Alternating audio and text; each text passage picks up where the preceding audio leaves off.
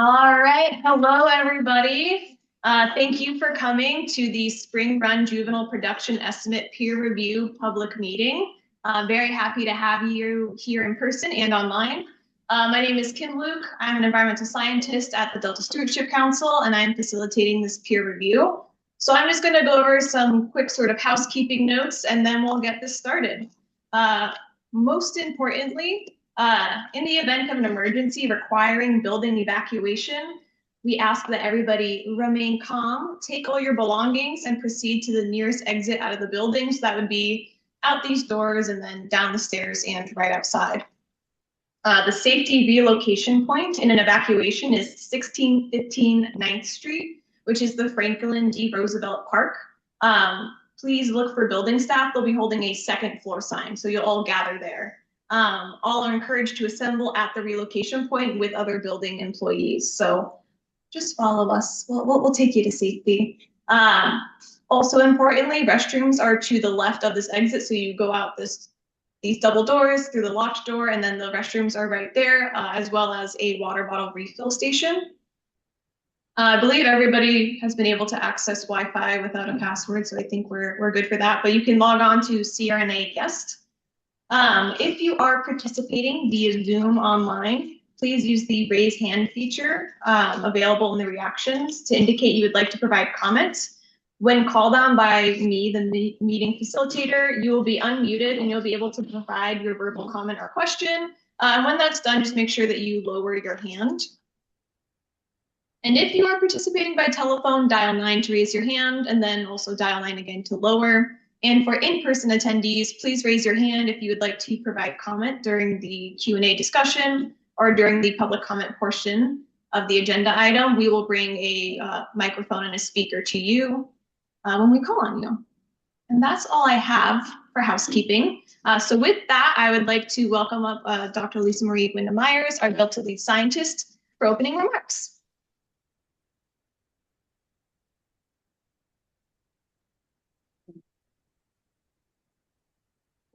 It is so nice to see a full room, especially on a day like today. It's a little bit foggy. It's fishing weather here at Fly Fisherman. I'm Dr. Lisamarie Windham-Myers. I'm from the Delta Stewardship Council. I'm the current Delta lead scientist, and I'd like to welcome you to the Spring Run Juvenile Production Estimate Peer Review public meeting. I'm looking forward to this. So here's a quick glance at our agenda for the day. After my opening remarks, we'll have a presentation from the requesting party to provide more background on the Spring Run Juvenile Production Estimate, which we're going to call Spring Run JPE, that's being reviewed. Following that, we'll hear from the review panel, where they'll present their initial findings. After the panel's presentation, we'll break for lunch at noon and then return at 1 p.m. for a discussion of the initial findings. This will primarily be time for open dialogue between the panelists, the requesting party, and the modelers. Finally, we'll end the day with public comment. This is an opportunity for anyone to comment on the Spring Run JPE review. I'd like to note that today's agenda timeline is approximate, so we encourage folks to stick around for the whole day so you don't miss anything. So before we discuss the specifics of this peer review, I'd like to start by introducing you to the Delta Stewardship, the Delta Science Program, which is part of the Delta Stewardship Council. The science program's mission is to provide the best possible unbiased scientific information for water and environmental decision-making in the Bay Delta system. And there are several core functions to accomplish this, one of which includes facilitating independent scientific peer review. The main group that carries out independent scientific peer review for the Delta Science Program is the Collaborative Science and Peer Review Unit. By facilitating independent scientific peer review, the Delta Science Program provides an open and transparent process between the requesting party and the reviewers. So since 2010, the Delta Science Program has coordinated 34 peer review and advice panels. As an independent state agency, the Delta Stewardship Council plays an important role as an honest broker for coordinating reviews of government science, and the Delta Science Program is well poised given our experience. I'll walk through the full Delta Science Program process in a moment, but first you can see on this graph the extent of peer review experience across a range of topics such as fish, habitat, invasive species, modeling, and more for a variety of state and federal agencies. We typically facilitate reviews of the complex science that underlies management, such as for long-term water operations, that benefits from additional expert review and the opportunity to address issues in an open process. Our process is slightly different than other reviews you might be familiar with. So the Independent Science Board reviews, or the National Academy of Sciences, or the National Research Council, primarily in the specificity of the review. Each set of charge questions is catered for the review.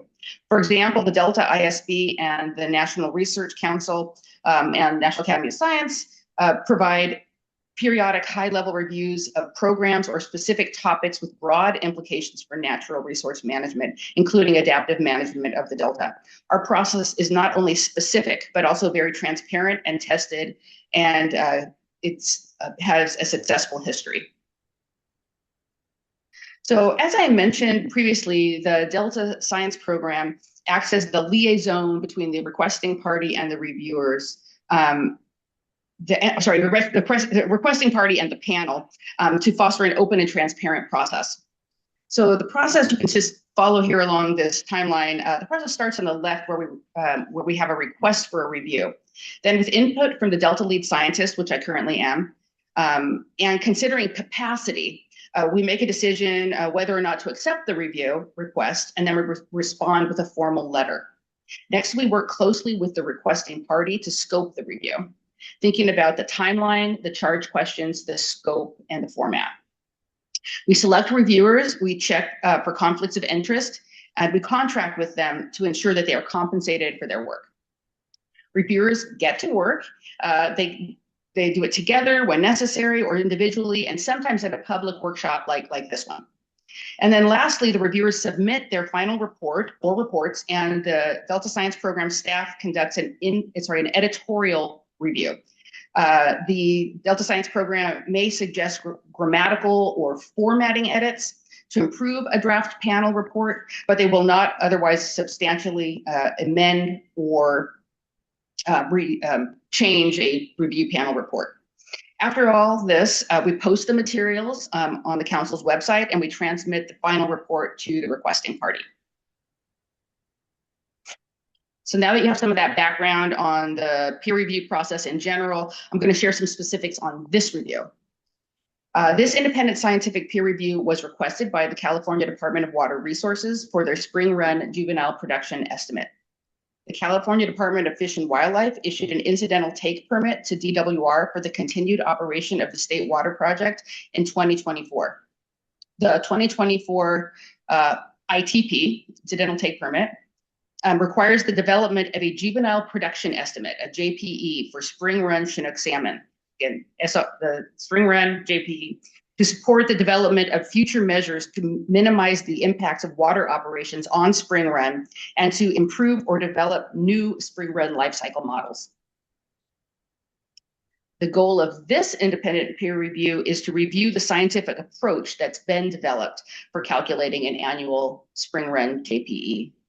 This is done by responding to specific charge questions developed by the peer review planning team, which includes myself and folks from the Department of Water Resources, California Department of Fish and Wildlife, Bureau of Reclamation, Fish and Wildlife Service, and NOAA, some of which are in the room. The reviewers will provide recommendations, and the Spring Run JPE team will incorporate those recommendations prior to submitting the Spring Run JPE to California Department of to California Department of Fish and Wildlife and NOAA for approval and prior to implementation.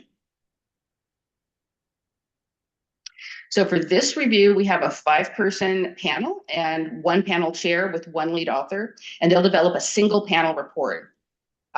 Only one is not here, but the rest are here at this table. Our reviewers are Charlie Chamberlain, who we're contracting through with 100 Dogs Fluvial. He's our lead author. Maybe, great, just identify. And then we have Greg Ruggerone, who we are contracting through with Salmon Science. He's our panel chair. And then the rest of the panel, we have Julian Olden from Procrustes Environmental Consulting. That's who we're contracting through. Carl Schwarz, contracting through StatMathComp Consulting by Schwarz Incorporated. And I believe Carl is online. I'm going to. Fantastic. Thank you, Carl. And then finally, Kelly Vasbinder, who we're contracting through with UC Santa Cruz.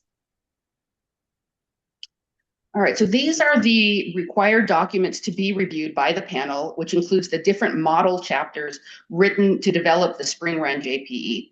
And these are available in full on the peer review website. If you just look at these 9, they're all basically model documentation, overviews and documentation.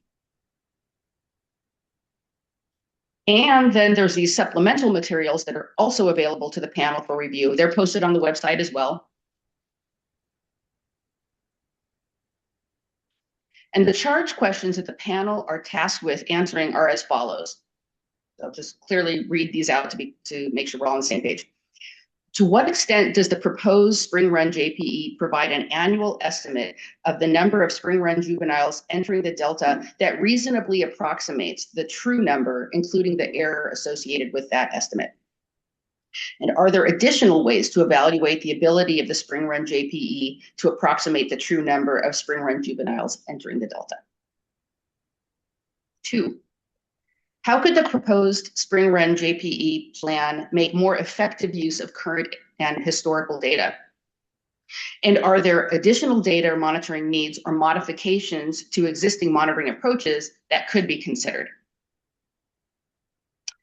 3, does the proposed Spring Run JPE plan include adequate contingencies for unplanned events, such as the loss of adult and juvenile monitoring program data due to extreme events? 4, are there additional ways to reduce uncertainties? So for example, changes to modeling or monitoring in the Spring Run JPE model as it relates to accounting for the diverse life history strategies exhibited by the Central Valley Spring Run population. So for example, how can the Spring Run JPE model incorporate yearlings? Additionally, additional to reduce uncertainties considering the proposed periodic model updates and whether they provide sufficient opportunities for improvement as new monitoring or science, such as parentage-based tagging, PBT, become available. And then finally, any other observed concerns or deficiencies in the modeling approach. And 5, and last, are there any suggestions for how to deal with the challenges described for modeling Feather River natural production, described in the in-season out-migrant report, which are caused by more complicated run structure than other tributaries, and by large releases from the Feather River hatchery, including unmarked fry release groups? So the peer review began this January with 2 kickoff meetings, and the reviewers have basically from January to March to review the Spring Run juvenile production estimate approach and complete their report. In the middle of the review, we have a public meeting, and that's what this is. Today's event, for the panel to share their initial findings, discuss them with the requesting party, and hear from the public. And then the final report will be posted online for the public late April. So if you want to read the charge, view the materials, or read the final report when it's ready, I encourage you to visit the council's peer review webpage. You can see here this QR code. I'll leave this up for a little while to make sure folks have access to it. All those materials, the charge questions, and any other additional input that's come since will be available there. And then with that, I'll just say thank you.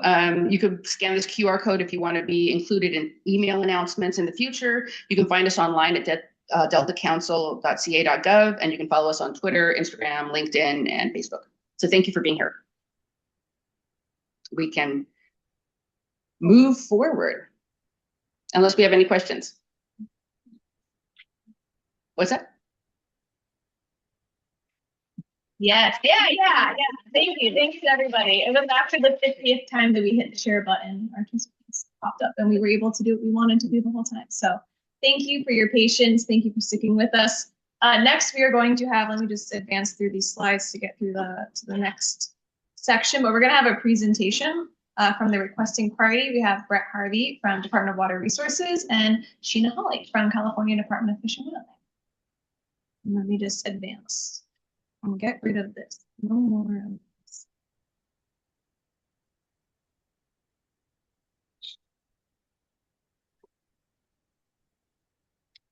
Well, I'll do. Okay, thank you. I see because of the placard. Hello, everybody. I'm Brett Harvey, Department of Water Resources, and this is my colleague at CDFW, Sheena Holley. So what we're basically going to do is give a rundown of the, I guess the regulatory or the permit regulations that led us into this whole endeavor, and then an overview of the model, the models that we built in order to come up with the Spring Run JPE.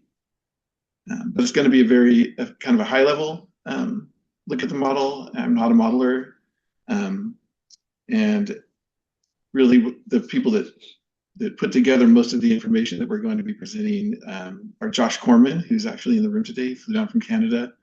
Thanks, Josh. Who's our lead modeler, but also Flora Cordeliani from NOAA Fisheries, and jointly at UCSC, and Noble Hendricks of Kata Consulting.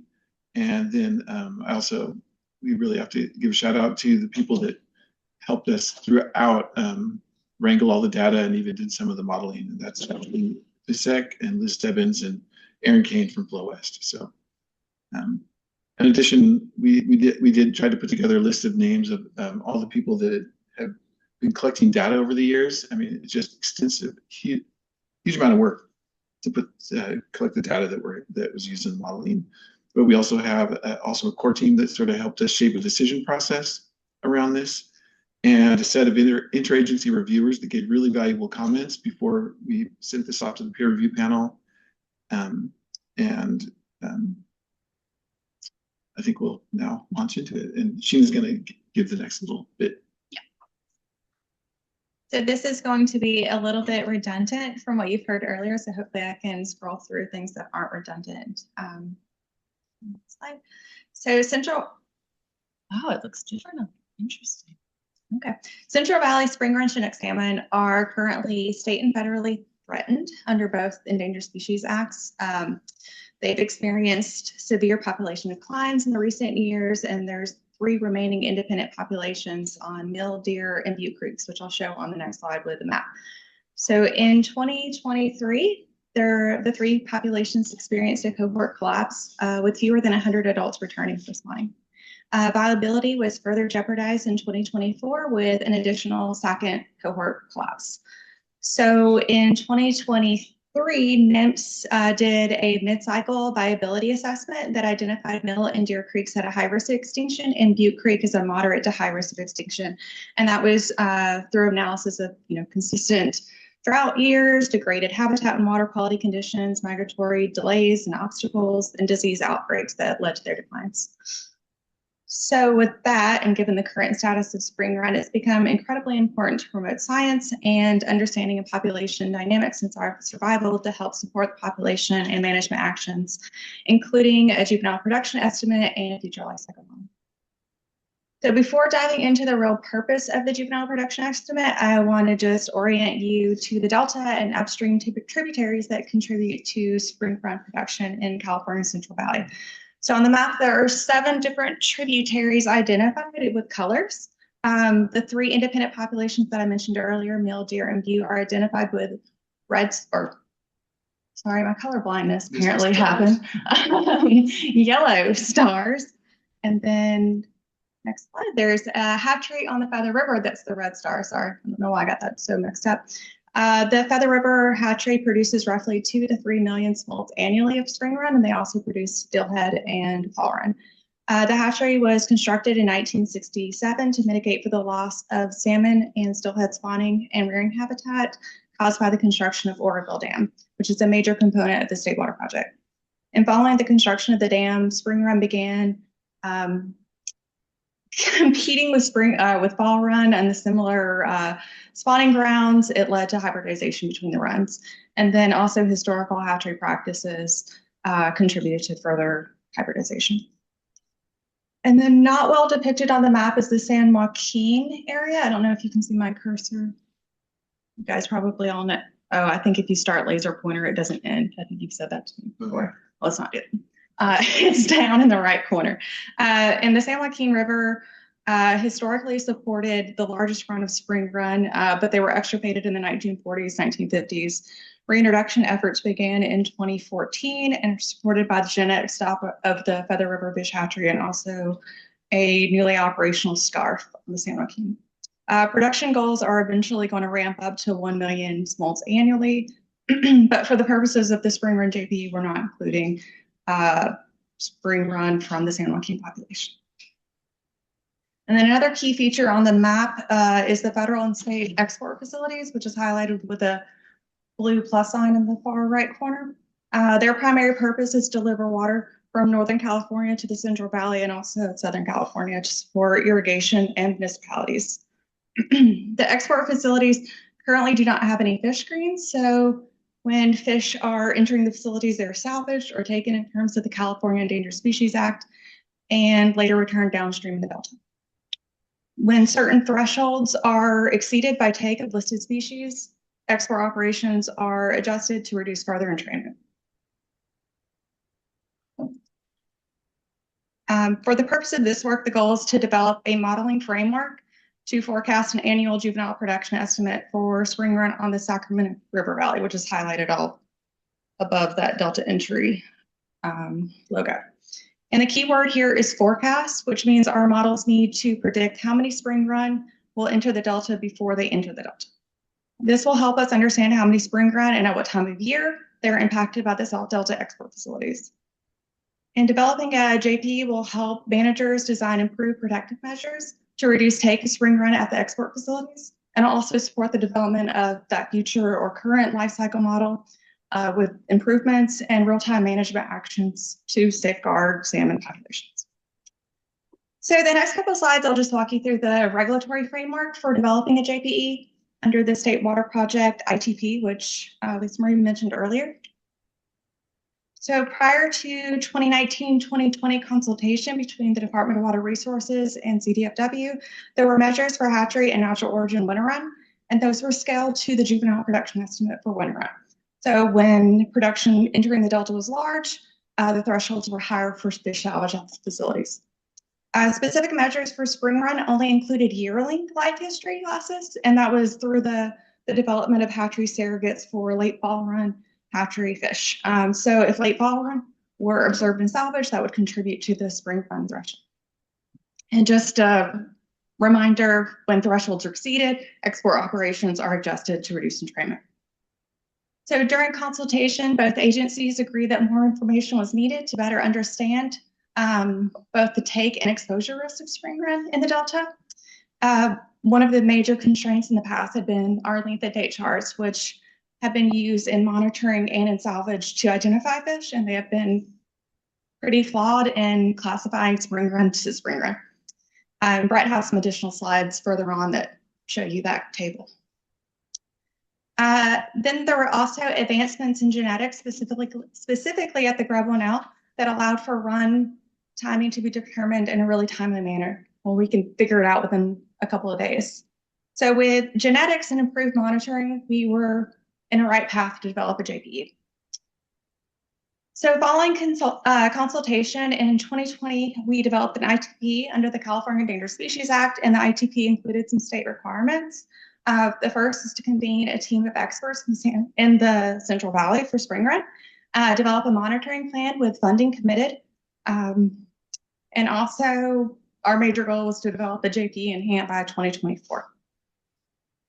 So we had kickoff meetings in 2020, a science plan developed in 2020, and then also a monitoring plan with dedicated funding in place in 2021.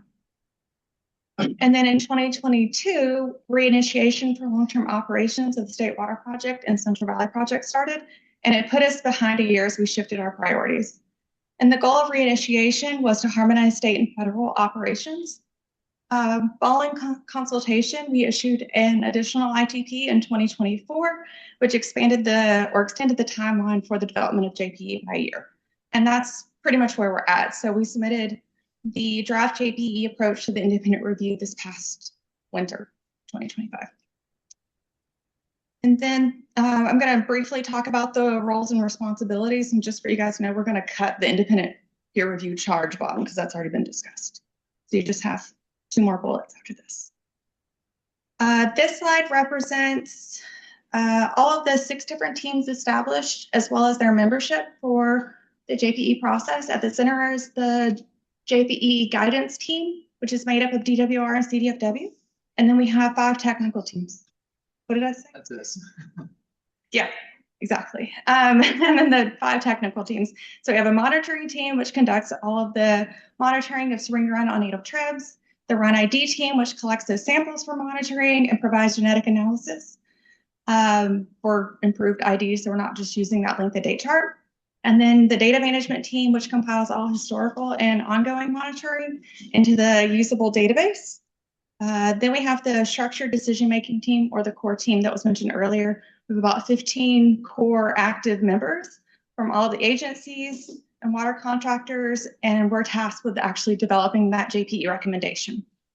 Then we have the modeling team, which is made up of agency members as well as contracted modelers, and they're responsible for developing all the submodels that inform the JPE. In addition, each agency has a designated model reviewer. So this is the decision statement that we developed that was geared to match our ITP that was issued in 2024. So it shows that the JPE needs to be in hand in 2025, and the key things are highlighted throughout the text. We need to develop a forecast for fish entering the delta, and also that it will be used potentially for the development of a life cycle model and also a minimization measure for the South Delta export facilities. With that, I think I'm just going to hand it off to Brett to talk more about the objectives and the model itself. Thank you. Thank you. Thank you, Sheena. She is very helpful in to keeping us on track as well. It's a lot to keep in mind. So I'd like to go back to that last slide that Sheena just showed, which is, and I think the panel has seen most of these slides, so that's why they're not laughing right now, because this is the humor. But this is my redacted version, and this is really what we spent a lot of time focused on in our decision team, was this idea that we're tasked with coming up with a modeling framework, but we don't know how exactly it's going to be used. And I think most people who've done modeling, you really want to know the purpose of your model. And so essentially the purpose that we came up with is we need to characterize the spring run population to the extent possible, given the available data, to provide tools essentially that can be used to develop what we call minimization measures, or measures to minimize the risk to spring run of our water operations.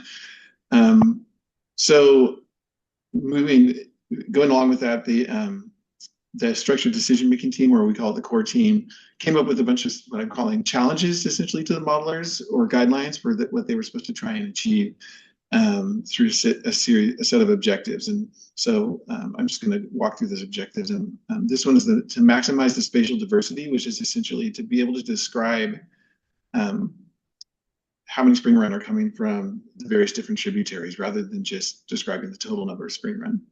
Get some resolution on the spatial diversity, and also to get some resolution on the life history diversity.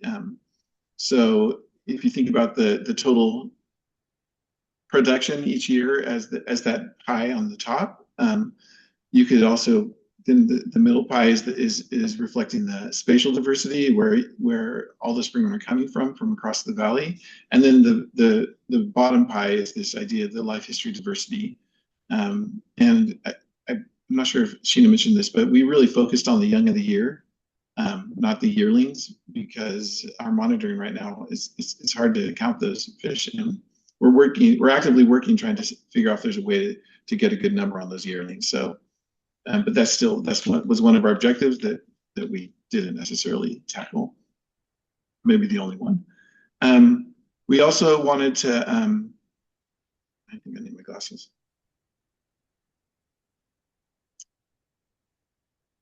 We wanted to be able to describe the timing of outmigration, so not just how many are coming out, but when they're coming out, which gives us an idea of their exposure risk throughout the outmigration season.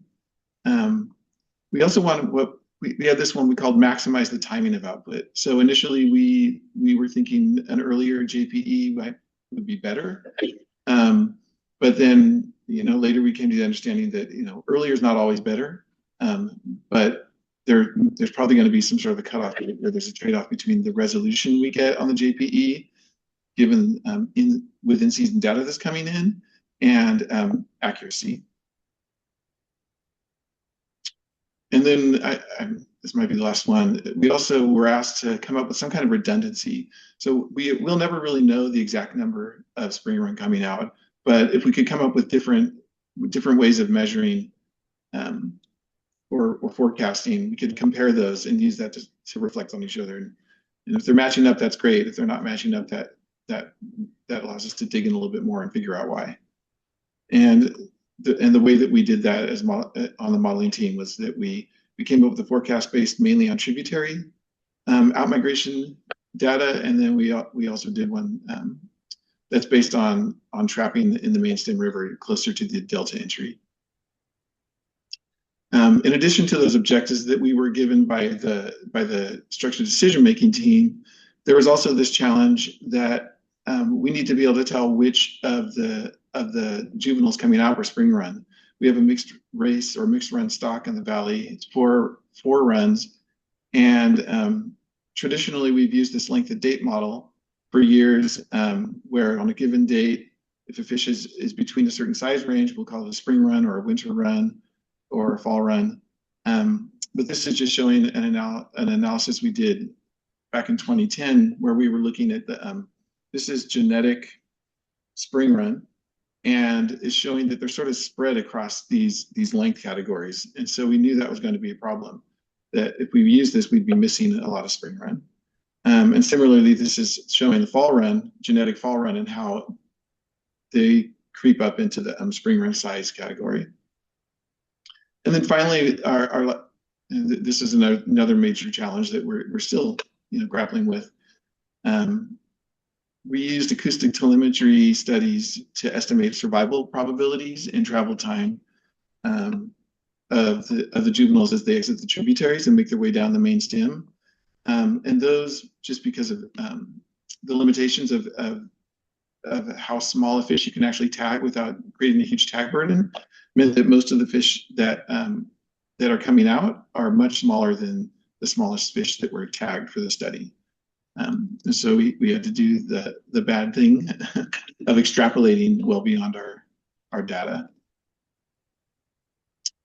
So now I'm going to launch a little bit into just a brief view at what we're calling the submodels, essentially, that make up this modeling framework. At the coarsest level of resolution, we did a stock recruit approach, and then we did another approach that we called the in-season out-migrant approach.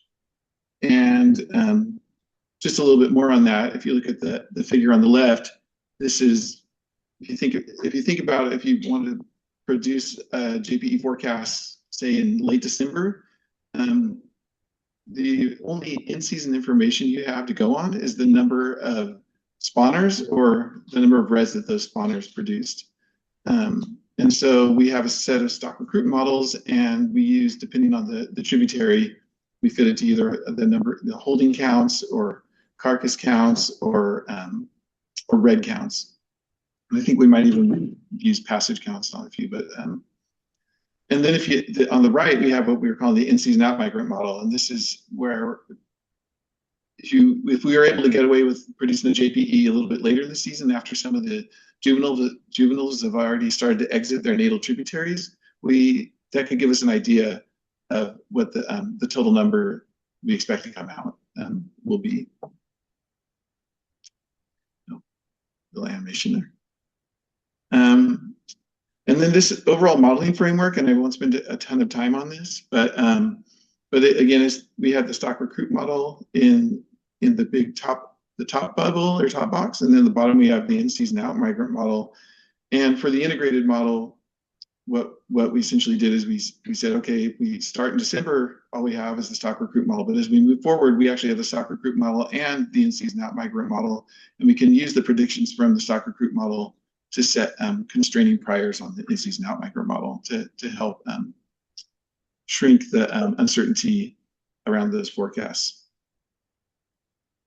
And then this is just a table. I think this is the one you mentioned, Sheena, of the submodels. Essentially, we have what BT SPAS X, and we're lucky enough to have a person on the review panel that developed the original BT SPAS model, and we just basically took that and ran with it, and put it in a hierarchical framework where we can borrow information across tributaries to help inform locations where we might be missing data, either because the traps are out or we don't have efficiency estimates for a particular week in a year. We also developed probabilistic length of date models, and we developed a separate one of these plaid models for every single trapping site. And it uses genetic information from the last 3 years to come up with probabilities that any given juvenile, given its size and date and the date that is trapped, will belong to any particular run. And then I'm going to talk more about all these models. We have a stock recruit model that we already discussed, the in-season out migrant model. We have a smolt survival model, which I alluded to, and then finally the integrated model. So this is our suite that the panel reviewed. So just talk a little bit more about coming up with out migrant estimates. At its most basic, you have a catch, but that catch isn't every single fish exiting. So you do marked releases of fish above the traps to get an idea of just how efficient those traps are at capturing the fish going by. And then you can divide the catch by the efficiency, and that gives you an abundance estimate. It's a little more complicated in the modeling, but that's the basic idea. And then if you look at the figure on the left, that's representing maybe what you get in a tributary where your efficiencies are relatively high compared to what you're seeing on the right, which would be a screw trap site in the big main stem river where your efficiencies are quite low, which not only affects your ability to even estimate what that efficiency is sometimes, and that ends up creating a lot of uncertainty around those estimates. So that was something we grappled with quite a bit. Those are just words to the effect of what I just described. And so I think the way that we look at these is we start on the bottom, and that bottom figure this is from Battle Creek in 2008, and the bottom figure shows the efficiency estimates, and the magenta bars show weeks in which there were no efficiency estimates, and those were estimated based on I believe I'm going to get this wrong, but basically using the information from the other weeks and other years of trapping. And then if you move that to the top, that's the abundance estimates that resulted combining the efficiencies with the catch. And you might be able to see there's little magenta dots and then a bunch of numbers at the top. That's the actual catch, and the dots are the periods in which there was the traps weren't in. And so you can see we can actually get abundance estimates for those dates, but they're going to be high, and we can get efficiency estimates when there's no efficiency test. But really big uncertainty bars around those compared to the dates when we actually have efficiency tests. And then the next step is we have those abundance estimates, but that's for all the juveniles coming out, not necessarily just spring run. So the next step is we apply these plaid models, and this is just showing, I'm not sure if this is actually Battle Creek or where this is, but this is showing where you have 3 different runs that are potentially caught in the traps, and on the left is the actual genetic information on length of date. We fit models to each of those to come up with probabilities, and then on the right you see where you combine those to come up with your probability where a fish may be a spring run, maybe fall run, and we use those to come up with our spring run estimates. And this is putting it all together, this time from the top to the bottom. The top is the same abundance estimates that we saw before. The plaid model estimates of spring run proportions are in the middle, and then at the bottom would be coming up with the actual spring run abundance estimate. And then once we have those spring run abundance estimates, we can now move, and I wanted to point out for that BT SPAS, all of that information is based on real data. We don't use the BT SPAS X in a forecast mode. It's really just to come up with abundance estimates. And that can be historical abundance estimates, and that's pretty challenging because we weren't doing genetic testing at that point. So we're applying those plaid models. But then we also have our in-season testing, and we've been developing this rapid reporting data management system so that on a weekly basis, we're planning to get trapping information that we can then apply the BT SPAS X and use the in-season outmigrant model. But for the stock recruit model, we go back to that historical years of data for years when we actually have both outmigrant abundance estimates from BT SPAS X, and we also have some form of spawner estimate or red count in this case. We can build a relationship between the adults that come in and the expected number of outmigrants they'll produce. And in this case, that black line is actually I guess we call that the null model essentially, or is just the flat model without any covariates, but we also have the ability to apply covariates within the model. And in this case, for this stream, we used mean flow during the period of incubation. And I think that's right. And then if you look at the lines that are going vertically, either up or down, that's showing where that tip of that line would be, is where the actual forecast would be for that particular year. And you can see how well it lines up with the actual data, which is the numbered dots, and the numbers are the different years. And then we move into the in-season outmigrant model. So the first thing that we do for that is we come up with an estimate of the general timing at any particular trap. And it's not the same across all traps. For the null model, we actually just take the average timing across all the years, and I think that's what we're showing here. And then what you can do is say this is actually saying December, even though we probably wouldn't have too much outmigrant data at that point, but you can say, okay, in an average year, if that exists, what's the proportion that we expect to come out by this given date? And then you can use that as a divisor or the denominator. I'm trying to remember my high school math or junior high math. But you count how many fish you actually have seen come out by that date using BT SPAS X, and then you divide it by that expected proportion. And that would give you a forecast of how many you expect to come out for the rest of the season. And then this is just a look at what the forecast might look like. I'm sorry, I'm going to ask Josh now. So Josh, do these include the stock recruit prior? I'm trying to. Okay, so this is just the straight in-season outmigrant model. And you can see as you move through time for the Battle Creek, which is the upper right graph, you get smaller and smaller uncertainty bars around those forecasts. Clear Creek, it actually doesn't improve all that much, and the reason why is that by that first date, most of the fish have passed the Clear Creek trap, which is quite a ways up in their watershed for Clear Creek relative to most of the other tributaries.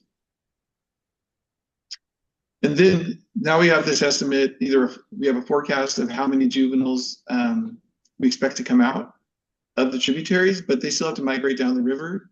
And I'm going to actually have a show of my other artwork later on if people want to come see that. But this is just an example. But we need to estimate how many of those fish are going to make it to the delta. People who were laughing in the room might not have been able to hear it because they're not mic'd. So this is in the, this little, well, you're at, does look a little wonky here, Sheena, but hopefully it looks good on the big screen. So this is an example of a small survival, and we estimate a survival for three different survival models for each of the main river segments that the fish might be coming down, depending on which tributary they were was their natal origin. And we have the main stem Sacramento River, Butte Creek, and the Feather River. And what we're showing right now is, I think that there was something weird that happened there.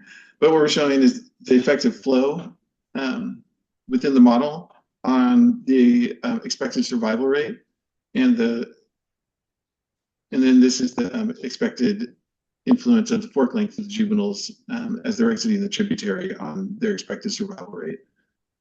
But the model has the flexibility to fit other covariates, and we'll definitely be continuing to refine that model as well as all the other ones.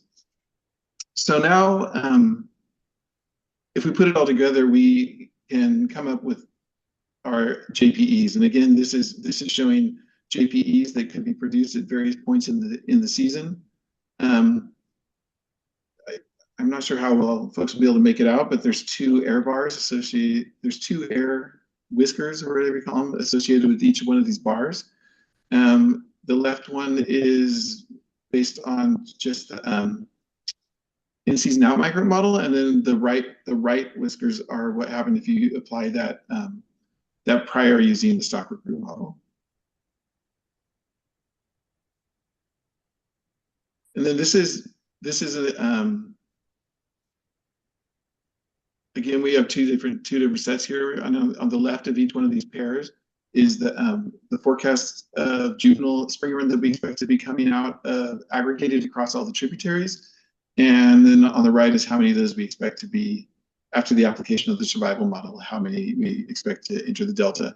And one thing to notice is that, we have tightening uncertainty bars around the aggregate out migrant estimate, but we don't necessarily see that for this once we apply the survival model, because there's a lot of uncertainty introduced there, because that's difficult to forecast. And I believe it's the penultimate slide that I'll be presenting today. And this is think about with this one.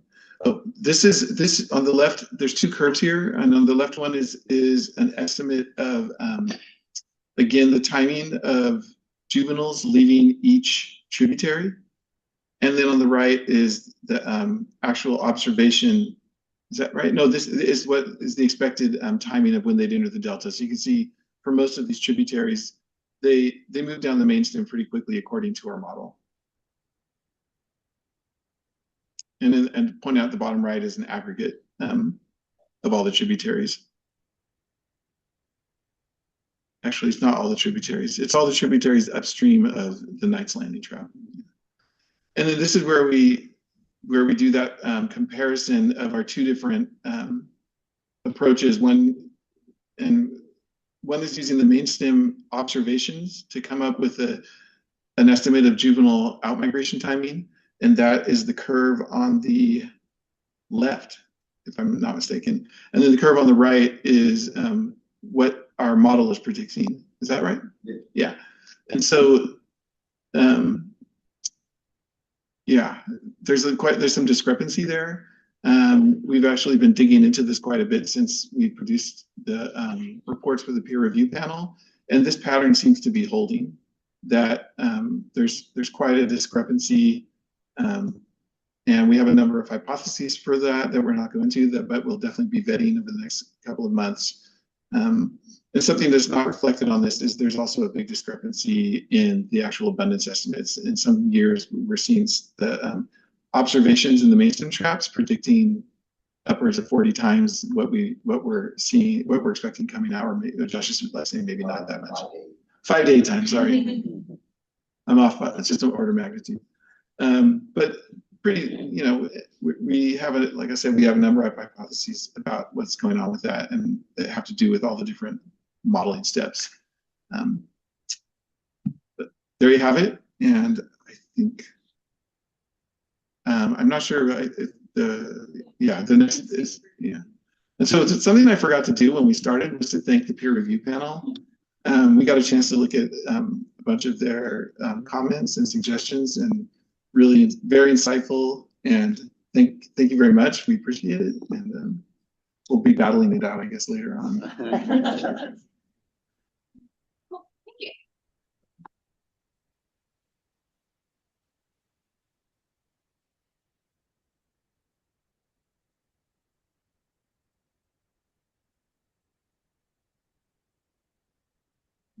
Right.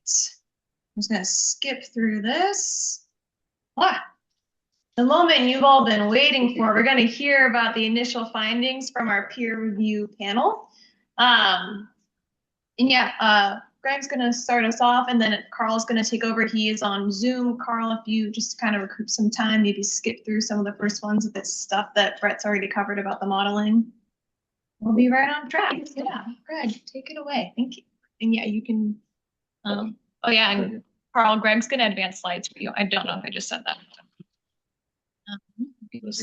Yeah, so your notes are there. You can scroll if you need to, and that'll show you the next slide. Great. Well, thanks very much for everyone showing up here and in the virtual world. I want to emphasize that these are preliminary findings.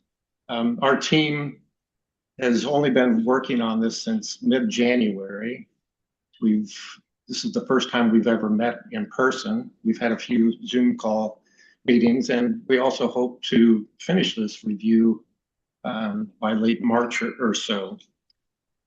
Also want to note that while we have preliminary findings, we should note that the modeling team reports, while there's a lot of information and fairly good detail, it's also a lot of preliminary work, and they're continuing to update the models as new information comes up and they test some new hypotheses. So just want to emphasize that. Overall, my impression of the modeling approach was very innovative, and the reports were quite detailed and thoughtful. But of course, as a review panel, we obviously have lots of comments, and we'll share those preliminary comments here. So this slide shows the overall goal of the Spring Chinook Juvenile Production Estimate Project. And the critical need of this project is to estimate and forecast the abundance and timing of spring Chinook juveniles at the Delta entry point, but also in those tributaries that are producing the juveniles. The goal for the modeling team is also to develop a model that supports the potential development of a life cycle model, and that can be used for looking at minimization measures. However, as Brett has commented, the modeling team does not know what form that life cycle model might have, or what those minimization measures to reduce impacts on juvenile salmon might be. And I highlight that point because back in 2011 or so, there was a life cycle model review conducted for the basin here. And one of the key conclusions from that is that it's important to develop a life cycle model that addresses specific questions. And once you have those specific questions, you can narrow down that life cycle model into looking for the specific data and so forth that are needed to address those key questions. And Brett has, I think, just now commented on that issue as well. So this is the outline for our presentation today. It's fairly technical and long. We have about, 92 slides or something like that. We'll have a coffee break in between, halfway through or so. But we'll start off with an overview that Carl will give on the modeling pipeline and a brief summary of each submodel and the data used, including some comments that are common to each one of the submodels or chapters you might have read. And Carl will may skip through some of those comments to the extent that Brett covered some of it just now. And then I'll speak on two critical assumptions for the model dealing with the life history of spring run Chinook salmon. And then we'll go through and provide comments on each one of the chapters or submodels. We'll start with chapter 7, which is the spawner recruit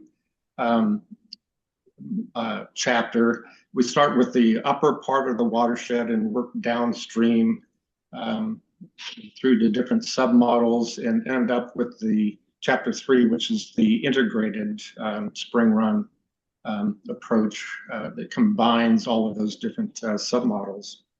And then lastly, we'll briefly summarize our initial thoughts on the answers to the charge questions that Lisamarie presented a while back. You guys are quite familiar with the watershed shown here on the left side. As you probably know, a large majority of spring run Chinook habitat was blocked many years ago by dams and so forth. And then on the right, there's a lot of rotary screw traps that are used to sample the juveniles out migrating. I'll leave it at that because you're all probably quite familiar with this. And so I'm going to turn it over to Carl, and I'll run the slides for Carl.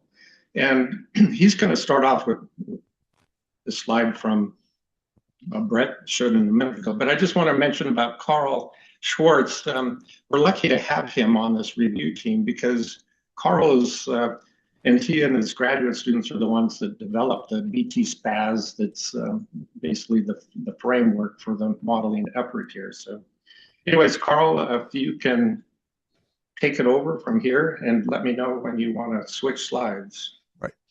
Well, thank you. Again, I'd like to emphasize that the modeling team has done a fantastic amount of work putting it together. And so many of the comments we have are not critical in sense of the overall modeling framework, but ways to improve it to make it better.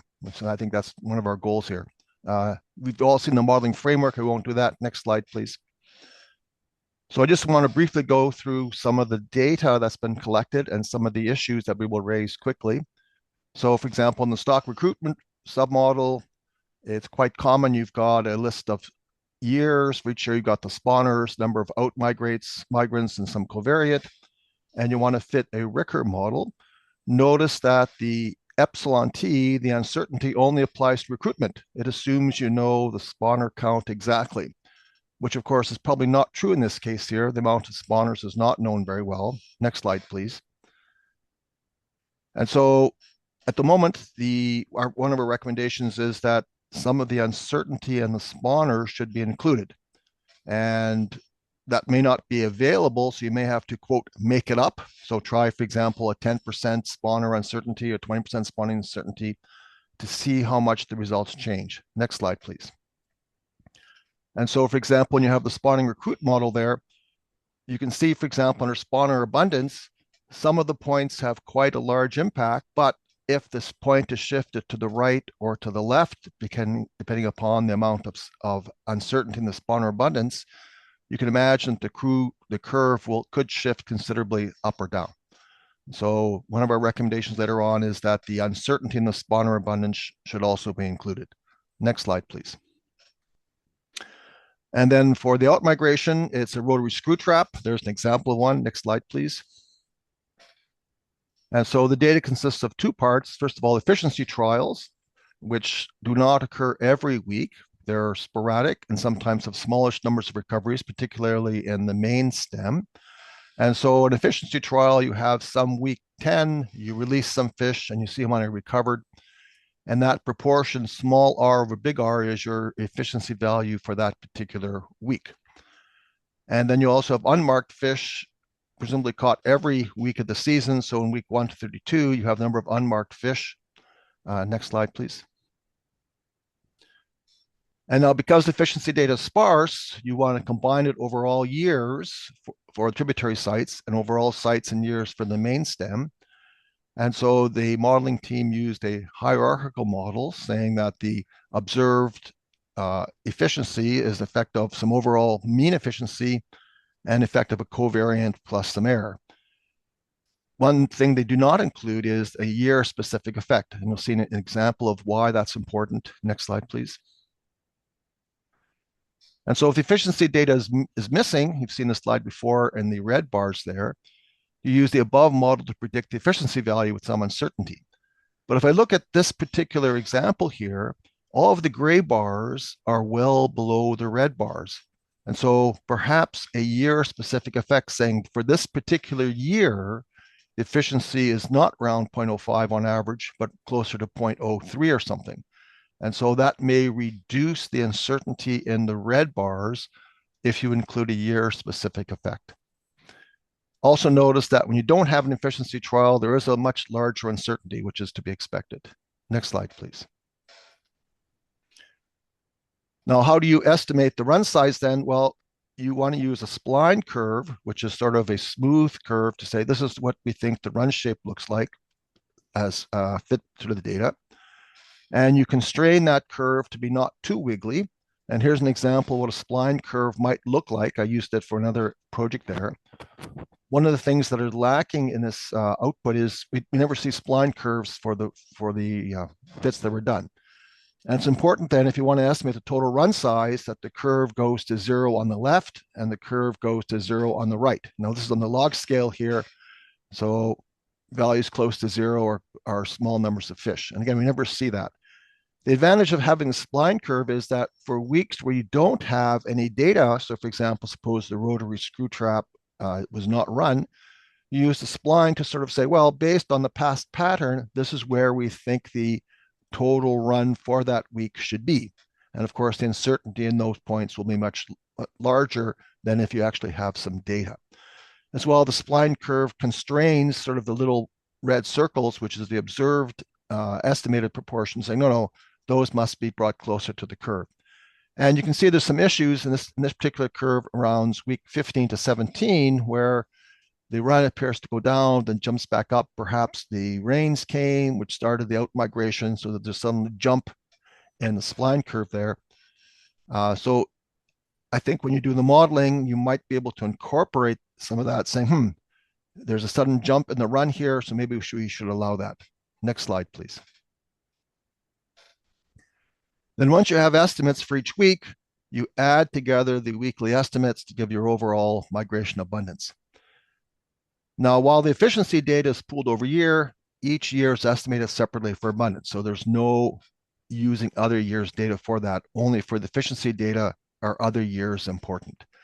And of course, if you have missing efficiency data, if you look at the December 30th value, the uncertainty for that week is very much larger because you didn't have the efficiency data. And here's where a better modeling of the efficiency data for that particular year may help reduce the size of that error bar in December 30th, which then reduces the total error bar for the total run for that year. Next slide, please. The plaid model, as was noted, you need to separate out the spring run juveniles from the other run types, for example, the fall run. And so the observed abundance is a mixture of subtypes, and there's a hypothetical example taken from the report. Next slide. You also have overlapping distribution of lengths. This is 1 week. Again, a hypothetical example. Next slide, please. And they're growing at different rates across weeks. Again, an example taken from the report. Next slide, please.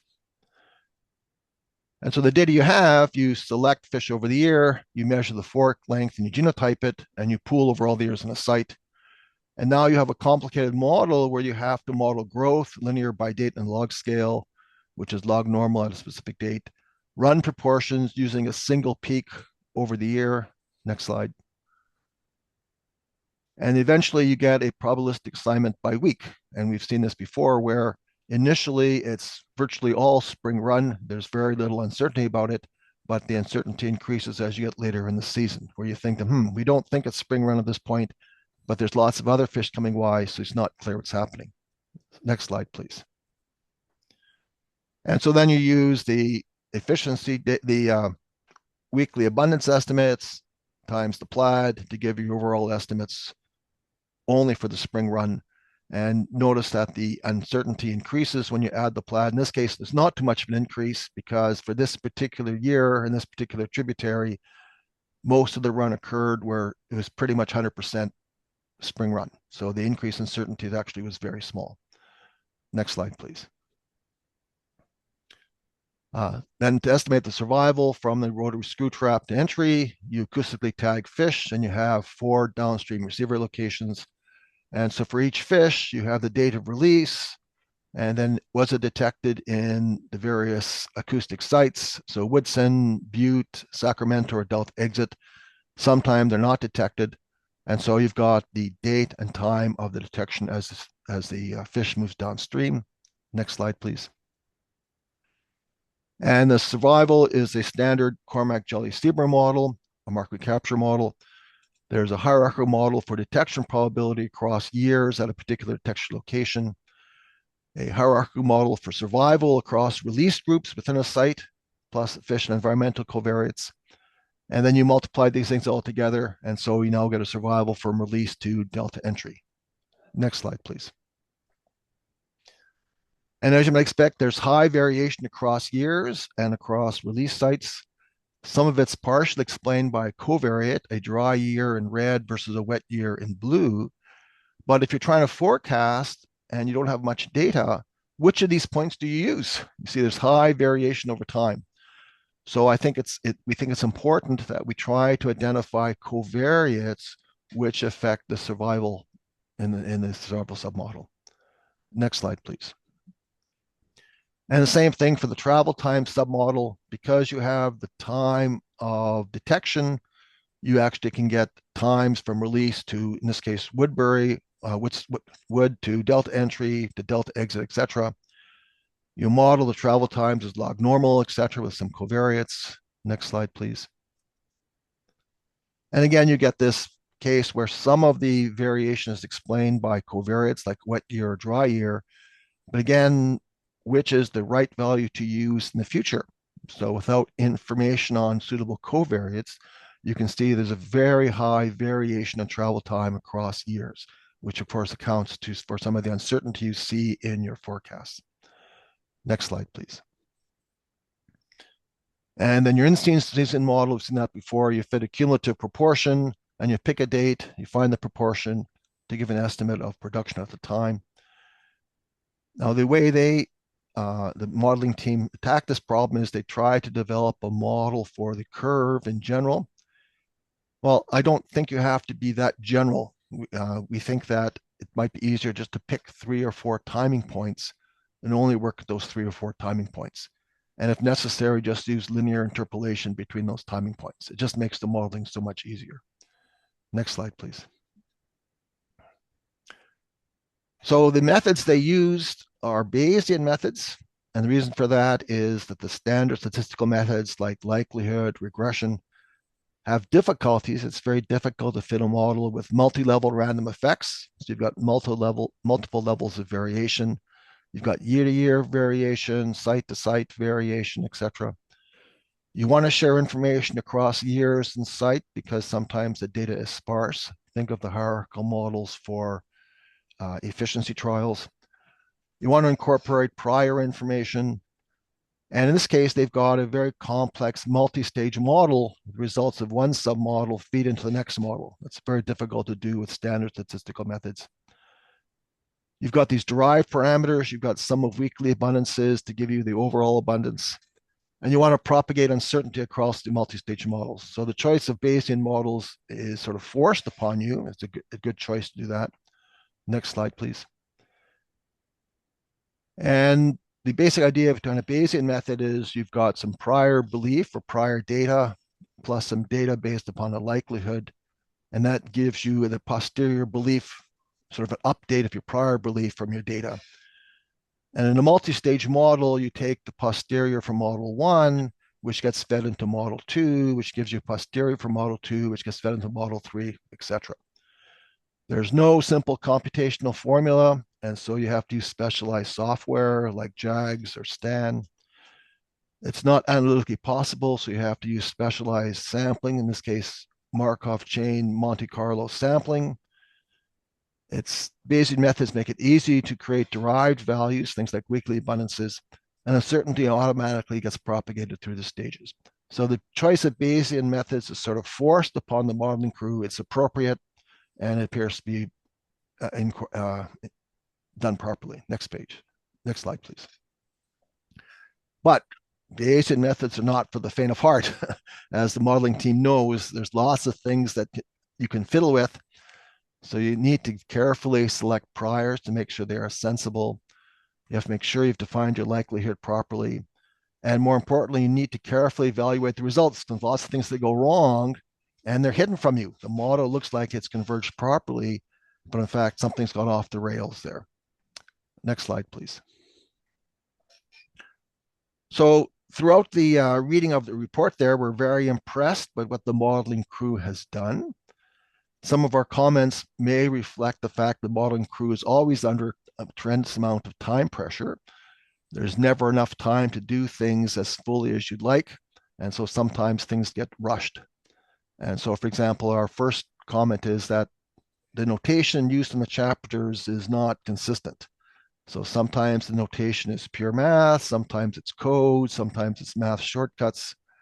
And so it makes it very difficult, not very difficult, it makes it more difficult to review the chapters to get a proper sense of what's going on. And so we're recommending that they revise the chapters to use standardized mathematical notation and avoid computer program notation, things like denorm, because it's just not standardized across programs. The denorm means differently in R or JAGS or STAN, for example. Next slide. We've also find it difficult to know if the model chosen is appropriate because it was sort of very little preliminary data analysis. Now, we know you must have done this to do that. So, for example, why did you choose a particular covariate? Well, presumably you've done some plots to show, oh, it looks like if we use this covariate, there's a relationship between these two values there. And so I think the reports would be strengthened if they included some preliminary data screening and simple plots to illustrate some potential models. Next slide, please. Similarly, the details in the actual Bayesian model, again, sometimes we think that it's a time pressure. You want to get the documents out. And so sometimes the likelihood is not fully presented. You need more information on the prior distributions used and justification for these. How do you decide on the distribution for the random effects with justification? Sometimes it's not clear how derived parameters are computed, and so you need to be explicit about that. Next slide, please. There's limited model assessment, so it's very easy with Bayesian models to get it to run and get an output, but you need to follow up to make sure the output is sensible. And so at the moment, most of the chapters present only one statistic for effect model fit, a measure called R hat, which is a measure of mixing. But for Bayesian models, there's a whole suite of other types of model assessment that we recommend be placed in appendices, things like trace plots, autocorrelation plots, etc. So again, most of that is automatically produced by the Bayesian models the modeling team used. And so it's just a question of collecting it and putting it so that people can actually see it and be sure they're justified. Things like using distributions as normals to approximate priors, that needs justification. Model fitting choices, such as cubic splines or second order random walks. Are the submodels independent? Perhaps abundance and survival may be correlated due to environmental factors. So that needs to be justified. Next slide, please. That's it, Carl. All right. I'd like to shift gears a little bit and talk a little bit about spring Chinook habitat and life history and some critical assumptions that go into the modeling effort. Historically, the spring run was a very large run, but a lot of the habitat has been blocked for many, many decades through the construction of dams. Spring Chinook typically will migrate upstream into high elevation habitats and spawn up there and produce juveniles that will typically rear for a longer period of time.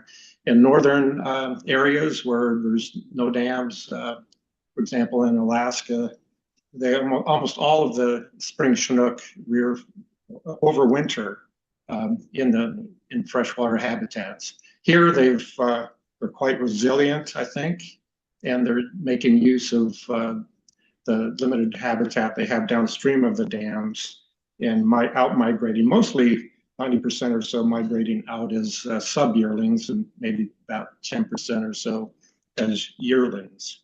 The adults enter over a long time period from anywhere from late March through September, but then they hold in the rivers to before spawning, and from somewhere from mid-August to early October. And then the juveniles, which we're focused on here, migrate anywhere from November to June, depending on the population. They're migrating as sub-yearlings. And most of them are migrating as relatively small fry. And this is important because what we see with juvenile Chinook, especially sub-yearlings, they'll, rather than actively migrating downstream, they'll often be passively migrating downstream, seeking margin habitat along the river banks to find food and refuge from predators. So a key assumption of the model is that the large acoustically tagged fall and spring run Chinook, which these fish are roughly about 89 millimeters median size, represents the survival and migration rate of most of the outmigrants. And most of the outmigrants' mean size is around 40 millimeters, quite a bit smaller. And the problem with the acoustic tags is you have a limitation on the size of fish that can be tagged, and most of them are tagged around 89 millimeters, and you have a few, but we're not quite sure how many are tagged as small as 70 millimeters.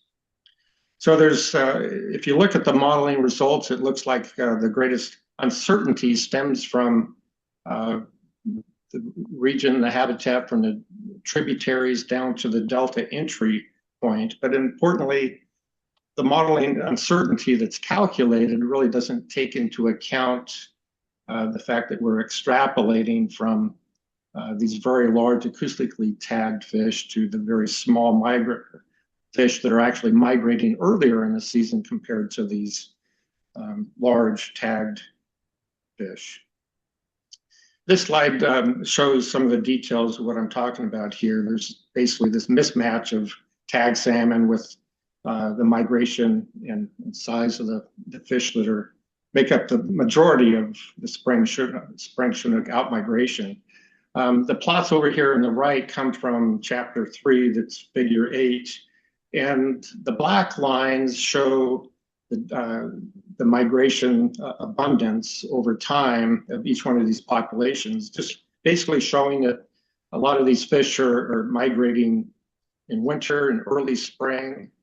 And the size of the fish at that peak migration time is quite small. For example, Battle Creek, 37 millimeters, Mill Creek, 40 millimeters, are all quite small, but yet the modeling effort is using acoustically tagged fish that are on median sizes, about 89 millimeters. And as I mentioned before, the smaller Chinook probably migrate differently than larger Chinook. The fish that are tagged or released at a large size late in the season, where they're probably more actively migrating downstream. So they're probably moving faster than the smaller fry that are trying to rear in the margins, perhaps. But obviously they get taken downstream in high flows as well and pass into the delta. So a key recommendation stemming from this is the modeling team well knows, is to identify and evaluate additional methods to estimate survival and migration rates of these small Chinook that make up the bulk of the spring run outmigration. So I know that the modeling team is investigating the use of coded wire tag data, historical coded wire tag data. We encourage that. That wasn't available for our review, but it's good to know that they're looking at that. Another method is PIT tags, passive integrated transponder tags. And I mention this because PIT tags can be inserted into a salmon as small as 45 millimeters, and they're much less expensive than acoustic tags. And you can potentially tag a lot more, but you still have the same type of problem, and that is sampling these PIT tags down in the main stem river. PIT tags are widely used. Huge, massive numbers of pit tag fish are released in the Columbia River Basin. They have dams to help detect those pit tags, but they also sample pit tag fish in the estuary by simply towing a net around in the estuary. They have a grid that they follow, and they just have an open cod end with detectors. Pit tags to be detected have to be within a few feet, depending on the tag type of the detectors. But so this is another option for people that are much more knowledgeable about the Sacramento River than me to see if it might work by putting in a large fight net type device net out here in the main stem near the rotary screw traps that sample a larger volume of water. Again, you wouldn't have to handle the fish, just have to narrow down the passageway so that they could be detected. Another method is odorless, and the modeling team and other people here in the Central Valley have been looking at odorless quite a bit, and this is an example here just showing the life history diversity of juveniles rearing in Mill Creek and Deer Creek. And I mentioned this because we could potentially look at and test the hypothesis about the migration timing in the main stem by looking at daily growth rings from the odorless. Salmon lay down these daily growth rings. They can be detected, and you can, using the microchemistry from the odorless, estimate how many days it took for those fish to migrate down once they enter the main stem down to the estuary where the water chemistry changes quite a bit. There's another method that I'll mention that's worth looking into, and that is simply looking at the hormones of salmon smolts. Years ago in the 1980s or so, Walt Dickoff documented the hormonal changes in salmon smolts as they prepare to smolt and actively migrate downstream. This might be another way to look at whether or not small fish are actively migrating compared to the larger acoustically tagged fish. Another key point here that is that a lot of people like to focus on the abundance of salmon as a key metric, but it's also important to recognize other criteria such as the diversity and distribution of these populations. And fortunately, there's quite a bit of diversity in the migration timing. For example, Upper Clear Creek juveniles, they pass the rotary screw trap on December 7th on average, and they enter the delta based on the modeling so far around December 21st. Very early time out migration, as opposed to, say, Deer Creek, where they don't enter the delta until about April 15th. So it's important to keep this in mind, especially when you're developing, trying to look at the model and what populations might deserve the greatest protection and so forth. Okay, well, it's time for a coffee. All right, so we'll have a brief coffee break and Yeah, come back and I will go to the microphone so everybody can hear me online. We are going to take a 10-minute coffee break and we can just round it up to 11 a.m. So come back then. Thank you.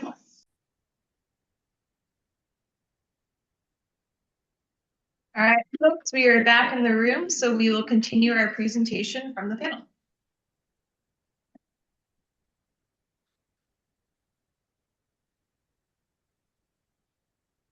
Thanks, Kim, and thanks y'all for coming back after the coffee break. The second portion of our presentation is going to be going through the individual chapters, which are each about a set of submodels.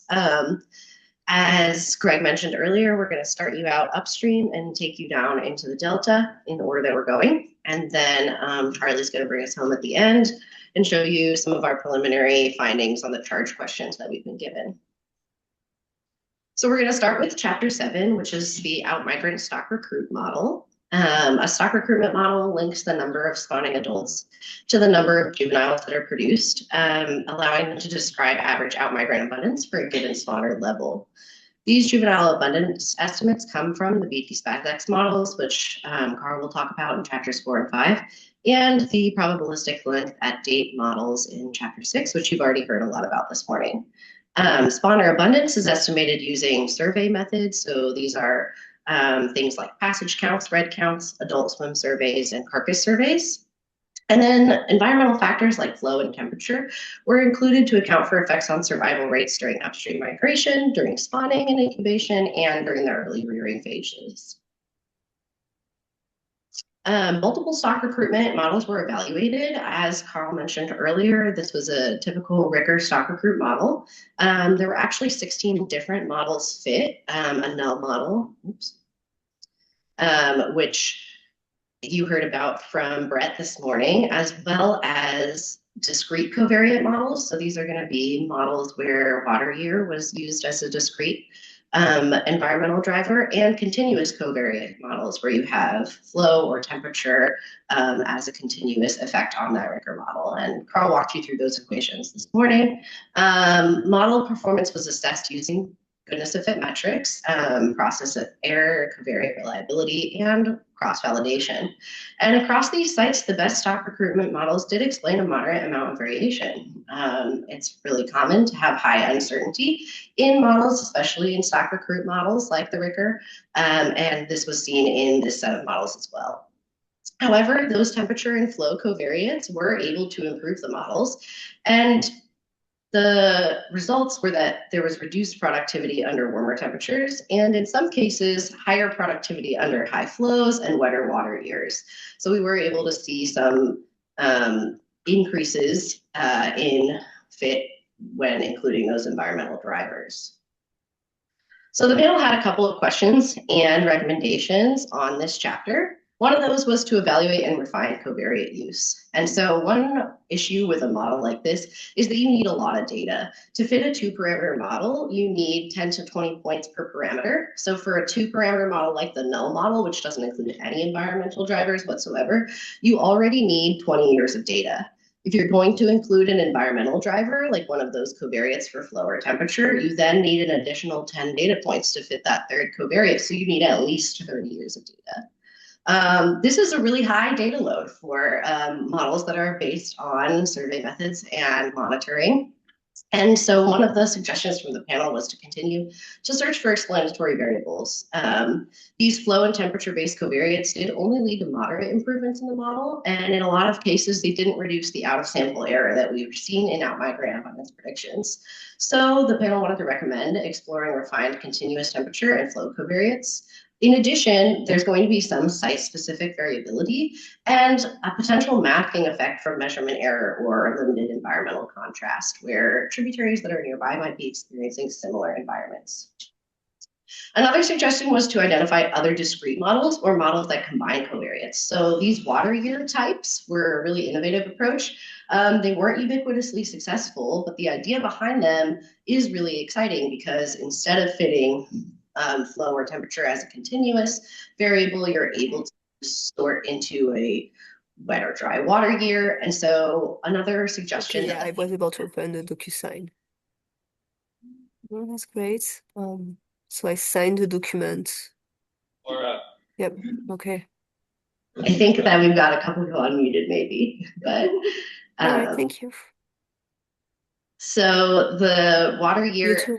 as a discrete variable. Hi. And so many of the creeks did show influence of flow during some of these early rearing phases and temperature impacts during spawning and incubation phases.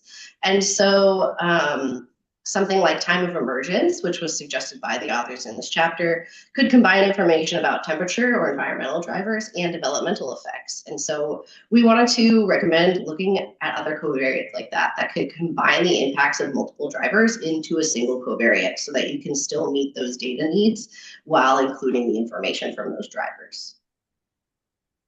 Carl mentioned this a little bit earlier, but exploring other sources of uncertainty like the error in the spawner observations and in the recruits, as well as applying high performance models or weighting contributions from different tributaries. So there were certain tributaries where the models performed really well and had really good fitting rigor models. And there were other tributaries, often those which had less data, where the models weren't fit.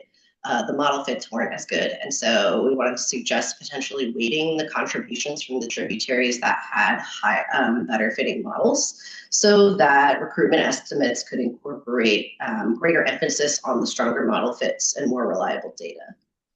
Of course, all of these approaches would require additional validation to ensure that the cross-tributary differences aren't including bias.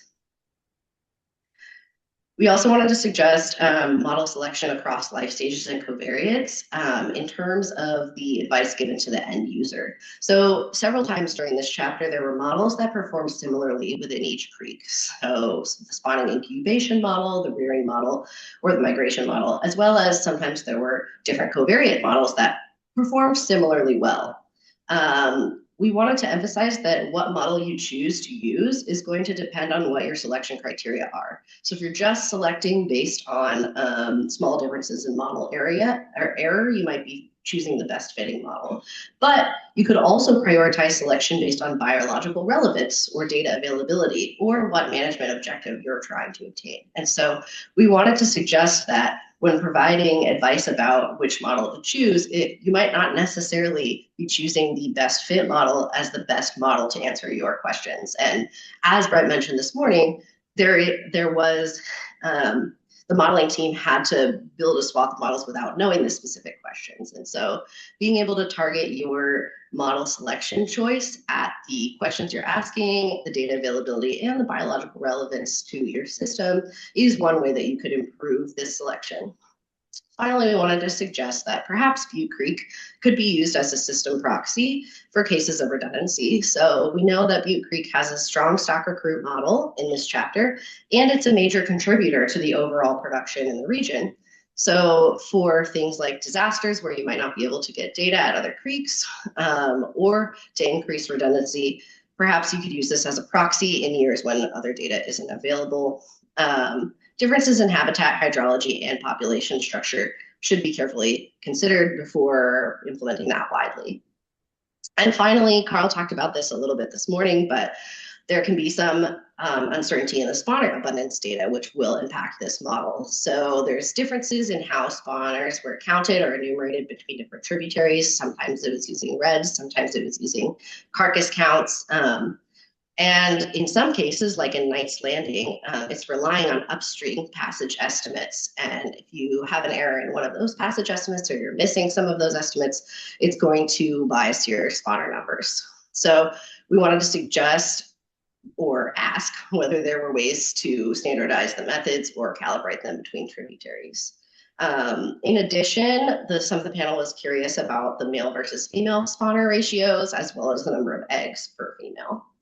And next, you're going to hear about the BT SPAS models, which we're going to turn it over to Carl for that, because he was the original developer of BT SPAS. And Carl, I'm going to advance slides for you, so you can just tell me when you want to move to the next slide. Thank you. So BT SPAS extension is an advanced model to estimate the run crossing a rotary screw trap. The enhancement part has got to do with the fact that efficiency trials are not conducted every week. And so you want to say, I want to use information at this site in other years, or in the main stem at other sites and other years, to get a good feel of what the efficiency data would have been in the weeks we haven't got any efficiency data. We also know, for example, that the estimates we get of abundance from week are highly variable. They bounce around a lot.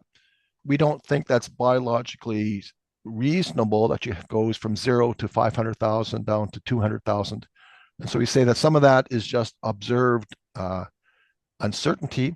And so maybe we should sort of constrain those estimates a little bit with the spline. So the spline really just says, let's think that there's sort of a roughly smooth increase and decrease over the year. And we want to constrain the estimates to try and follow that curve. And that's why you want to fit the spline to account for those. Next slide, please. So the BT SPAS was applied to both tributary and main stem sites. And when you do a comparison with a stratified Peterson estimate, you see that the estimates are reasonably consistent with the stratified Peterson. The stratified Peterson just assumes each week is a separate Peterson estimate, you add them together. And so it does match fairly well, which is good, saying that the technique appears to be working properly. And one of the issues, though, is that when you get an estimate of the run abundance in a week, it's a combination of different types. So you've got spring run, fall run, winter run. And so you have to use PLAD to try and separate out those 3 or 4 different types of fish type. Next slide, please. So presumably, as you collect more data, you get better information on efficiency trials. And so we, of course, recommend that you continue doing that and incorporating new data as you do that. You have to be a little careful with the efficiency trials. So, for example, we know that efficiency varies a lot with flow. And so when you do efficiency trial, you want to try and get efficiency trials at low flow rates and high flow rates, so you get good contrast in the impact of flow. Okay.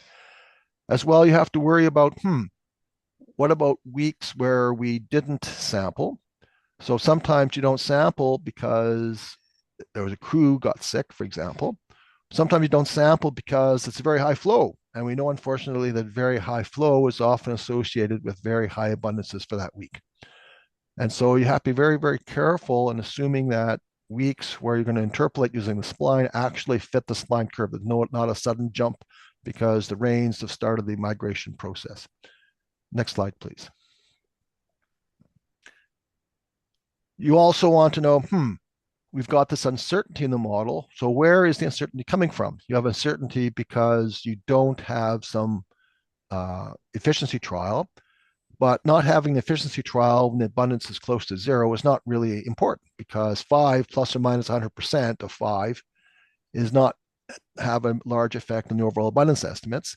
But 100,000 plus or minus 5%, 5,000 could have a big influence on the overall abundance estimates.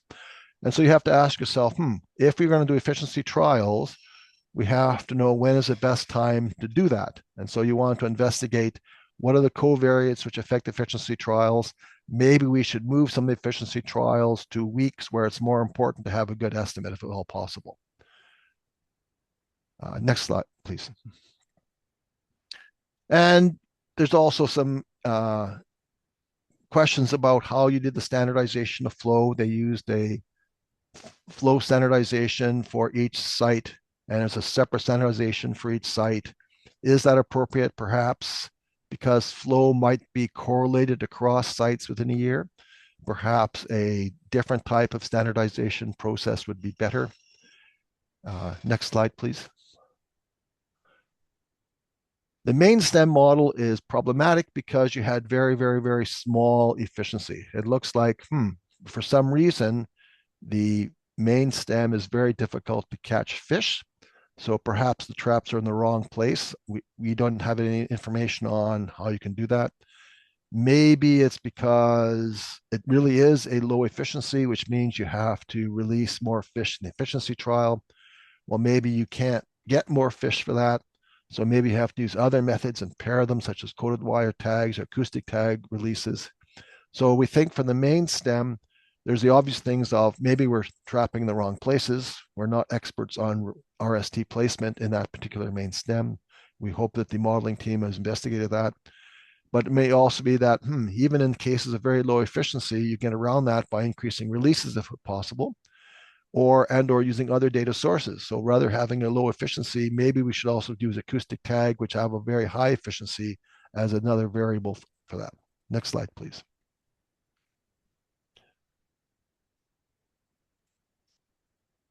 So again, the main stems have very high uncertainty. It's unclear how to use that. So it's not clear how you can compare one versus the other. Some of it might be to cases where the rotary screw trap is not operating on the entire week.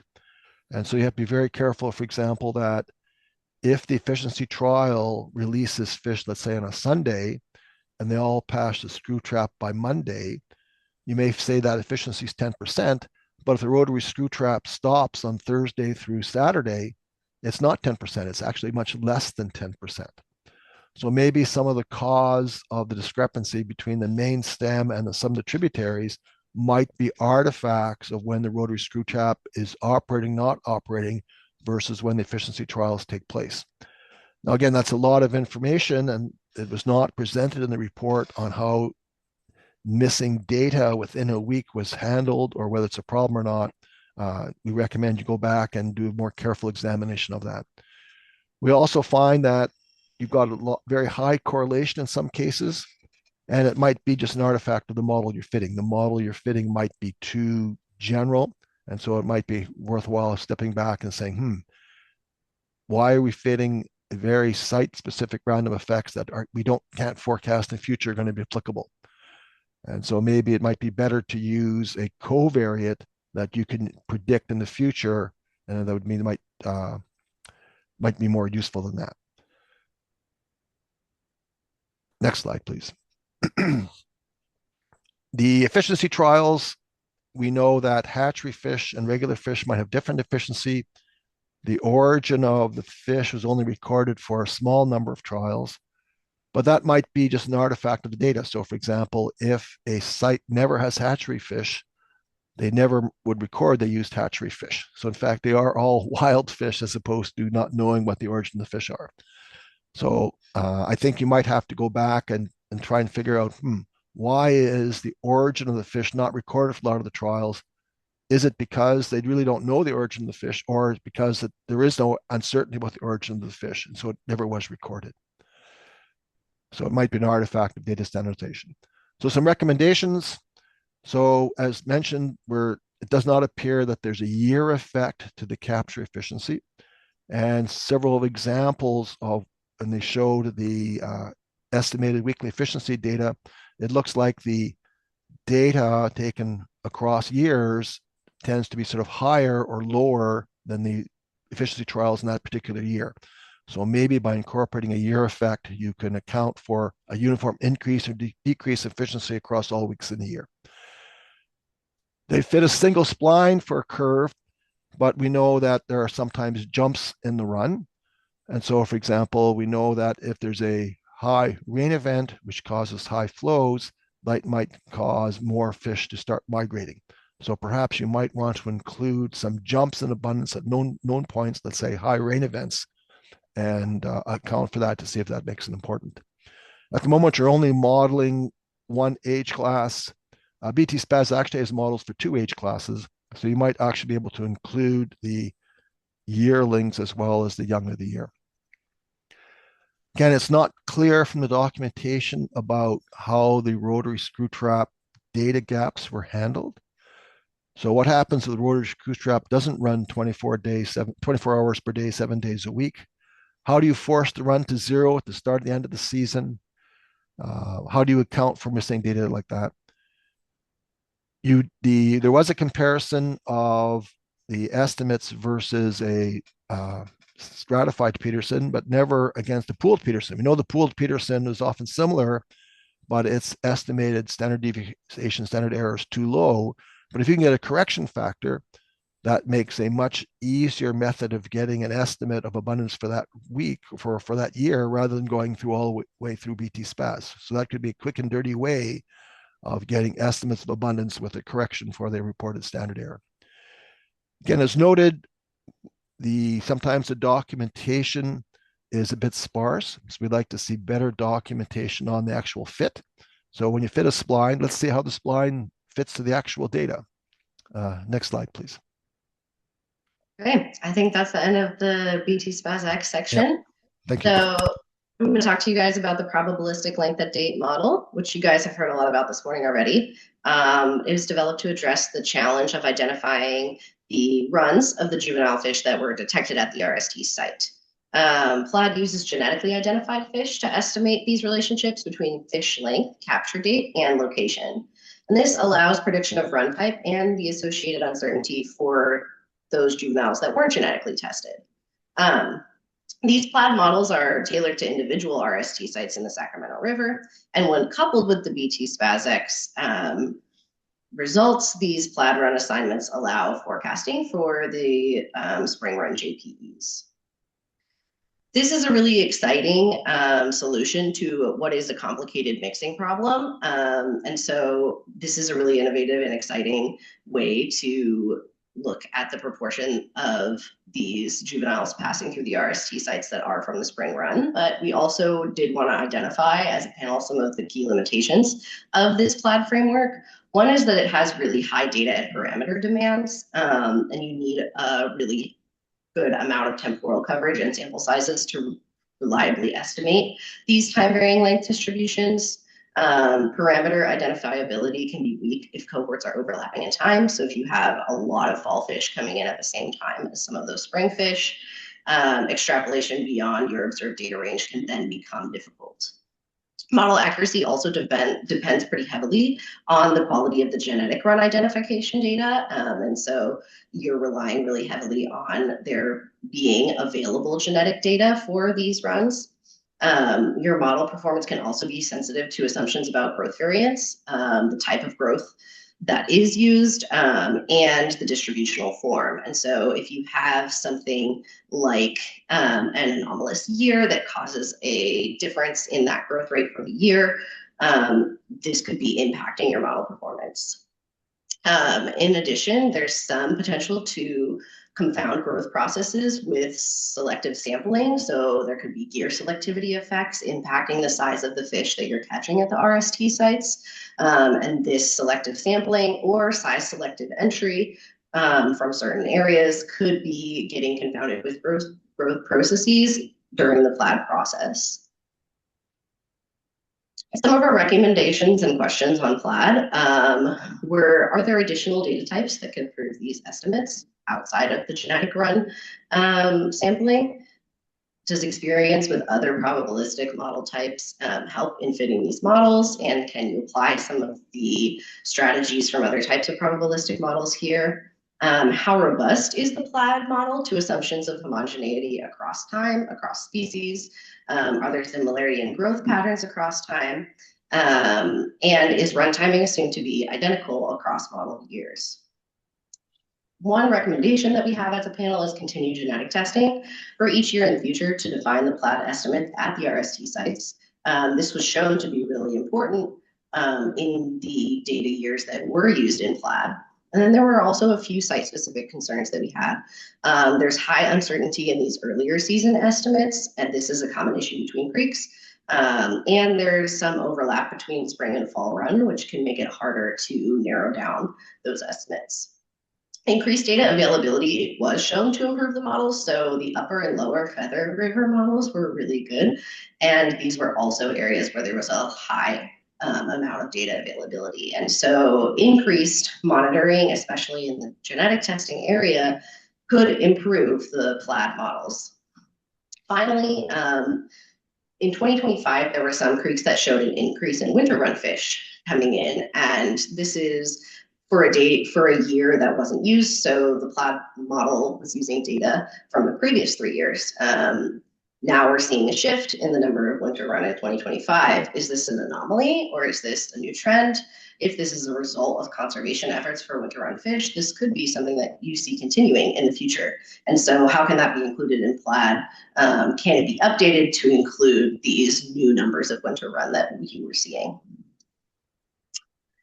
Chapter 8 was on the tributary outmigration timing and abundance model. This is the in-season outmigrant model. So we talked about the stock recruit model earlier, and now we're going to talk about the in-season outmigrant model. It uses multi-year weekly outmigration data to predict the proportion of fish passing each week. And so you can look at this through proportion, what fraction of the run is passing by in a certain week, or by percentile, at what week have you had 50% of your run passing. And the primary relationship in this chapter is between the median runtime and the spread. And so you can look at this as a 2-point beta distribution, and these fixed points allow you to have maximum flexibility, but they come at the cost of increased model complexity. And what was seen was that there were 2 essential states emerging between the creeks. So creeks that showed earlier median runtime also showed narrower runtime distributions around that median runtime. And creeks that had later median runtimes had a more spread or flatter runtime distribution. Mixed effects models with tested flow covariates were used to estimate those 2 parameters, median runtime and the kurtosis of that runtime distribution. And as you can see in this bottom figure here, the forecast improved over time, which was expected. And by the time that you get to March, where you have a large proportion of that run already having passed, you're not seeing that much of an increase in forecast improvement. Early migrating populations like Clear Creek have more accurate forecasts earlier in the season because you've already had a lot of fish pass earlier than in some of those sites where you have the median runtime being later. Our recommendations for chapter 8, Carl touched on this a little bit this morning, but picking a set number of weeks for proportion analysis or picking a set number of percentiles for timing can make problems like this more tractable. We also wanted to recommend testing more covariates. So things like fry size earlier in the season, fry abundance, or the median date of parent spawning. Finally, we wanted to also emphasize that this is another case where end users are going to need some advice on how to handle the modeling outputs. So there's low accuracy in some of these tributaries, and that's noted and talked about in the chapter, and that is mostly due to some of these tributaries not having had a lot of the run pass during these earlier, during these later seasons. And so how greatly does the low accuracy in these tributaries impact the overall permitting intake decisions that are going to be made using this model? Can the earlier season models that are having lower accuracy still be used to inform decision makers? And how do you communicate to decision makers that you have a model for this, but the accuracy is going to improve as you move through the season? Do they need that number right away to make a decision faster, or can you wait until you have more accurate estimates to make the decision? And so some communication of those types of trade-offs to end users would be really useful. Finally, another way to improve this accuracy could be to explore other covariate types, again, such as like a discrete or toggle variable, where you could look at different states. So are there drier or wetter years or favorable years? Can you do a little bit of generalization to kind of sort those years or years in a specific creek into a wet or a dry? And now we're going to hear from Julian on the last few chapters.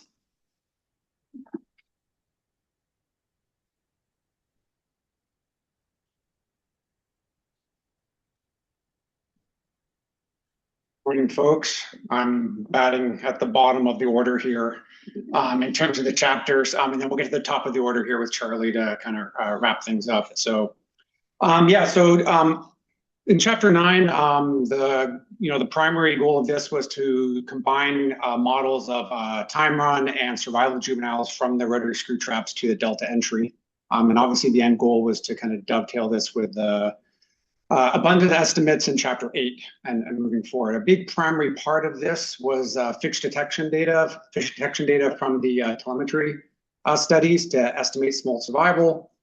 So as a recap is shown there, this kind of involved model fit for just under 15,000 tagged fish over 11 years from 43 different release groups. We have a number of kind of high-level recommendations.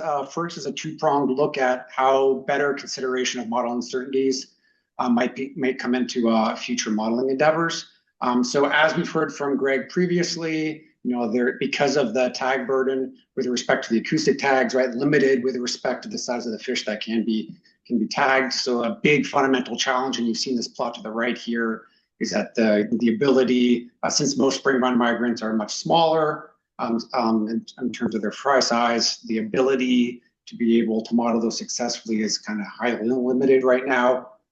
So there's been discussion about the idea of using PID tags. Obviously, that would come with the that would be ability to kind of tag smaller fish down to say 40 or 45 millimeters without the use of surgery, but they would also require additional monitoring out in the delta with respect to the fact of reducing detection distances so that we can actually monitor those on the outmigration. There's also this discussion of using otolith microchemistry just as another way in which we can attempt to look at freshwater residency time and using that as a measure moving forward. And I'll touch base on that a little bit later. A second major part of uncertainty was this question of assumption of equivalence between travel times for hatchery origin versus wild smolts. And we thought that this might involve just a little bit more further investigation. By our estimates, of all the tagged individuals, about 20% were wild and 80% for hatchery origin. So, the study did a great job in terms of, tagging a large number of fish, but this assumption that they are actually equivalent and that fish adequately represent wild fish with respect to travel time needs a little bit, or we think needs a little bit more kind of work. So, for example, we know that, or at least studies have shown that hatchery fish often show shorter, less variable outmigration times compared to wild fish. And obviously that varies by species, by river, and by year. But there has been some evidence from the Sacramento River that many in the room were well aware of, that the timing of hatchery fish, timing of travel of hatchery fish can differ quite wildly. So some great work by Sheena et al. Looked at otolith microchemistry of adult carcasses and showed that there was a quite big fundamental difference between travel time of hatchery versus wild origin. So we think there's some opportunities there. Another large area is, and the study did a really great job of establishing the fact that environmental determinants or environmental releasing factors with respect to flow might trigger the actual migration of salmon and smolt. So that was a great thing. And although temperature went into the survival model, temperature did not make its way into the travel timing model, where only flow was used. So again, flow has been shown to influence downstream migration timing, as we all know, and it is a large determinant factor. But there's been a variety of other studies that show, for example, that temperature or cumulative temperature experiences can often determine travel time as well. So there's been some really interesting work done in the central BC area, as well as a number of larger rivers in Oregon that's shown both accumulative thermal units as well as higher spring temperatures often result in earlier and quicker immigration. So we think there should be a good opportunity to say, what might that add to the modeling process? How might it lead to greater degrees of certainty with respect to the timing? There's still this consideration of other potential data sources to supplement areas of low detection. So the authors assume that low detection is due to low detection probability and not necessarily low survival in the delta. So we think there'd be value in kind of quickly comparisons of the survey data in these years. So for example, are there particular anomalous low ocean entry years or particular specific river conditions that might provide some resolution here on whether it's a detection probability issue or survival probability. So if there was no anomalous issues, and therefore low detection is actually related to low survival, and if not, low detection probability is likely the major issue. And I won't go through and list all of these in detail because there's a lot of text here, but needless to say that we view that there's some other kind of high level additions that might be useful to explore moving forward. So this includes looking at things like identifying issues with using fall run fish as a proxy, also identifying submodels with potential overfitting issues. We had some recommendations with respect to looking at different parameterizations. So actually, Carl talked a little bit about breaking the year site random effects into year and the effects sites separately, so it makes it more intuitive to look at the contributing factors of that uncertainty as it propagates through the model. And then provide a little bit more details on how repeated detections were handled in the modeling procedure. Last, the chapter 3 was really providing an overview of the SRJPE framework. So this was talking about how to integrate all of the 3 submodels.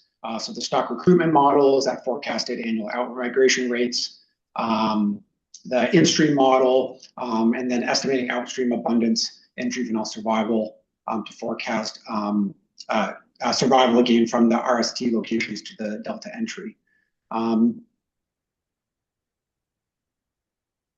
We have a number of recommendations with respect to this chapter.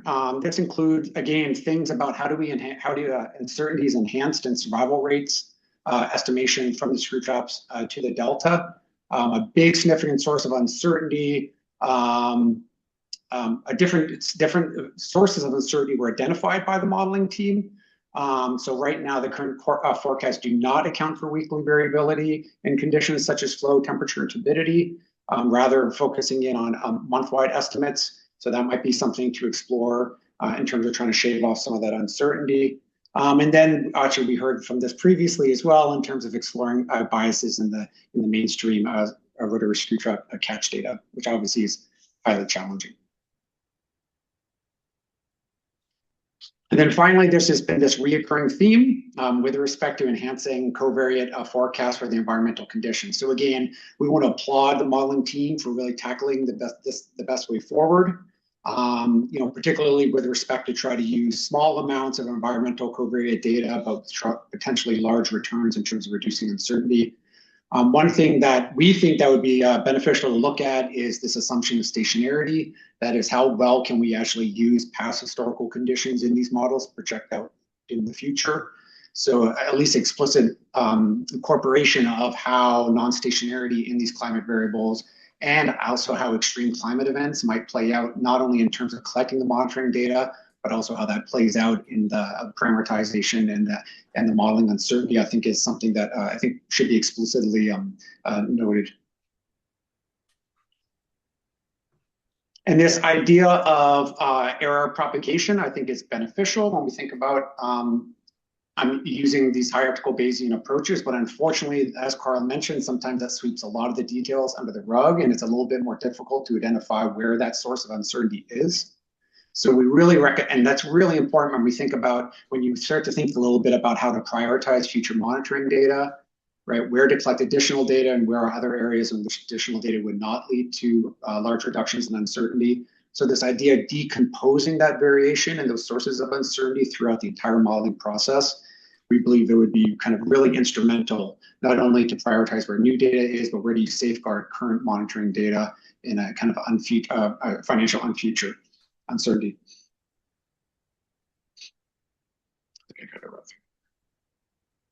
Great, and with that, I'm going to kick it over to Charlie, and he's going to run us through the charge questions.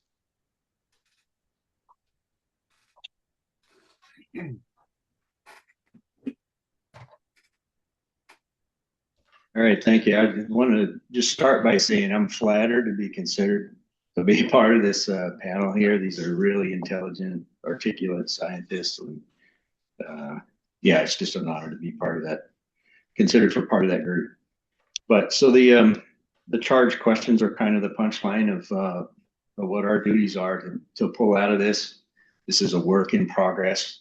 Certainly, these aren't what's going to be the final suite of things reflected in our report, due about a month from now.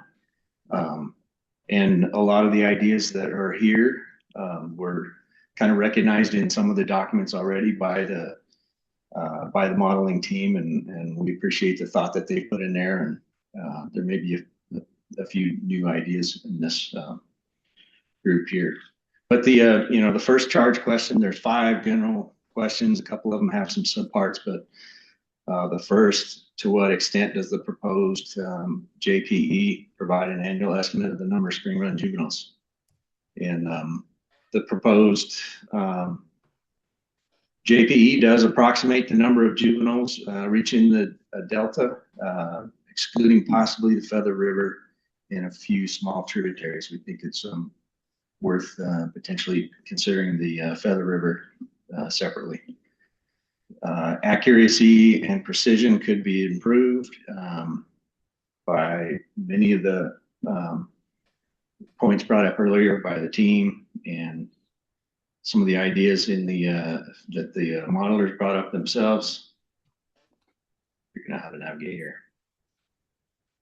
Critical need, one touched on multiple times, is using the large tag fish to represent the small fish that make up the bulk of the JPE here.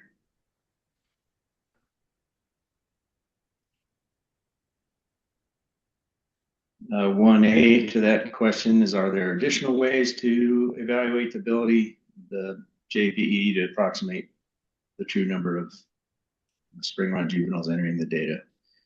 There's potentially other tools that haven't been considered. Hydroacoustics is something that's been used in the Columbia Basin, other places for estimating the number of juvenile salmon immigrating from a system. Of course, you need things like the tools like the plaid, whatever, hand in hand to work with that. So that is one potential. eDNA tools are probably a little too coarse currently for estimating spring run juvenile production estimates, but that's a tool that's constantly evolving and may get more powerful over time and have application here. And there are other data sets existing, like the Chips Island trawl efforts that occur downstream a bit. That is another potential source of data if we can identify race from those efforts. Question 2, how could the proposed plan make more effective use of historical and current data? So looking for the potential effect of fall hatchery releases on the immigration of spring run. It's been observed in other systems like the Trinity. When they make a hatchery release, there's kind of a slug of natural fish that get pushed out. That has some effect on the run timing. Evaluate the accuracy of spawner counts. As mentioned before, there's no, from red counts, for instance, there's not observer efficiency incorporated yet. There's other population metrics like fecundity and sex ratio, pre-spawn mortality, those kind of things that might tighten up some of the initial production estimates. The model team has done some of this, but continued investigation of correlations among tributary and main stem results, including Red Bluff Diversion Dam. Red Bluff Diversion Dam, none of that data appears to be utilized. And reconciling the difference in hatchery in natural fish, the marked fish from those sources that are used in the marker capture trials. In the database, most of that identified the source came from Battle Creek, where they're co-located with Coleman National Fish Hatchery.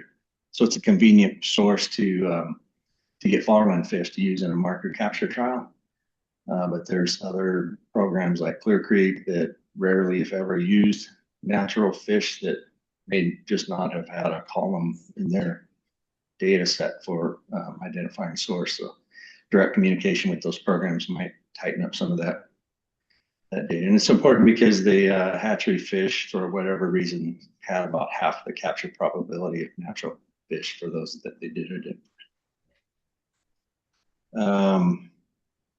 And evaluate movement of juveniles onto floodplain habitats and the effect that survival and migration timing that could have.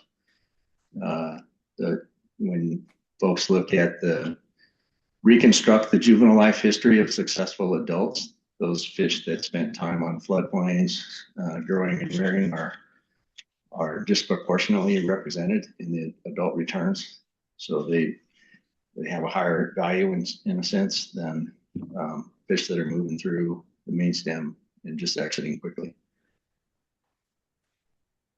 2A is additional monitoring needs or modifications to existing approaches that could be considered multiple times. Mark recapture targeted marker capture during peak migration or missing weeks, that kind of thing, could tighten up some of that information. Survival and migration tests using a fish that appropriately represent the population that's coming out. Investigate cross-trib correlations to see if it can be used to improve estimates and forecasts, and continuing to expand and implement the genetic testing for the plaid models. Question 3, does the SRJPE include adequate contingencies? The documents could benefit from an expanded discussion of that. There's various types of missing data that may need to be addressed, from a program that may not be able to sample on weekends because they can't staff it, to forest fire that removes access to the trapping program for a month or more, to possibly an entire elimination of a tributary in a year due to funding or other constraints. And some discussion of the contingency planning. What would you do if you, for instance, had to give up Clear Creek monitoring or any of the other trips?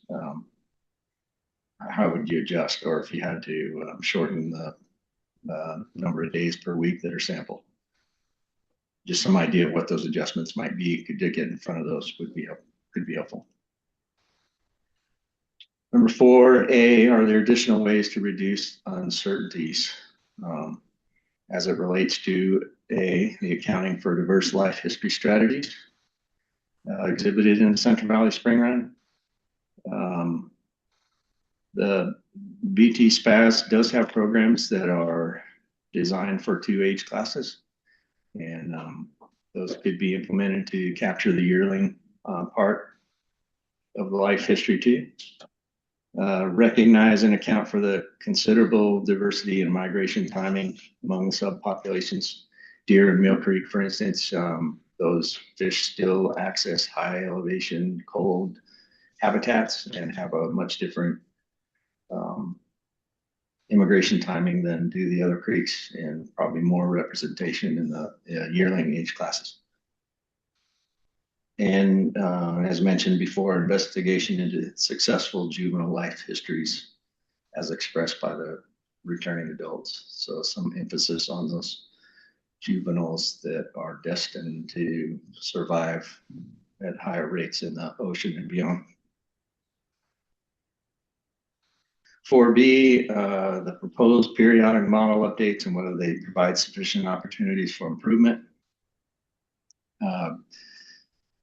Parental-based tagging, especially in the Feather River, is important with the large hatchery component there. Reduce uncertainties in the spawner abundance estimates would be helpful. And continuation and expansion of the genetic run testing for the plaid model is really valuable.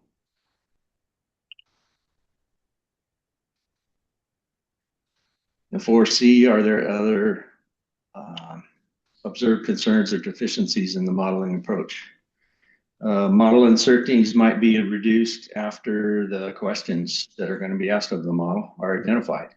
That was a huge challenge of the modeling team, is they didn't get to choose how this was going to be used, or pretend like they knew how it's going to be used. So huge gains in model output will occur when you know what questions you need to answer.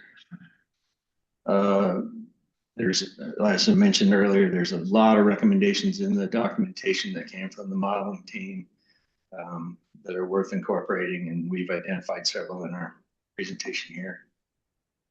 And determine where the greatest sources of uncertainty come from. So do some variance decomposition to target areas to reduce uncertainties. In question 5, with the Feather River, are there suggestions with how to deal with the challenges for describing Feather River natural run production?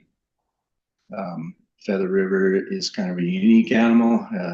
dominated by a lot of hybridization.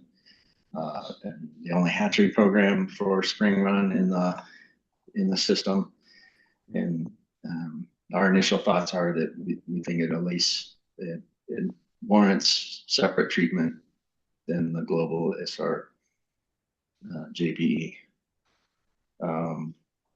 There was a suggestion from the model team to model heterozygotes explicitly in the plaid, assuming that heterozygotes would exhibit an intermediate immigration timing to pure spring versus pure fall run fish, and we like that idea.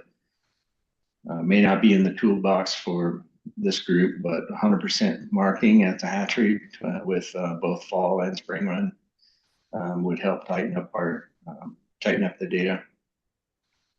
And continuing to collect additional years of data will certainly help.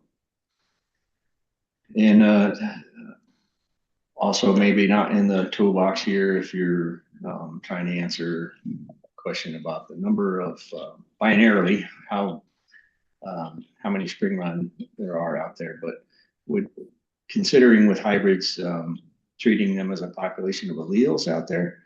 So if you've got a bulk of your population is make up a number 60% spring run, and those might be a binary classification to whether they're labeled spring run or fall run.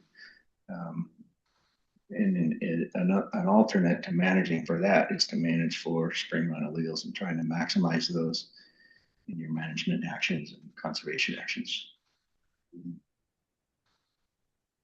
And that's the last of our 5 charge questions. And once again, they're certainly not complete. And we'll be working on those as we get through with the next month. And we're definitely looking forward to some conversation with you all now or this afternoon.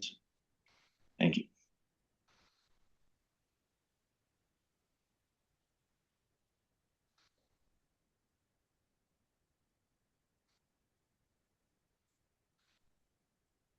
All right, so with that, we are right at lunch, so we'll break, a few minutes early. We don't want to, if we start the conversation now, it'll never end. So we're gonna take a lunch break until 1 p.m. So please return at 1 p.m. and then we will start the discussion portion of the public meeting. Thank you. All right, folks, welcome back. We're gonna start the sort of second portion of the public meeting today. We're gonna have a sort of open discussion, a Q&A. We're gonna start off with the requesting party. If you have any questions to ask the panelists, we're gonna start with that.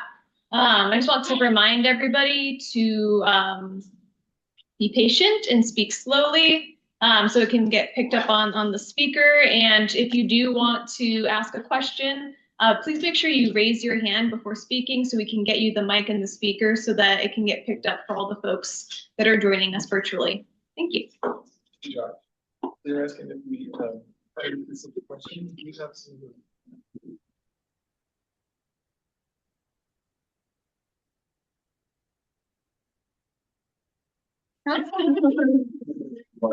There's a mic right here. Bring it right over. Oh, yeah, sure. Yes, please bring it over here. So this is the speaker. That's Carl. Josh is probably going to be doing most of the talking. He doesn't think so, but he is. Carl is around sound. Oh wait, that's the speaker for this. So make sure we So I still have to talk to them. Yeah, I think they're off. they're on. And just leave it on. It's on. But if I want to say something, then I don't want someone to hear. The public, that's not. They said you have to wear the battery, Josh.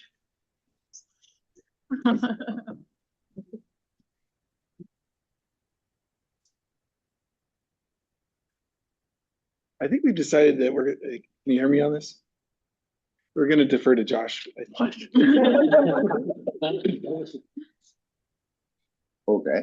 Just general question. I mean, weren't there a few that we talked about yesterday? I was kind of. Well, there's a list. There's many, I mean, Yeah. that are, we agree with the points of clarification, detail. So it's just, there's a lot. So we had a draft version of your presentation, but maybe can someone put the presentation up? We can walk that the through. panel gave, and maybe we could like go to a slide number. Although I think, unfortunately, I think you changed the version from the draft. So it may, but it'll hopefully be still in the same order, but we might have to. Nearby, it'll be close. I mean, I guess slide 32. Yeah, that would have been a good one. So 100% agree with you on the comment on the size of the outmigrants versus that are coming out of these tributaries versus the telemetered fish. That's a great important point. They could have different travel times. And is Flora, are you around? Yes, I am. Oh, is that? So Flora's model uses fish down to 70 millimeters, medians of 89, but 80 more, yeah. so the question is how different are so the one we are planning on evaluating that by using CWT captures from big release groups in the upper Sac and caught at Knight's Landing or Tisdale Trap. So we can at least look at the travel time.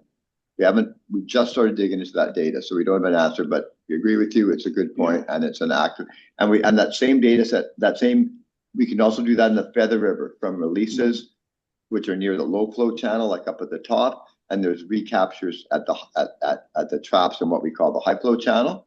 And so there's two opportunities to test the travel time question. The survival question is going to be more challenging because we have to expand those CWT catches by the trap efficiencies, and the trap efficiencies are quite low and uncertain. So that is an area of work that actually is just sort of in progress. But yes. So basically, we agree with that very much as a fundamental uncertainty. So I guess Can I add about that I agree as well. We could look at just growth and travel time, or like number of days from the otoliths fish take to go from one area to the other. So again, it could inform a little bit on travel time, trying to see if the fry travel time that we get with the acoustic telemetry match with what we get from the otoliths. But again, for survival, I don't see how otoliths could be used, except if we would study the otoliths of juvenile spring run and then compare that with the adult ones. But we run into the problem of lethally sampling juvenile spring run, which is pretty impossible. So yeah, that's my comment on that. So I agree that we could use more of the otoliths information from all my studies, actually. Maybe for travel time, that could give us some information. So Flora, you would take, we had a picture of it that they used from one of your papers. So can you go from the otolith radius measurement to a fish size through back calculation? Is that how that would work? No, but we would be able to have a number of days they spend in each habitat. So we could say, for instance, they spend like this amount of day in the tributary in Mule Deer, or this amount of day in Sacramento River. Same for Butte Creek, because we have some Butte Creek otoliths. And because we also have like an idea of the isotope signature, we can relate to some habitats. So I think it could give us some information on travel time, potentially. And looking at growth. Right. And I guess it was a comment in your thing. If we find that the validation doesn't work, that in other words, our model is, let's say, overestimating survival. Overestimate, yes. Then I think there was a suggestion from you guys to incorporate the new data into the model in some way. Which new data? Well, let's say CWT data. So I thought I saw a suggestion from you guys that you could incorporate the CWT data into Flora's survival or travel time model, like as a separate component that would. Anyways. Yeah. But like you said, there's a problem of like using trap efficiency to extrapolate to abundance, which is tricky. Right. And for the pit tagging as well, I love the idea, but the Columbia River is very lucky that they have all these dams to get some nice pit tagging gates. We don't have them in the Sacramento River. So that comes back to the point of how can we recapture efficiently those pit tagged fish in the river or the delta.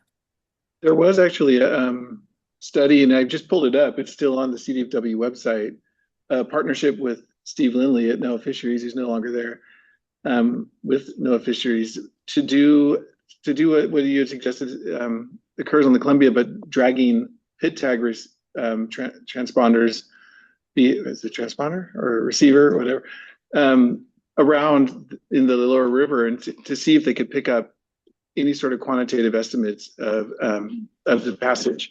And I don't know if they ever actually, maybe someone in this room knows, but imagine someone like Rick Hall, I know, but I don't know if they actually did that study or they just planned it. Because I remember it was planned like a decade ago or something.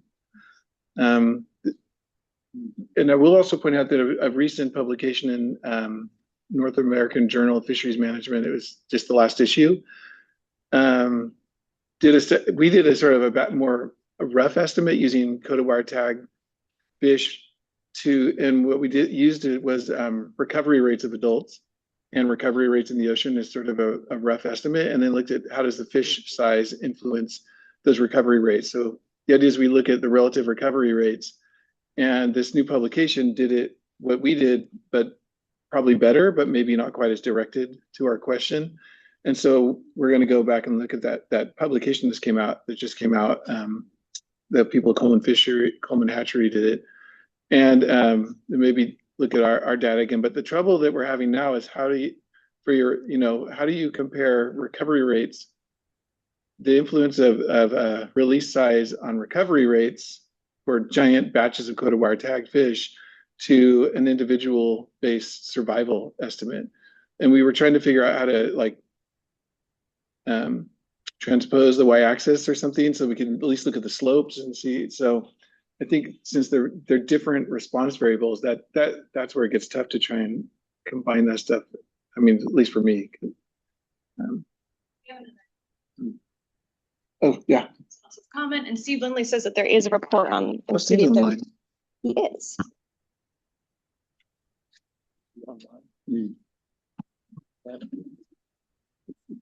Thanks. This is Jason Hassert with ICF. Just wanted to mention that the acoustic tags that are used in this data set so far that have been used on smolt sized fish are about 0.32 grams. There are now acoustic tags that are 0.05 grams.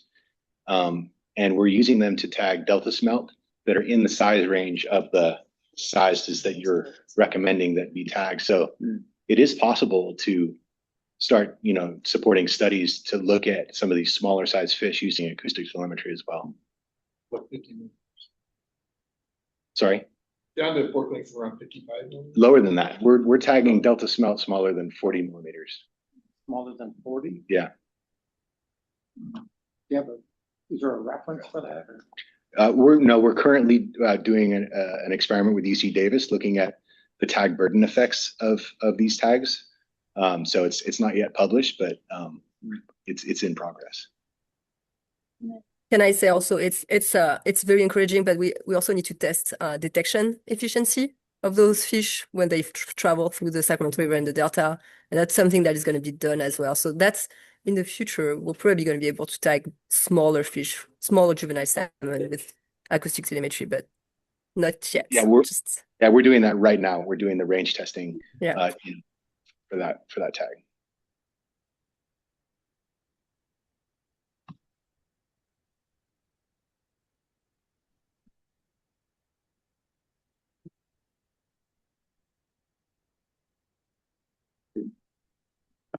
Can you go up, can we start, there's a title slide in there that's chapter 7, but I'm not sure if it's Slide 41. Oh, I see. you just toggle up. Yeah. There's question on. Yeah, sometimes. How far out is that smaller acoustic tagging work from being something that could be implemented here? Because that size range would be great for answering these questions. There's also a problem is that right now they are not massively produced. They are just produced by PNNL, which is a research lab. So we would have to be able to get a lot of those tags produced for tagging. So right now it's just an experimental, like at an experimental level. I think in a few years it could be possible if PNNL is agreeing on producing a lot or agreeing on releasing the production to like ATS or another. Yeah, I think it could be even sooner than that. They just need to have support to be able to mass produce those kinds of things. Right. This was entitled Chapter 7 Questions and Recommendations. So maybe go forward now. Yeah. That's it. Is that the one? Applying, Yeah, that one. That was the one we had questions. I had questions on. Okay, I think that's fine to look at the errors and spawners. I mean, right now we'll just have to simulate different levels of uncertainty, and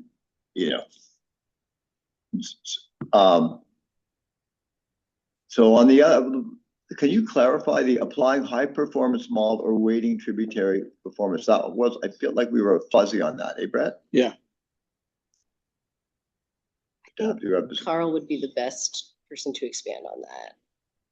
Is he on? I think he is. Yes. Okay. So right now you're fitting a separate stock recruitment model for every tributary, but some of the tributaries experience similar conditions. So can you use the cross correlations across tributaries to improve the individual stock models? So for example, suppose it's flow.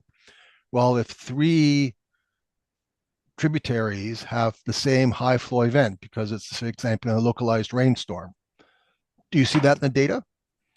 We don't know, right? So at the moment, each tributary is treated as being completely independent, but that may not be true. We don't know, but we're suggesting have a look at some of the larger scale covariates like flow may be common across more than one tributary. And if they are, saying, whoa, can I use that information? Saying, look at 3 of the tributaries are related with flow. There's a high flow event.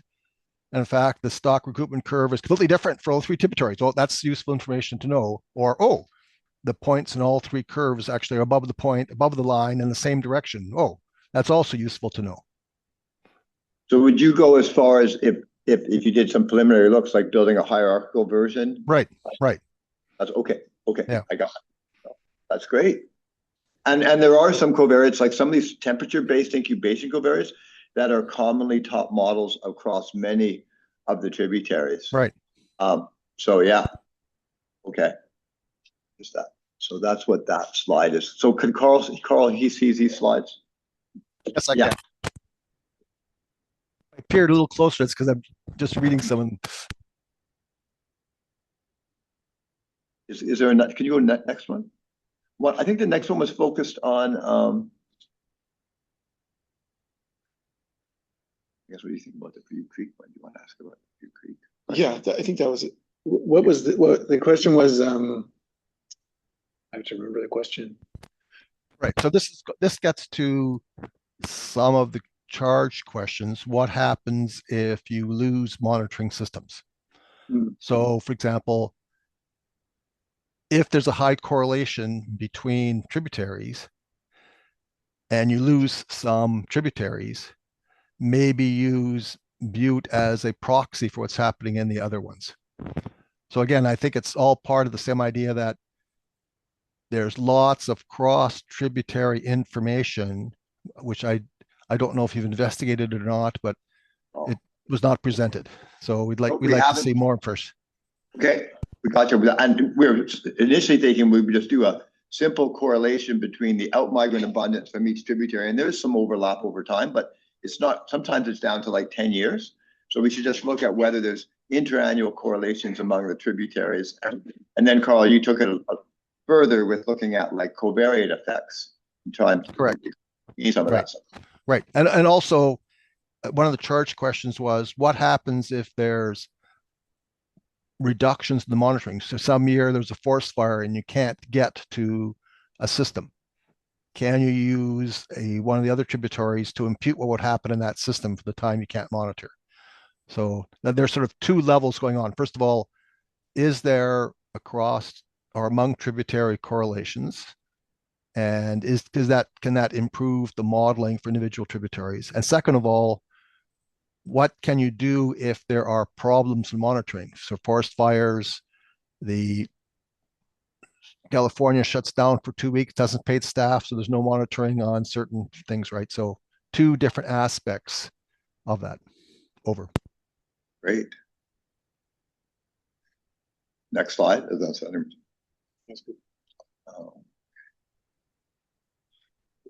Couldn't that be? Okay, is that the one? And just go one more, if you can. I just want to make sure it's not on the next slide. No, yeah, go back. That was it. So you guys bring up some problems, I think, with the main stem stock recruit models. Like, I think that's that first bullet. And so the issue is that we don't have many years of overlap where you had battle. So the 4 creeks above Knight's Landing and Tisdale are clear, battle, mill, and deer.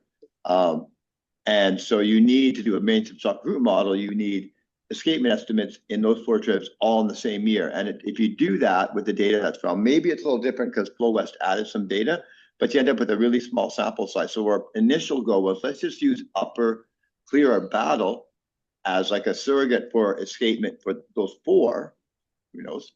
And so that's a real limitation of the main stem stock recruit curves. And then the other one that you point, which I'd like more detail on, is the slide change. Like, how would you compute a covariate when, like, a covariate, you have covariates for each tributary, but you don't know how much each tributary contributes? And I thought I saw some language maybe in a draft slide that you might have, like, we were struggling with how to do that. And I don't know if, is it in another slide or have you retracted that, those ideas? Because it wasn't clear from the reading in the draft. It was, well, I don't want to get into it because it was a draft, but it was just basically you were suggesting some sort of weighting scheme to generate the covariance. And we were like, yeah, but you don't know I wasn't following logic. So we're kind of a bit skeptical on using the main stem traps for stock recruit. And also the plaid is more problematic. Yeah. The reliability of the outmigrants are more problematic. So it's like, if you got an idea on how you can fix that, like for your reporting, I'm not putting you on the spot now because, like, we'd be pretty interested because we're sort of on the pessimistic side of being able to salvage that. Is that accurate? Yeah, and I was going to say that the reason why we have that in the report primarily is because we were asked initially by the decision team, of which I was a part, but so I had to take some responsibility for that. But we asked to try a couple of different things. One was just the tributary stock recruit models, which would be sort of like a standard application. But then there was a question, could we get away without even doing, like, what if we lost our tributary traps or for whatever the funding, whatever happens, could we do a stock recruit based strictly on the main stem models? And then interestingly, reflecting back on the previous discussion we just had about correlations across tributaries, that kind of jogged my memory that we also toyed with what we called the dominant tributary model, where we just took the dominant producing tribs, and this is where you aren't maybe so interested in spatial diversity or what's going on with the timing, and you just want to get the main number, just figure out which are the big contributors. So we did some kind of stuff like that, and I actually thought that the BT SpazX did borrow information across tributaries to some extent, but maybe not on capture probability. Okay. A little bit. So that's kind of where that came from, and we kept it in the model because we really want to understand, like, if there's ways that we could use those main stem traps. And so we're really are vetting them for different applications. And one was that main stem stock recruit. But I think what we ended up landing on with the decision team and interacting with our interagency model reviewers and the modeling team, was this, what we showed is the integrated model where we use we mainly use the main stem trap to try and understand just another version of just directly looking at observed catch rather than using it in the models. But we left it in the report just to sort of show that, you know, we were trying to think outside the box a little bit, but there's definitely a lot of issues there. Yeah, I think we were worried about the total estimate being kind of underrepresentative in the main stem, but that makes sense to keep it in the report. I think also, Kim, if you're able to go back 2 slides, I think that language that Josh was just talking about with the weighted tributary contributions, I think that's on this slide.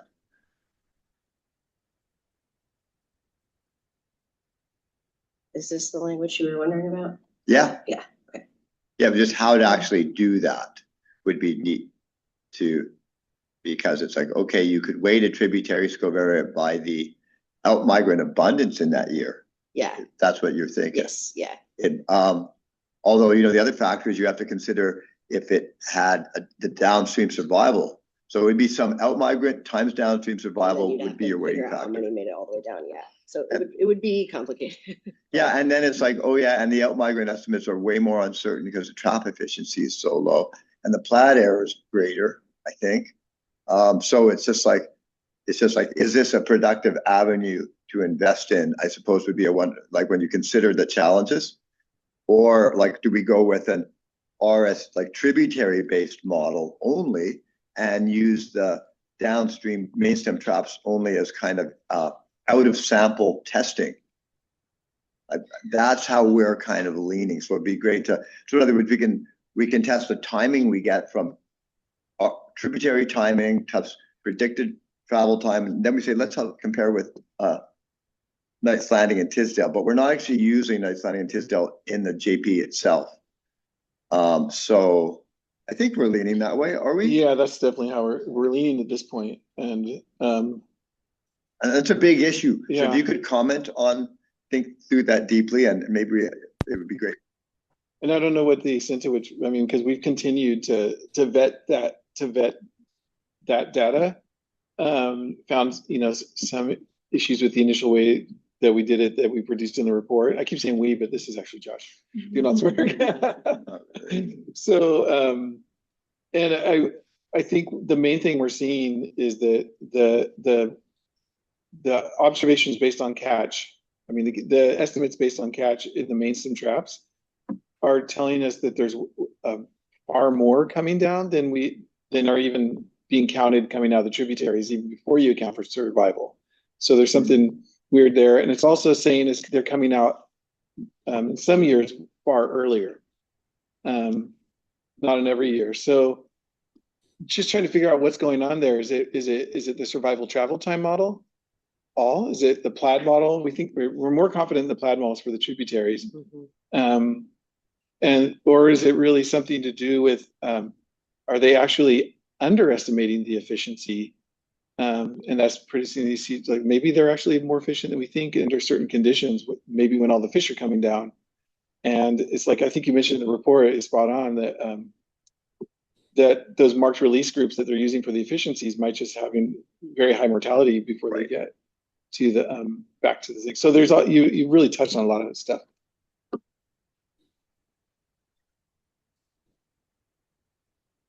Go for it. Yeah, I was also interested in comparing the sum of the tributaries versus the mainstream estimates. So is it like consistently 90% sum of the tributaries versus the main stem?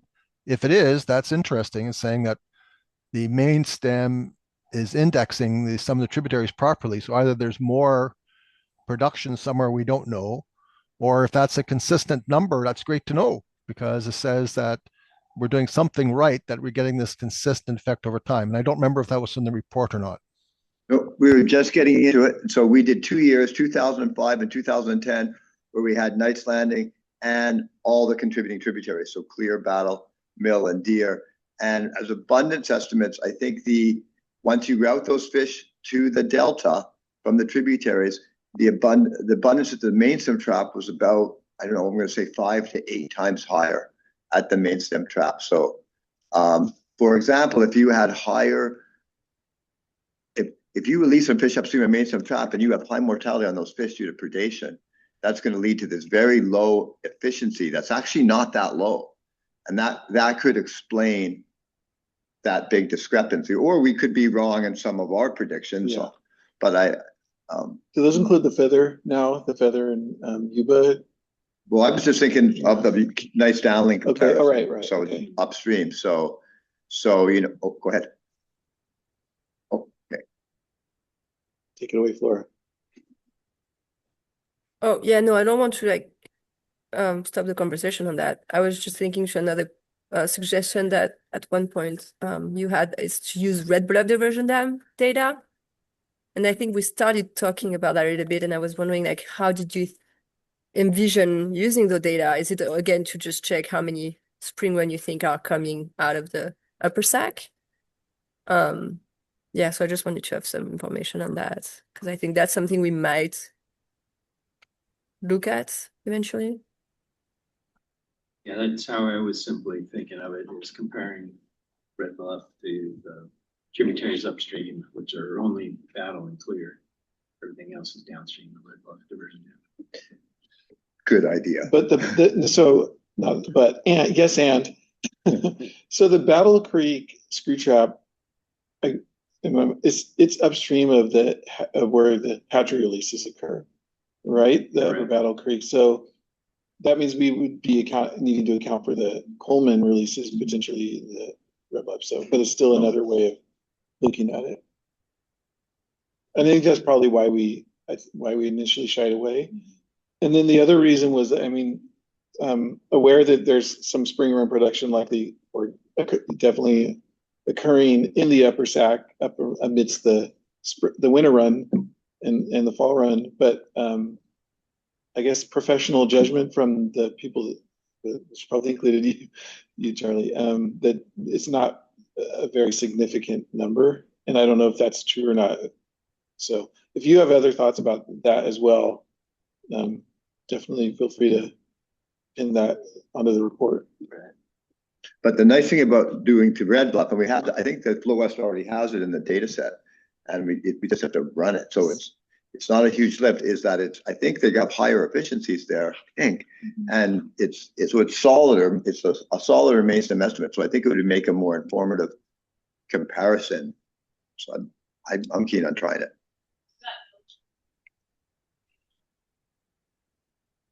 I feel like I have the power of the mic here.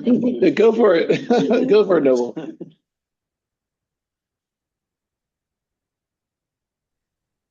You might have to come off mute.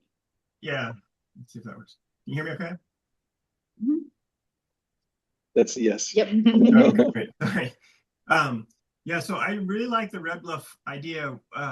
Early on, sort of in the first round of plaid development, we put together a model at Red Bluff based on some, prior genetic sampling. So there's some background information there. And then I think we would need some additional genetic sampling to occur, with the updated methods. But I really like the idea of incorporating that in as a location. It's a good point. We need a plaid model anywhere we're doing so. So does he have a plaid model? Yeah, he does, because there's a lot of genetic testing that went on there for winter run, yeah, I believe. But you're saying, like in the last couple of years, I don't think we haven't been funding that site from DWR, which has been the more recent. Are they do you know that they're continuing to do the testing there?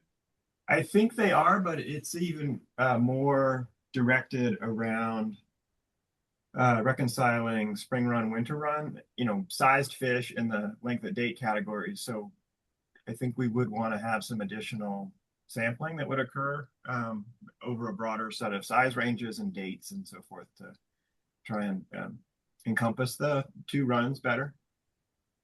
Yeah. Noble, was the plaid model you developed up there, was it specifically to address that issue? That was my initial understanding. So it was more tied to that. Yep. Okay, great. Exactly. Yeah, it was really focused on trying to partition winter run and spring run. That was Sheena, by the way. Okay. Thanks. Good question. Does it go far enough in time to identify the other side of that, the spring and fall transition in the runs? The existing plaid model for Red Bluff, is that the question? Yes. It does. So that model was developed for, yeah, those three run types to be able to distinguish among the winter, spring, and fall. Yeah.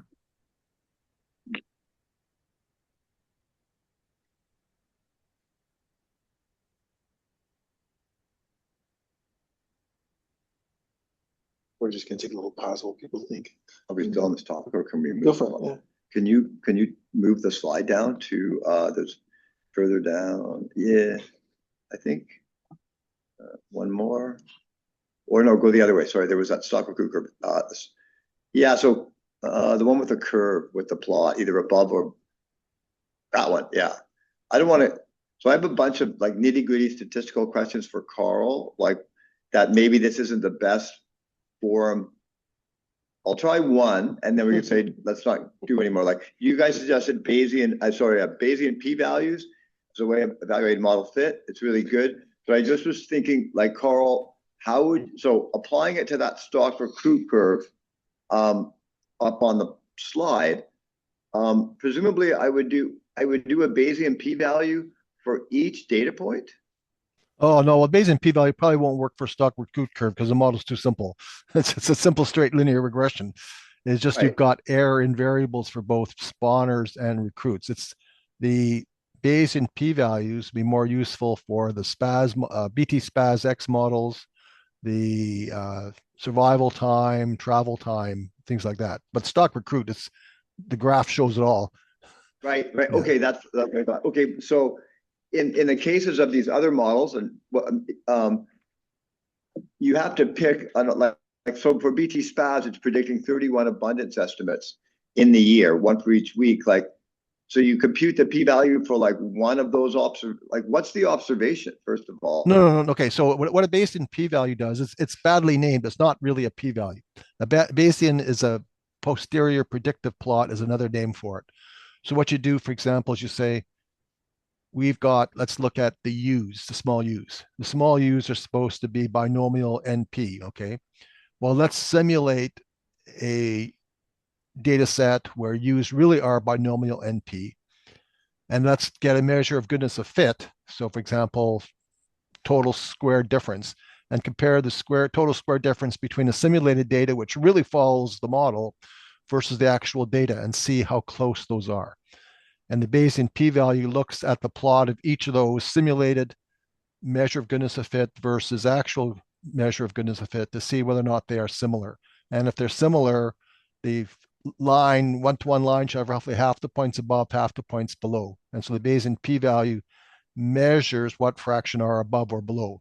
And small values indicate, oh, something's going wrong here. Either we don't have binomial distribution or it's totally over-clustered, etc. Right? Okay, so you in have in the case of the capture, probably be the model where there's like 1,000 efficiency trials. There's would you do it on each one? I mean, well, no, it's not on one trial. You look at the ensemble of trials. You're saying for the ensemble of trials, they're supposed to be binomial, but are they? So for example, at the moment, your hierarchical model for the trap efficiency, I don't believe includes a year effect. Right. So you'll find, for example, that the goodness of fit says, oh, there's something wrong here because there's some correlation in the efficiency trials within a year because they all tend to be lower than the average in a particular year or higher than the average in a particular year. And so when you get a measure of goodness of fit, it's going to say, oh, there's too much variability relative to the model I have. I'm missing something. And so that's why you look at the total ensemble of your model for hierarchical stuff to see if you missed an important feature of the data. Okay, thank you.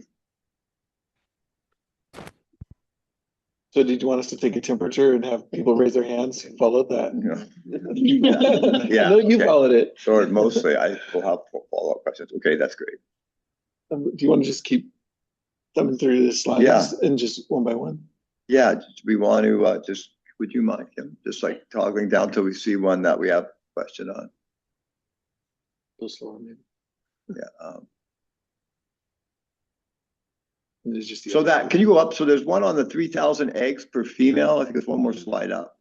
Yeah, right at the bottom of that, slide, too low. So it's actually 2,750 eggs per spawner.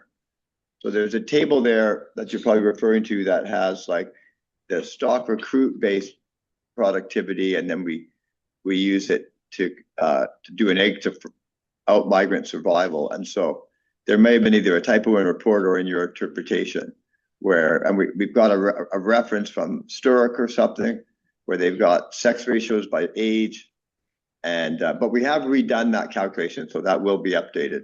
Good. I mean, I liked the approach that you were using, as a check, and I suspected it was a typo, but yeah, they kept mentioning either 3,000 or 2,750, and you expect fecundity to be much greater than that for these fish.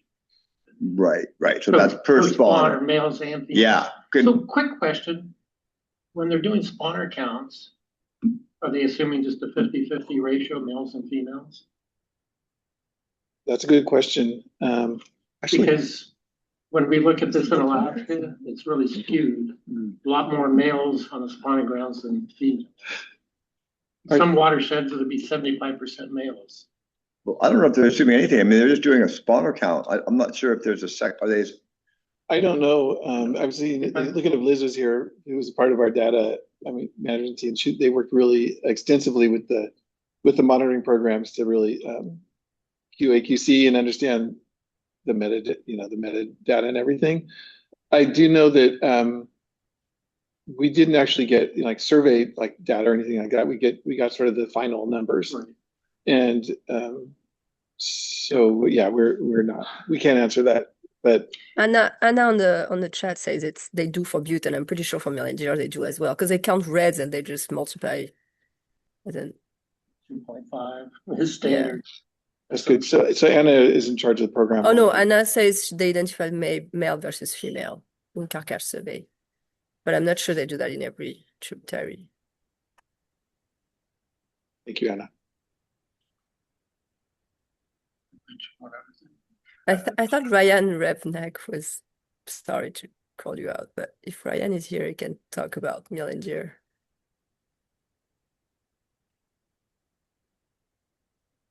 Yeah, I'm here. You found me.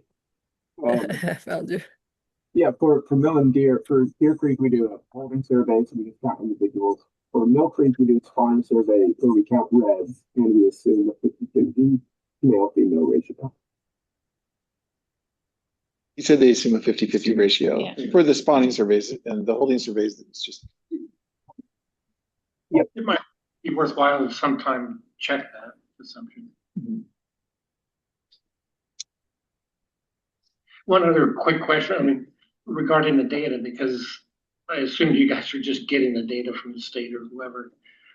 It's pre-spawn mortality. I understand that pre-spawn mortality is scrubbed out of the Grand Tabs database, but is that a potential source of error? I understand that there can be significant pre-spawn mortality.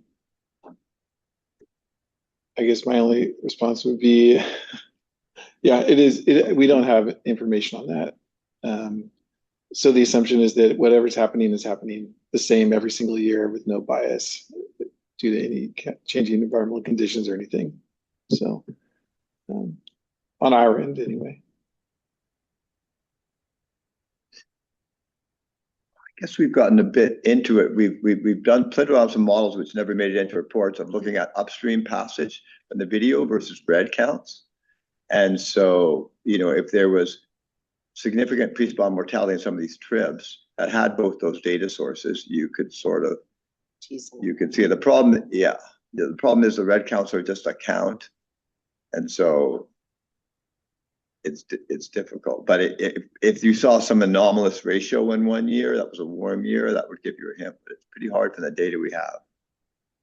And there wasn't a lot of confidence from, across the board, the monitoring programs. I think there may have been in the passage estimates because of just the conditions. Under some conditions, a lot of fish just bypass those countings, those cameras, as far as I understand it.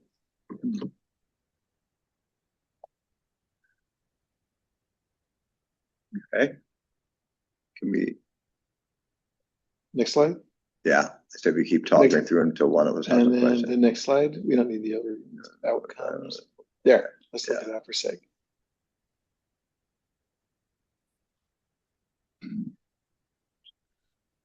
Yeah.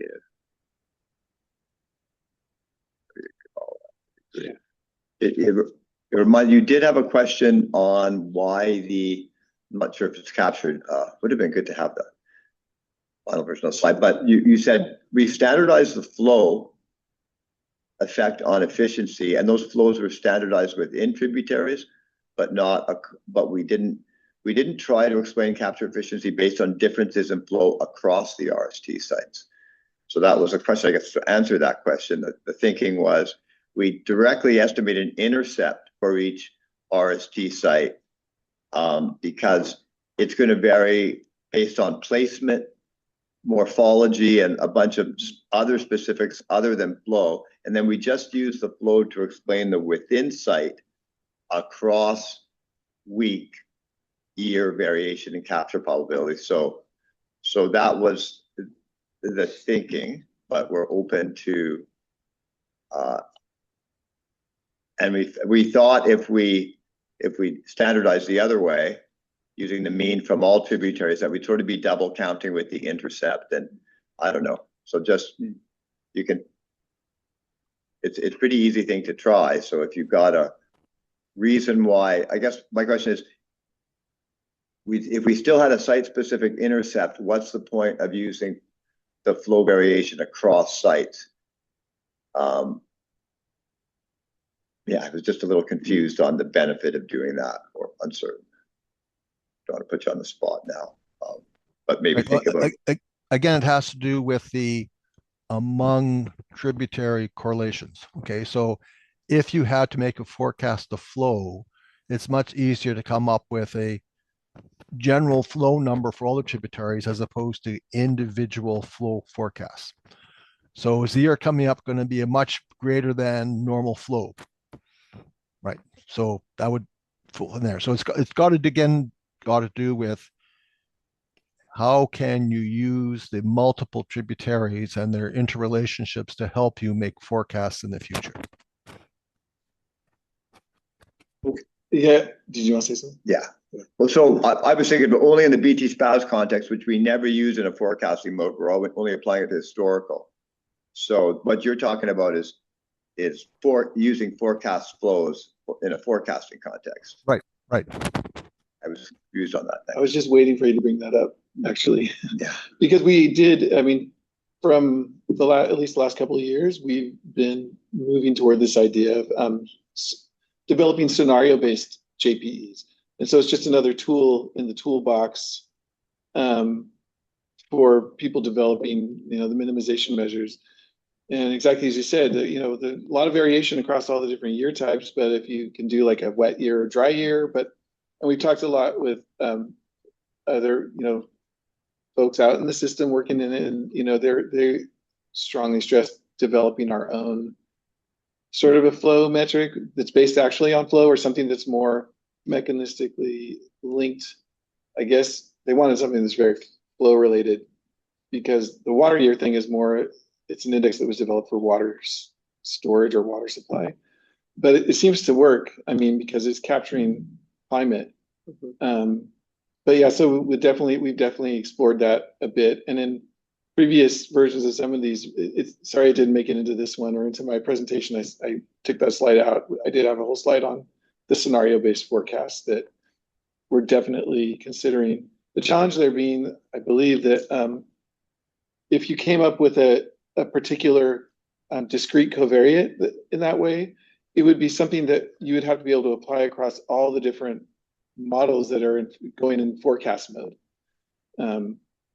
so that they match up. I believe, yeah. And so that, but it's great that you guys keyed in on that as well as a solution, because that just makes it something much more that we should probably pursue sooner than later. And you had a comment on don't just use model selection criteria to pick the best like covariate model for stock recruits. And that was a really interesting one, because the spawning and incubation based, those observations, the temperature loggers, would be available by the end of December. Yeah. So you wouldn't actually require a physical forecast. And when we asked various hydrologic modelers in the system, and we haven't, it's like no one's willing to make a prediction of like how big the storm's going to be like in January. Of course, it's an impossible thing. So I think, like, for example, in Flora's survival model, she uses the maximum flow in each month as the best predictor. But that's going to be a hard thing.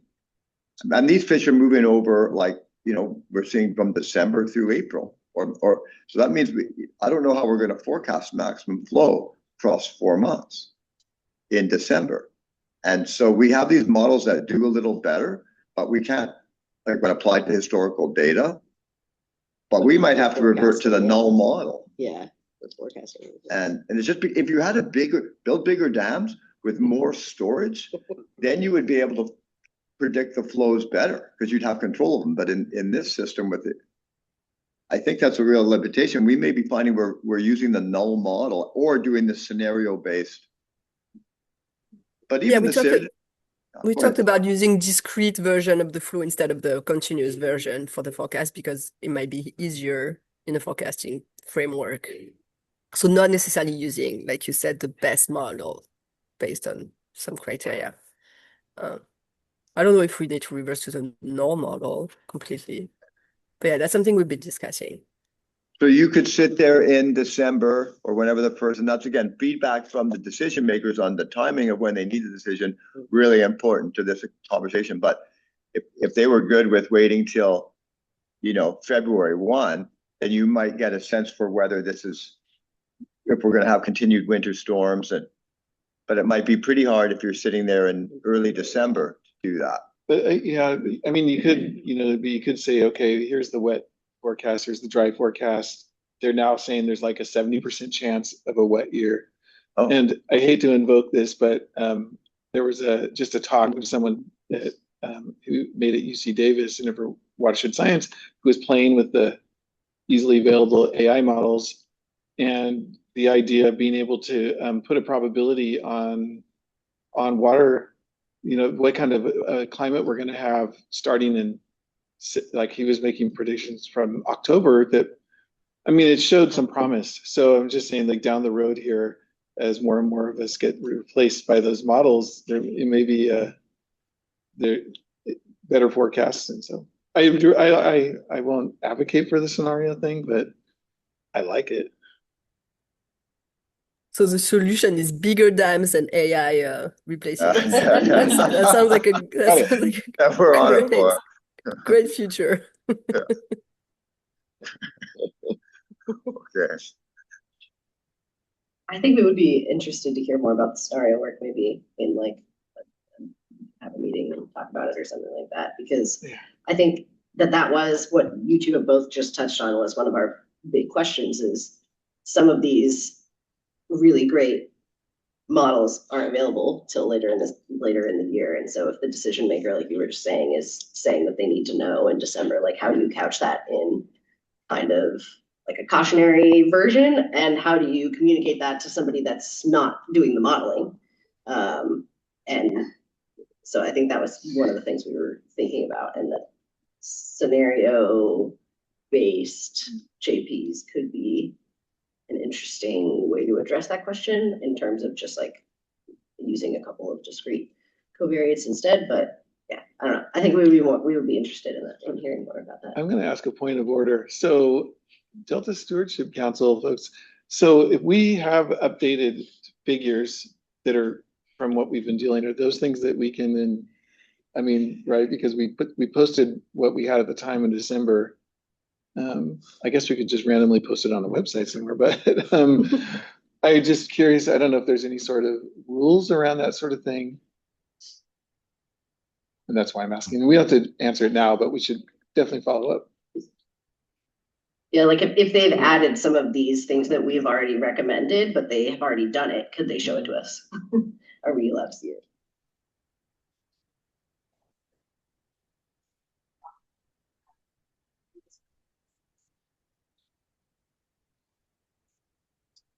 For those who couldn't hear that, yes, there is a way to do something like that.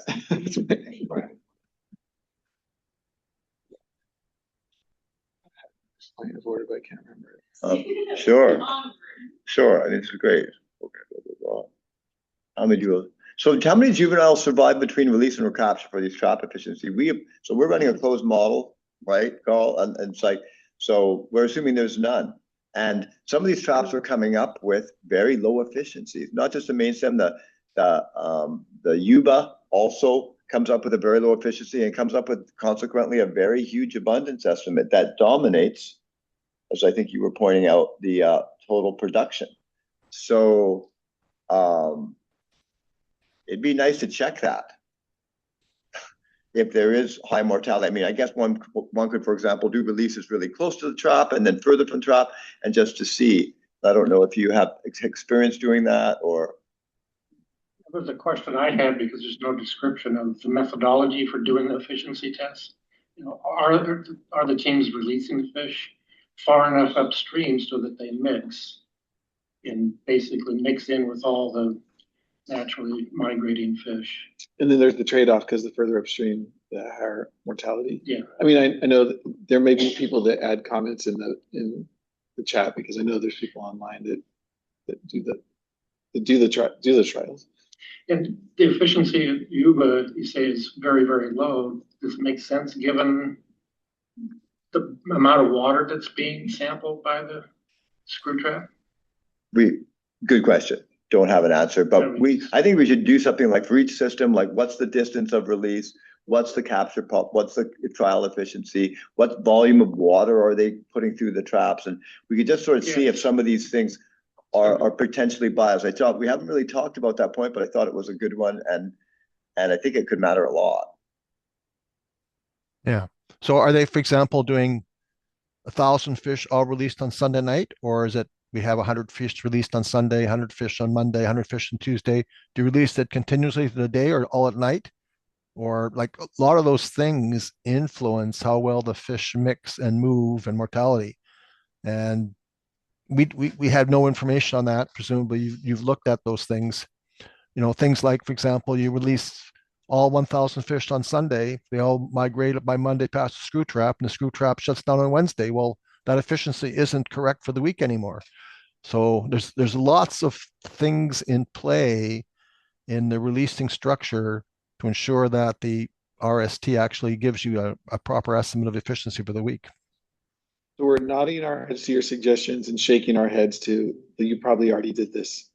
The only thing we looked at is should we do efficiency trials by the week, and we did look at the passage, and most of the fish, the initial sites we looked at had like passed within a couple of days. It was quite quick, but you know, we've added data since then, and so I think we'll do a little thing on a closer look at the efficiency trial details of to get at this, and because we're ending up with these really big numbers that are going to have a huge influence on the JP. And so now we have to circle back and go, do we believe those big numbers? And this is one useful thing to do. So we'll do. I wish Liz was here, but we'll remember it from the meeting.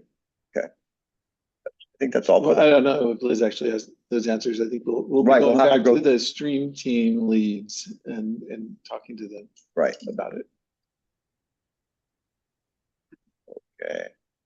Yeah, and Carl, that log n max thing is just if I don't put that in, if I don't limit the upper bound of what the weekly abundance estimate can be, you can get some very long, massive tails. And so the initial rule set I used was what's the lowest possible capture probability? I can't remember off the top, and then expanded the catch by that amount and said that was the value. So do you have any So you're just asking, like, try some different assumptions and see how much they matter? Well, partially, but for example, in my experience with BT SPAS, if you're getting enormous estimates of abundance, often it means that the spline curve doesn't fit very well. So there's a high variability around the spline on the log scale, which of course gives you this. Well, why doesn't the spline fit very well? Well, sometimes there's a jump in abundance. And so that jump in abundance suddenly says, oh, the variability must be huge. But in fact, no, there's something happened in an event. So for example, a high flow event, which caused fish to move. So maybe that's why I wanted to see plots of the spline fit versus the actual things to see what's going on. So if that's the case where, oh, no, there's a jump there for some reason, we look at, oh, there was a big rainfall event which caused the fish to start migrating en masse. Now maybe we should put a jump in at that time to allow the spline to go up, which then reduces the variability around the spline so you don't get these huge estimates anymore. So I understand. Right. So it may be all related to just the lack of fit, right? So it's nice to see what the spline curve actually looks like and the variability about that to see what's going on. I'm gonna hop in real quick just to share some comments that are in the chat over Zoom. Natasha Linginger said that we've done an excessive amount of efficiency trials this year. At the same trap, we will see 25% efficiency 1 week and 2% efficiency the next. And Anna Allison also said it's very difficult to implement efficiency trials with more than 1,000 fish at a time due to the effort required to tag fish. That's for the main stem in particular. Yeah, Natasha is one of the lead for the Battle Creek, Clear Creek, and then like I mentioned before, Anna works on Butte Creek and also on like the Lower Feather River, but it's very familiar with all of the like mainstream trapping locations. Are there no batch marking techniques they could use if things are moving quickly in a week? Things like a batch mark, bismuth brown they used to use. I don't know if they still do that stuff anymore, or is it just yeah? It takes a lot of fish to get a few back if there's very low efficiencies in the main stem. It's a very big river and it's very deep, and so yeah. But okay, they can unmute yourselves.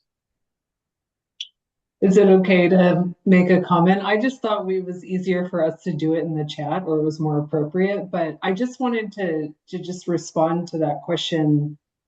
Since all of these tributaries are funneling into the same site, into the same river, we try to coordinate the different colors we use, and we usually use the VIE tagging for efficiency trials because of that, because otherwise we won't know where fish are coming from in the lower traps if we catch them, which we do. We catch each other's efficiency fish.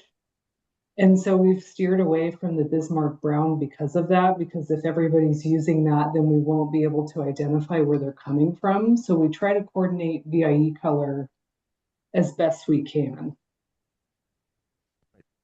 Thank you. Yeah, thanks. In the upper trips, just to give you a picture of what we've done this year with efficiency trials, we've been trying to run 2 efficiency trials per week, per trap, at our 3 traps since October. And so we've, run through thousands of fish, releasing 500 at a time at each site. And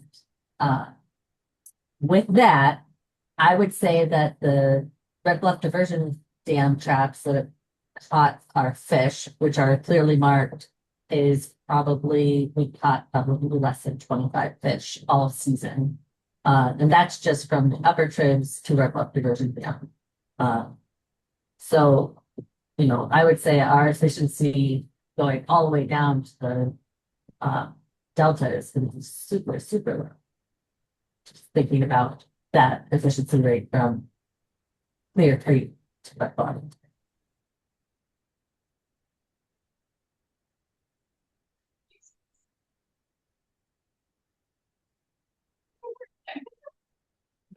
Oh. Not Jason, that Jason. Does he need the speaker?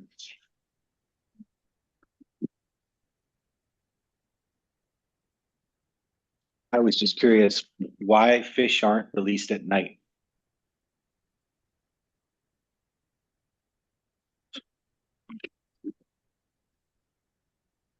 We'll tip you at the end. I'm not going to answer that. I'm going to let someone like Anna, but I imagine that people aren't out there working at night all that often. Yeah, for safety reasons, we don't have people out on the boat at night and out on the traps. So it's just not really an option for us. And then from the smaller trip side, we release ours at sunset, or later. It's usually right at sunset though, because it does create a significant staffing problem to have to run 2 shifts every single day with the staff. And if you know some seasonal staff that are willing to work at night, let me know, because I would be very surprised if I could find that after working during the day. Can we get them out there like during the floods? When we need to help them.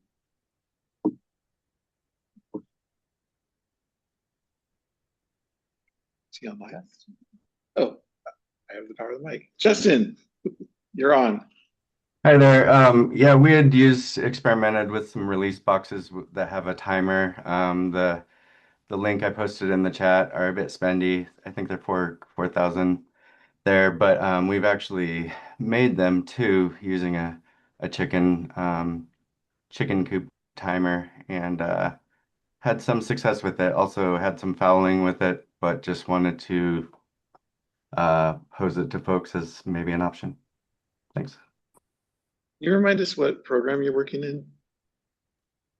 I work out of the northern region in Red Bluff, and but I worked on the Feather River for a long time with the Feather River program.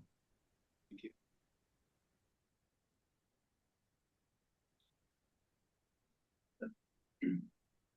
How far upstream are you releasing the fish from the traps, and are you releasing them across the river or in one location?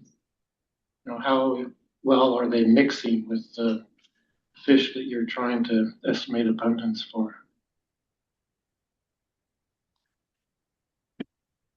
If anyone wants to raise their hand online for that.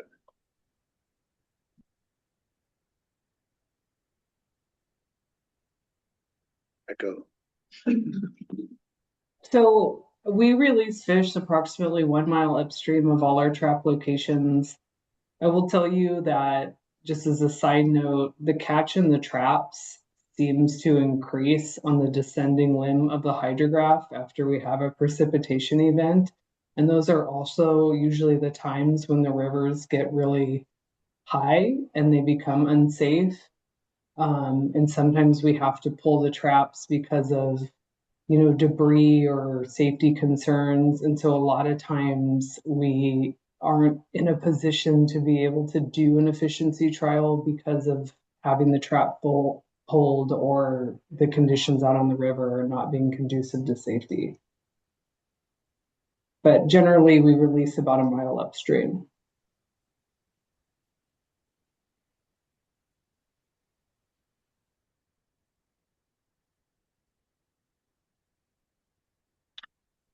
I feel like this is what we've been talking about. Right. Can I have a follow-up question on that? Are you releasing the fish all in one side of the river or in the middle of the river, or do you spread them across the river? Just kind of curious. I will defer to Grant if he's still on here.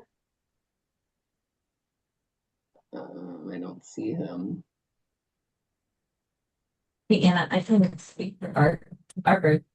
Yeah, I mean, I was going to say, 20 years ago when I was the scientific aide, we spread them across the river, but I don't know if that's the same as it used to be. So with the Fish and Wildlife Service, we will spread them across the river. If flow conditions are too high, we have had to modify to have basically a release over a greater time period rather than a greater spatial extent across the stream. So it's, a third of the fish wait like 15 minutes, then release another third of the fish. But that's usually only if flow is really high and our group can't fit across the stream.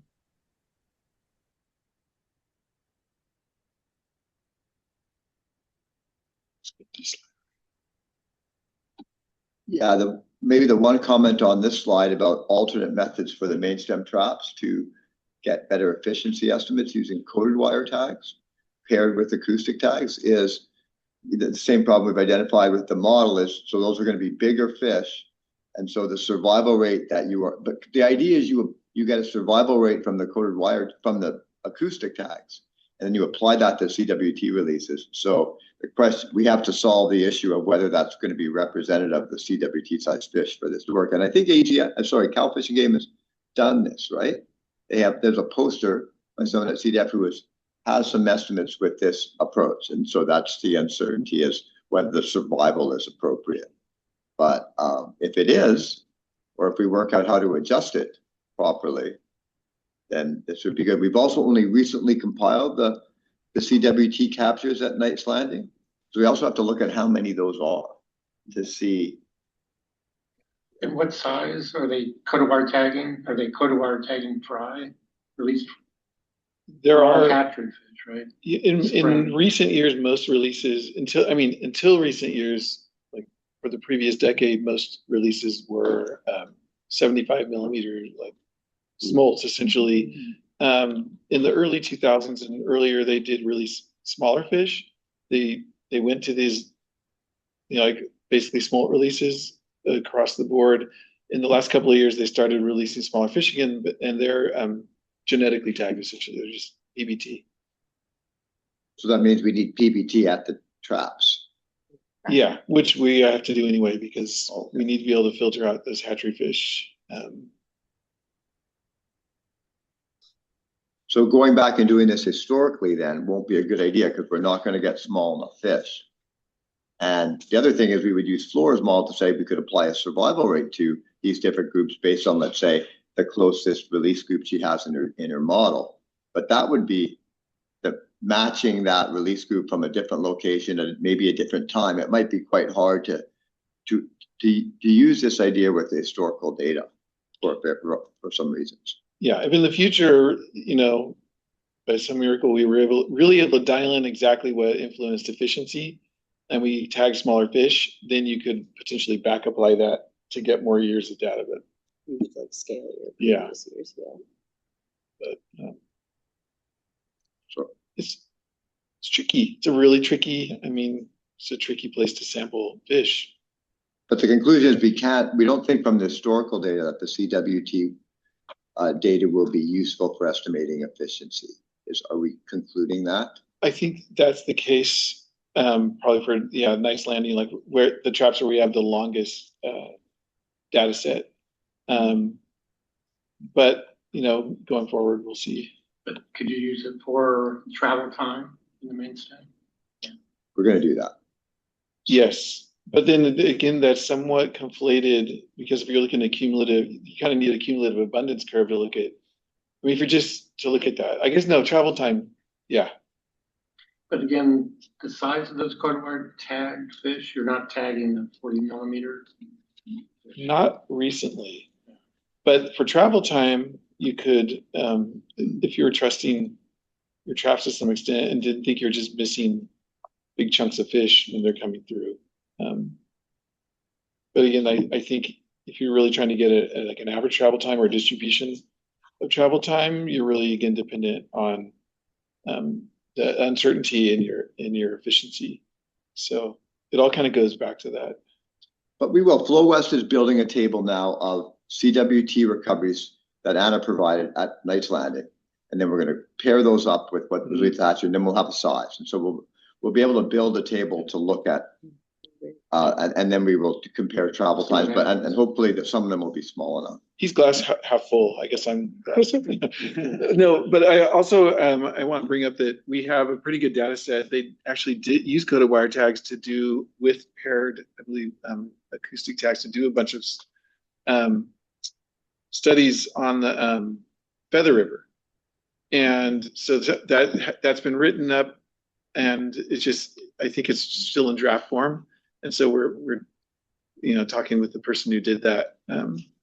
And I think that for that, at least we could on the Feather River have a much better idea. At least then we could see how far off we are on that length of the river. And then if it's pretty close, then maybe that would give us a little more confidence in the other places.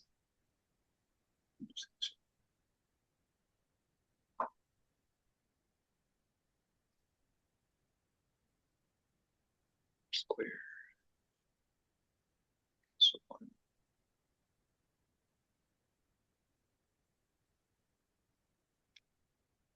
Not a forecasting.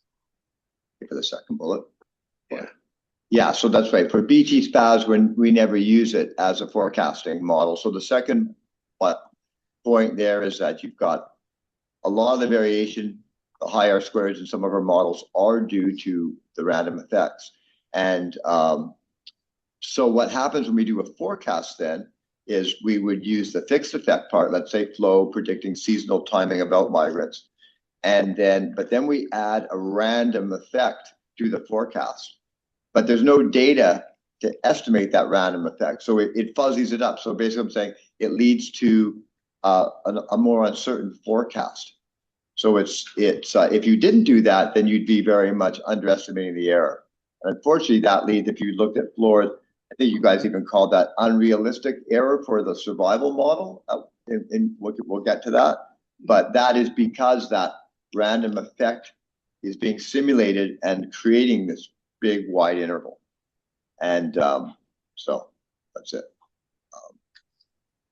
Yeah, I think one of the comments we had here, we don't think that the reported R squared of 0.93 and 0.98 caused by random effect fitting are reasonable values to report. I think it's over the high R squared of 0.98. People got really excited to say, well, no, because you've got some specific random effects there. So maybe a better value of R squared would be more informative as to the actual fit.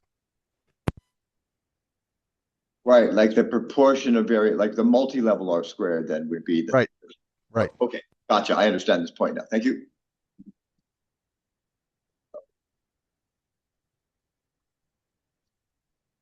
And this, we talked about this slide, the Flow West. I mean, has worked with the stream teams right now. As you pointed out, most of the trials don't have the origin. I guess Flow West could go back to the stream teams to see if some of them could assume they were all hatchery or they were all wild. That was the ask from them. And that, Yeah, I mean, you have to take. Who's the kid? We have to go through this one.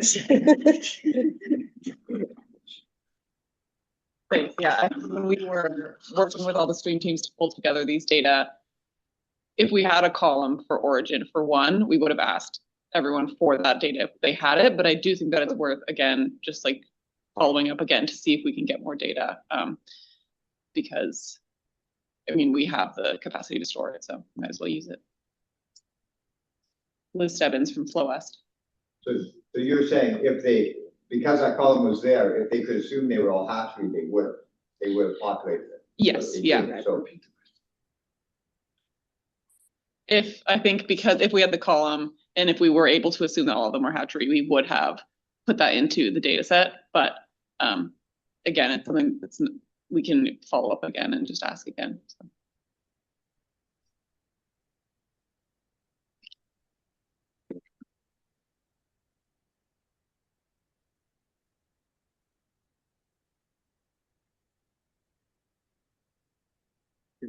This makes a lot more sense now. The year effect, absolutely. That's a good point. 100% will add that. But top one. second one. Now I understand why he wants to include the jump. The third point on BT SPAS models 2 age classes. So can we discuss that? So the way FlowWest has set it up, we can model fry only. So the classes given to all the catch, the RSTs, are fry, smolt, or yearling. And we can run BT SPAS on any of those groupings. We removed yearlings because there's almost no capture efficiencies for yearlings. So Right. So can you, so that's the situation. You wanted to say that you put in sizes in the covariate. Right. Right. So, there is, the BT SPAS does have a Chinook model for 2 age classes. Okay. But it all depends whether you catch any. In our example in Trinity River, they actually caught a substantial number of yearlings, and so it was feasible. If you're not catching anything or there's no efficiency trial, it won't work. But all we saw was a sort of one line in the report saying we're not doing this because we don't have the data for it. Like, okay. So it'd be nice if you had more explanation, that if you looked at it saying no, it's not feasible.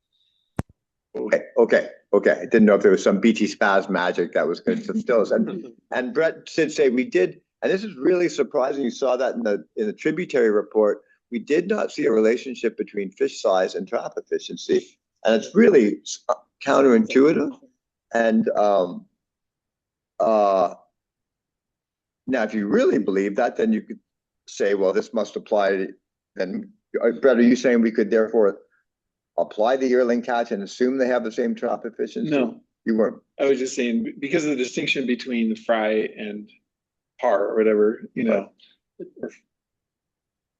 Getting to that, weren't most of those bigger fish hatchery origin fish?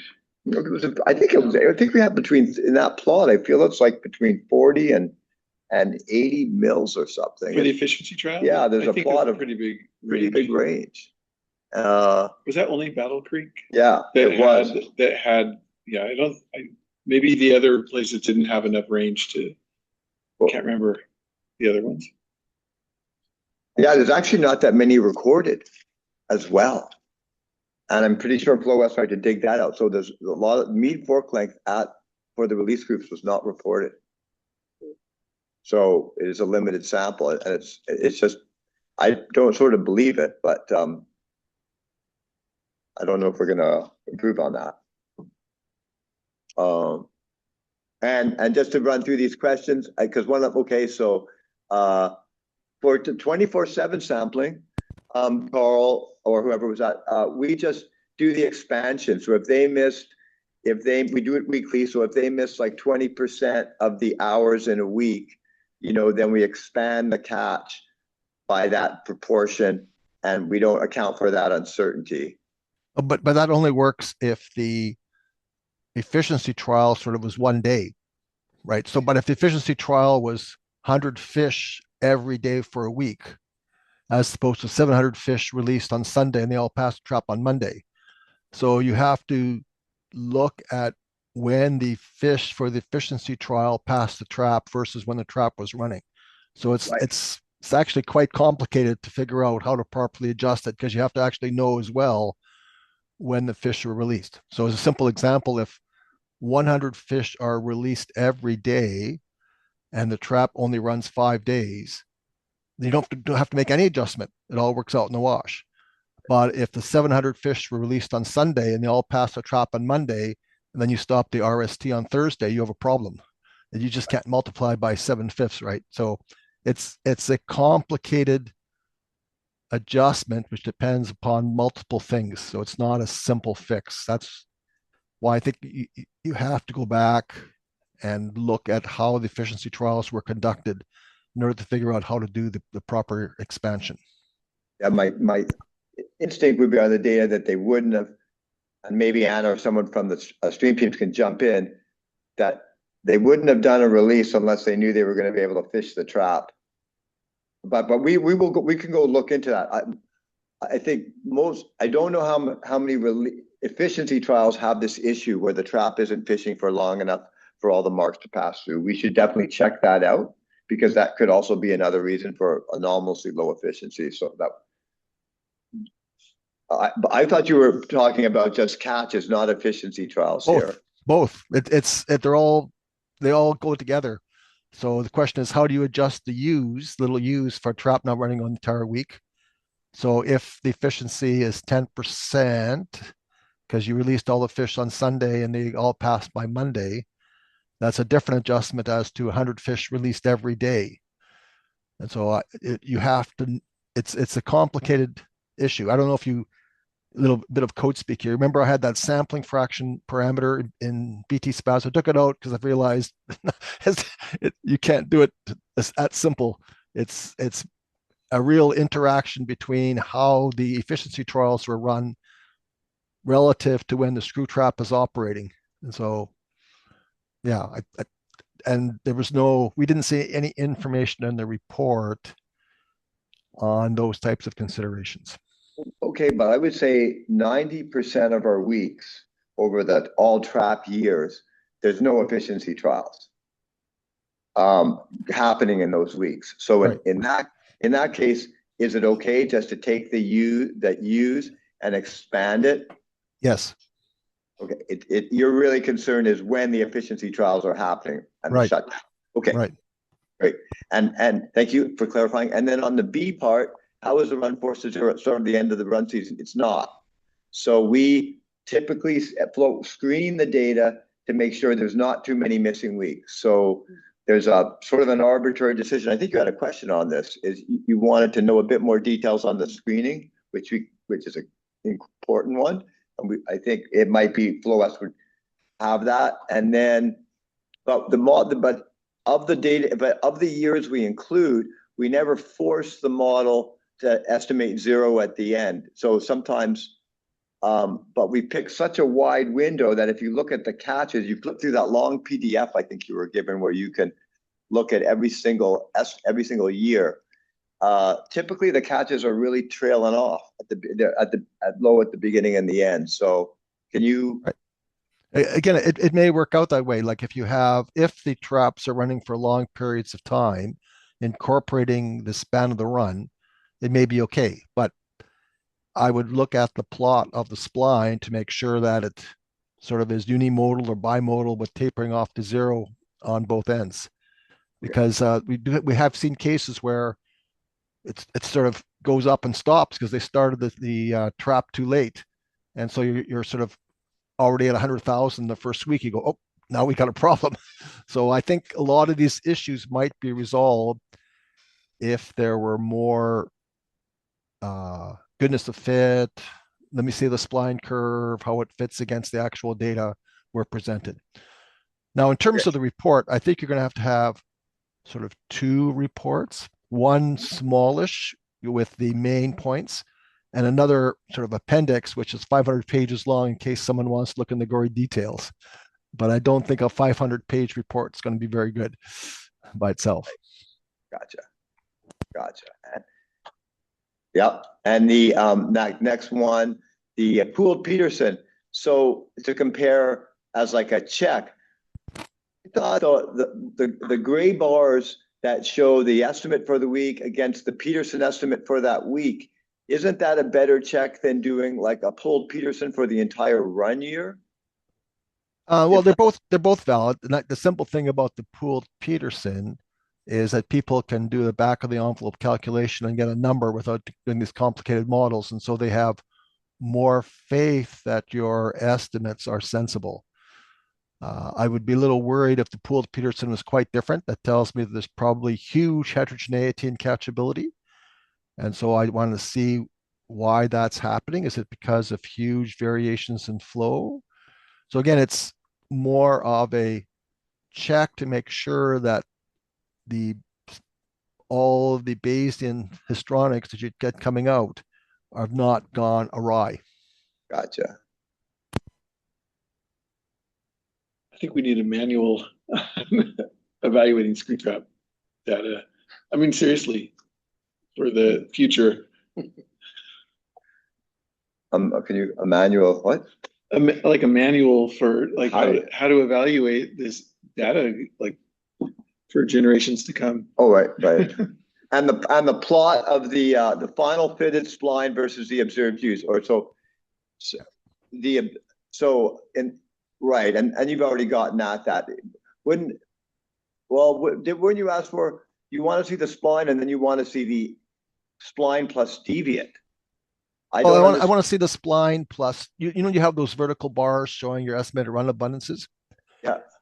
So that's not in the log scale. Put in the log scale and put the spline curve over that, so we can see if there's a huge variation. How come? Is it because suddenly there was a jump and now it's tailing off, or is it actually just random error going up and down? You can't tell. Okay, I understand that. I didn't understand the observed views. The observed views wouldn't be in there. It's spline versus the estimate with the extra spline variation. Yeah, I put the observed views in there too, or some u's divided by p or something, just as a check, right? Just again, if you see something really weird, saying what's going on. Okay, thank you. That's great. All right. We're gonna take a quick 10-minute break. Folks on Zoom, if you can raise your hand with the raise hand feature to let us know if you plan to give a public comment. Oh, no, do that later. Okay, we'll do that later. Just kidding. Never mind, go take your break. Think about it. Just think 10 about it. minutes, come back at 2:40. Discussion. Okay. Just gonna hand this to you, sir. Noble, do you want to, are you on there?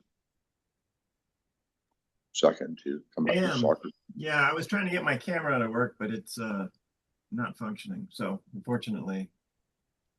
I did want to relate that something that Kim mentioned is that we have very little time for like 80% of the slides. So yeah, I don't know, we might want to focus on big questions or figure out how to follow up. Or if have you guys determined because we have to move to public comment at is that right, in 12 minutes? If there's no public comments, can we continue this discussion? There are some public comments. Okay, sure. All right. Maybe not a lot. Also curious if we could continue discussing with the modeling team, maybe in like a follow-up Zoom or something, if we don't cover everything today. Is that something that could happen? Okay. Cool.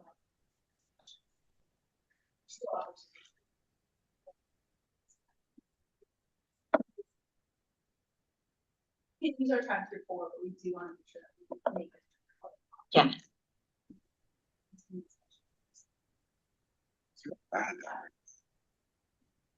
Or Noble.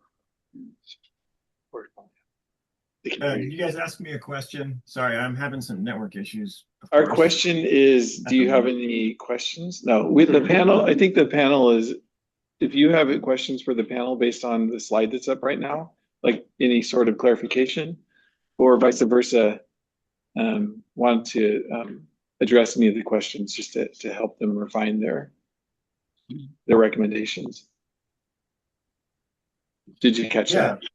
Yeah, maybe we can have a little discussion there. So there's a couple questions here that I want to make sure I can address. So why don't we start with, is this a question to me? How does experience with multifan help in fitting these models?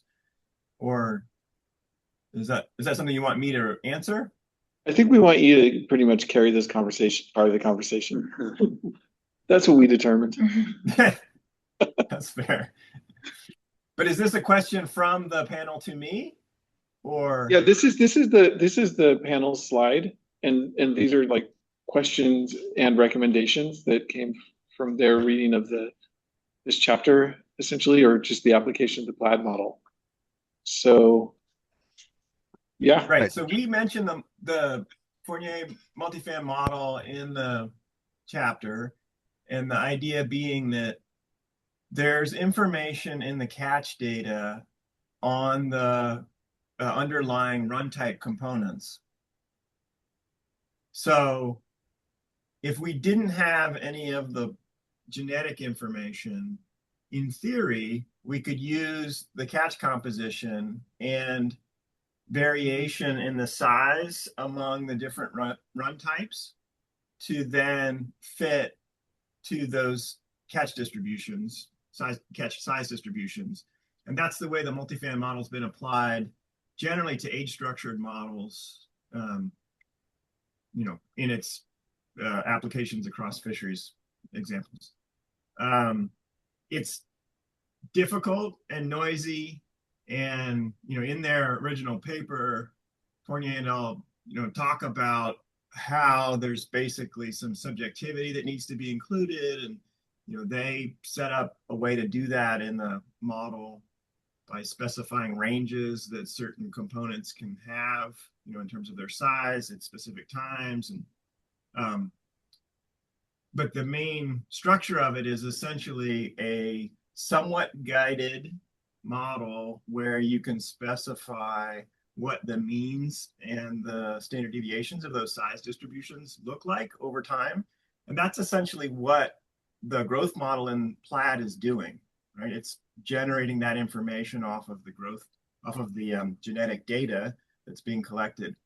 So it seems like there's the potential here to both use the Plaid models to come up with the means and the standard deviation and the sizes for each of the components, and then use the catch data and a multi-fan type approach to then evaluate how accurate the Plaid model predictions of those mean sizes and standard deviations line up with the catch data that was collected. And the advantage there is that we have catch data going back in time.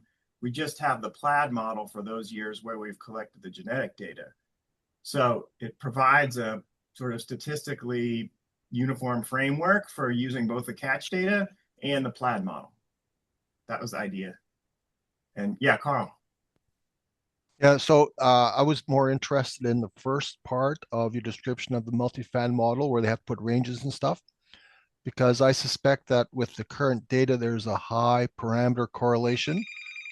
And so the multi-fan data's got the same problem. And so how do they deal with that? And do you have to deal with it the same way or not? So it's more of the technical issues of trying to fit a model where parameters are going to be highly correlated in the posterior. Over. Yeah. Yeah, and so when we've tried to apply this multi-fan-esque, basically trying to fit to the catch data using the Plaid model growth function as priors, we can get it to fit when we have really clear, so we started with simulated data. If we have really nice separation in the different run types, then the models fit okay. They can pick up that. And then, and those, sorry, I should say, and those modes, the size distribution, modes line up well with the Plaid data because it's all simulated, then it does fine. Once those start to get noisy, or we actually fit to the observed data, as soon as we reduce the prior standard deviations, the standard deviations of those priors, basically loosen them up and allow the data, the catch data, to start to be more informative, then we get into this situation really quickly where the model doesn't converge. Right. And each chain is doing its own thing. And so that's exactly right. So there is some balancing there that needs to happen between what we're learning from the Plaid models and how much flexibility we're allowing the catch data to then influence those priors and give us some updated information from the catch data for those specifics. So right. So this that's is definitely an area of research for us, I would say. Right. So we just didn't see. We saw the multi-fan discussion in your paper, and it just sort of sitting there in isolation, like, okay. So yeah. How are you gonna do that? Yeah. Yeah. Thank you. Yeah. So that's one question. Homogeneity of capture across time and species. Yeah, so we're assuming that we're not having any sort of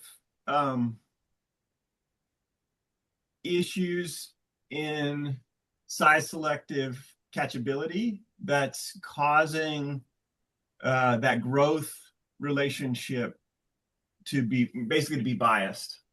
So yeah, that is an assumption. The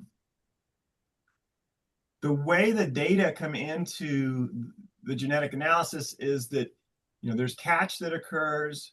There's then a set of size bins that are specified, and there's attempts to fill those size bins. So essentially it's a size selective sampling protocol, with the idea being that we want to get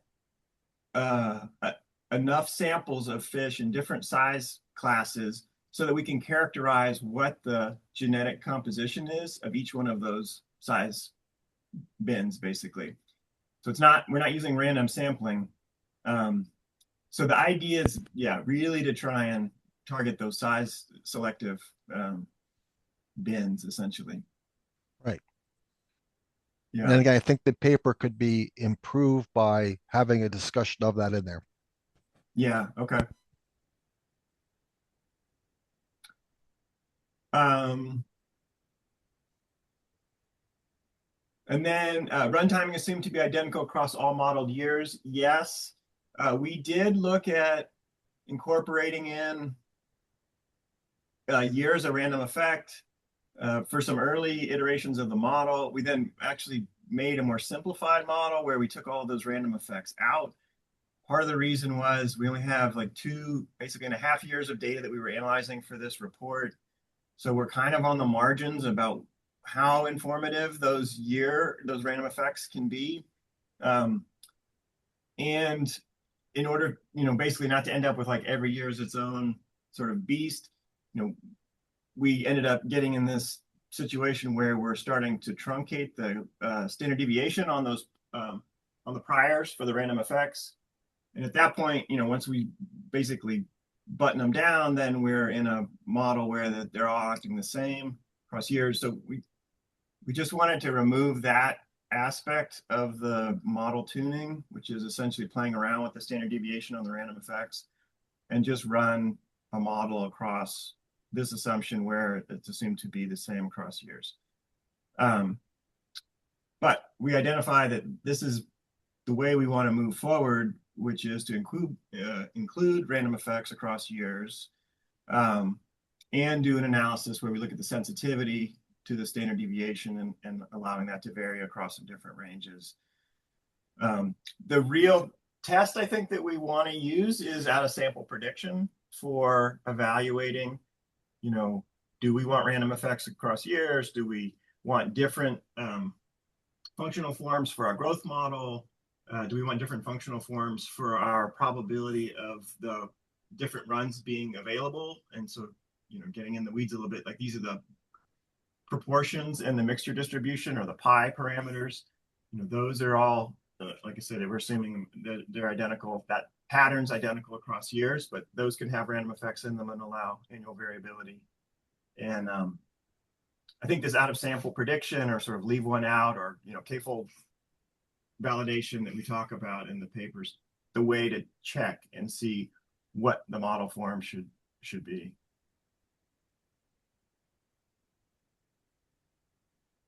I don't know if you guys have any questions along those lines.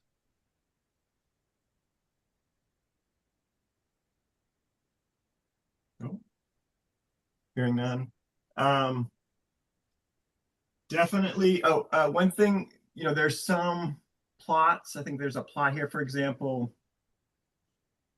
where like Butte Creek, day 90, I think it's day 98, 96.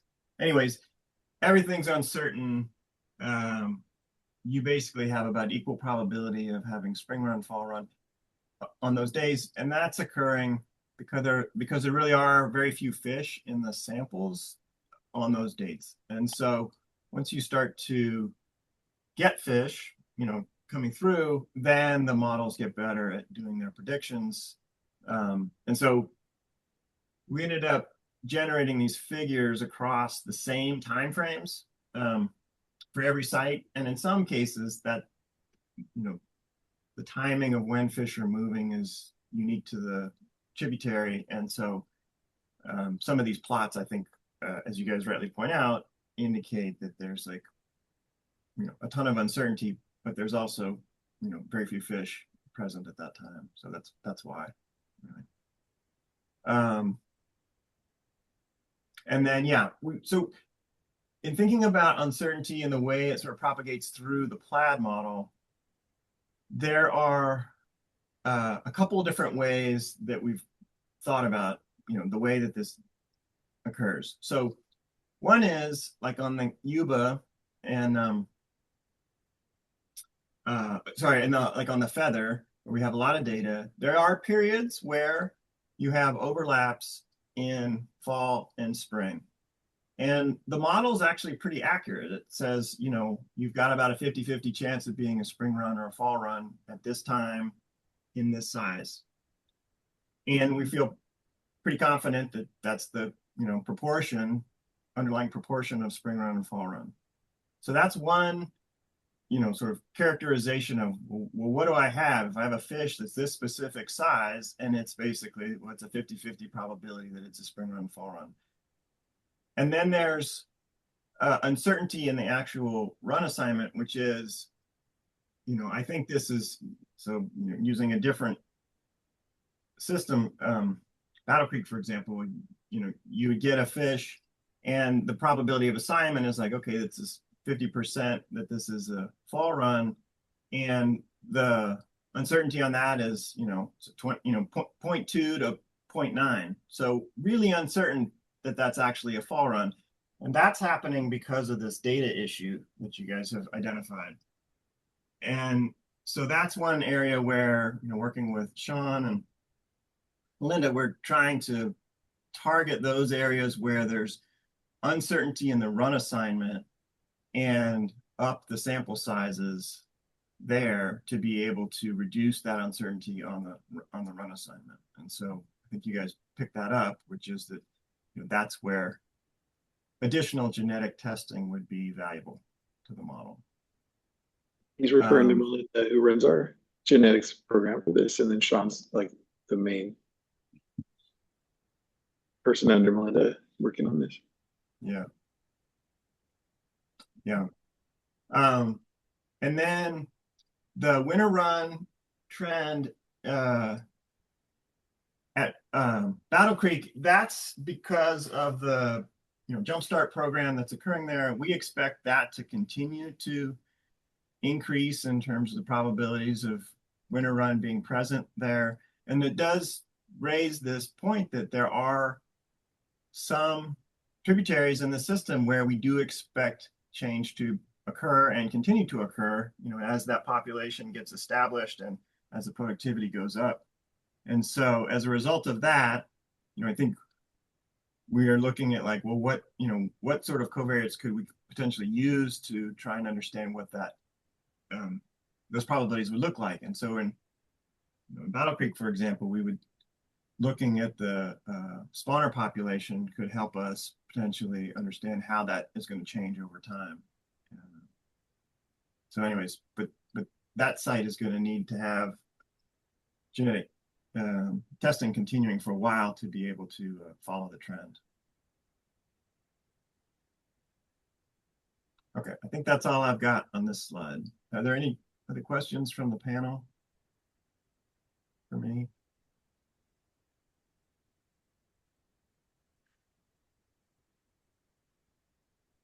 I see some shaking heads. I see a lot. Hearing none. Thank you, Noble. There might be another. Yeah. Are you ready to go to the public? Yeah, thanks. That was really helpful. All right, we're going to move on to the public portion or public comment portion of today. So if I could get a raise of hands in the room, just to see the number of folks that will be providing. We got 1, 2. And then if you're online, can you also raise your hand?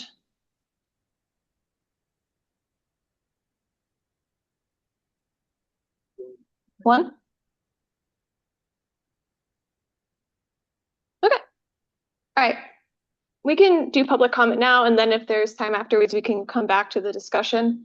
We'll start with the folks in the room. I'm gonna put the speaker up here so you can come up to the podium and we'll have the mic on for you. So we can start with that.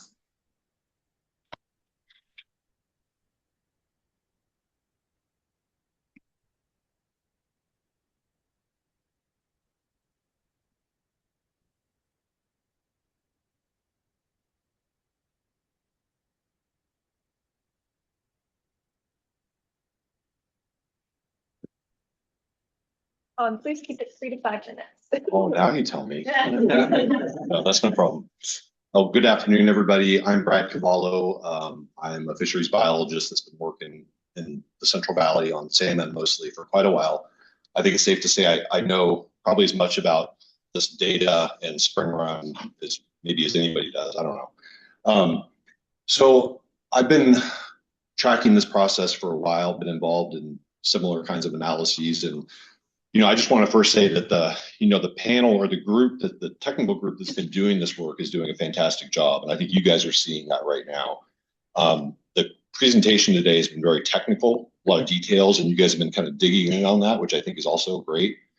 But I would like to kind of direct you to also think about the big picture of this effort, which is something that's been a little bit not as well defined, I think, as we would like. I think one of the panelists earlier mentioned that when you start a life cycle model, the first thing you do is you define what the management questions are you want to try and answer with it. We haven't done that here. We have a very general charge of develop an abundance estimate for spring run entering the delta, which is a good start, but we really need more than that. We need to know how precisely are we trying to estimate it? Does it have to be for all the spring run, or could it be for some particular stock?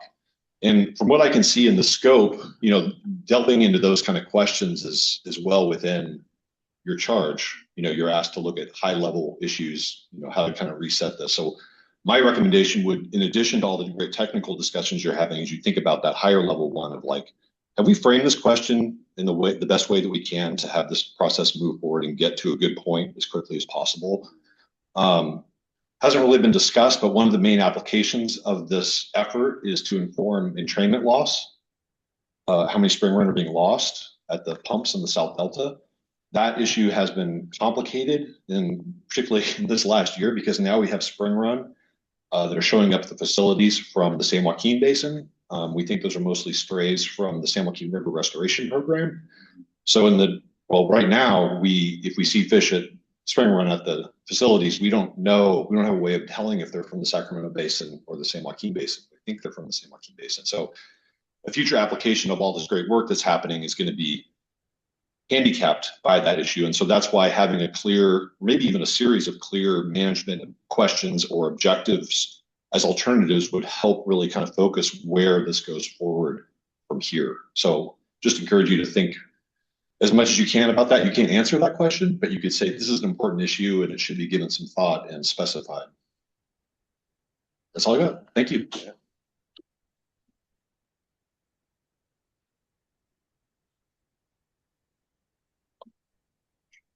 Thanks.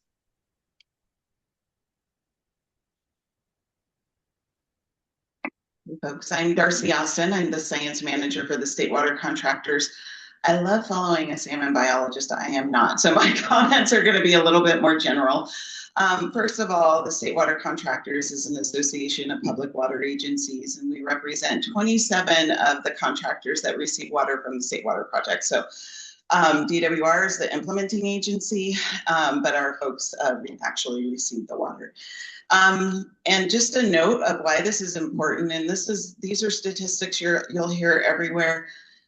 It's water supply for 27 million Californians, State Water Project, 750,000 acres of farmland. But there's also about 8.2 million disadvantaged communities that get their water from the State Water Project. So I have to think about it in terms of the co-equal goals. So not just about the fish, but also about the water supply. I really appreciate this review. I won't speak for all the contractors, but I do appreciate this review. I think it's really important to kind of get a handle on all of that uncertainty associated with the runs of salmon. And then this is important also because we want to optimize the amount of water supply. So being able to operate with flexibility without creating more risk or any risk to the fish. That would be the ultimate goal. I appreciate that you guys have recognized those uncertainties and the complexity of how the system works and all of this information that you guys have been talking about, all the weedy stuff that I don't really understand. So thank you for being able to understand that and work through that. I do still have questions about how this is going to be used, and Brad just brought something up that originally I was on this JPE core team, and it quickly became something that I was like, I'm not contributing in a way that is going to be meaningful. So let's have salmon biologists from Metropolitan just continue their work. So those guys stayed on board, but ever since the beginning, the very first meeting, there was questions about how this information was going to be used, and that's important because if you're making decisions, you guys have already said it, you've identified it. If you're making decisions, you need to be able to understand what you're working towards. And so far, we haven't really gotten that. And I think it's okay. I appreciate the core team. Josh, I'm happy to meet you in person for the first time today. This is a really great amount of work, and we do support it. A couple of other things I wanted to mention is that co-production of science is really important. So Delta Science Program, this is their bailiwick, but this co-production of science has been really important because it brings in other perspectives, things that other people wouldn't think about. So if you're CDFW, wouldn't think the same way as a contractor would, but you can work together on solutions, science-based solutions and decision making. Just the balances out the viewpoints, and then the experts get to take that information in and move it forward. The other thing, integrated modeling, that's another tenet for the Delta Science Program. And then just science review. So thank you guys for doing that. Thank you to the Delta Science Program for making sure that this review happened, and thank you to the board team. So thank you guys.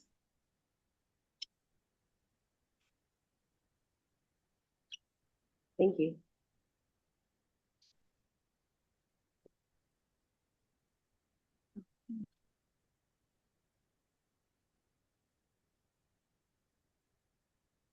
And then I believe there was one raised hand online. You don't see it anymore, but if you are online and want to give a public comment, please raise your hand and we will call on you.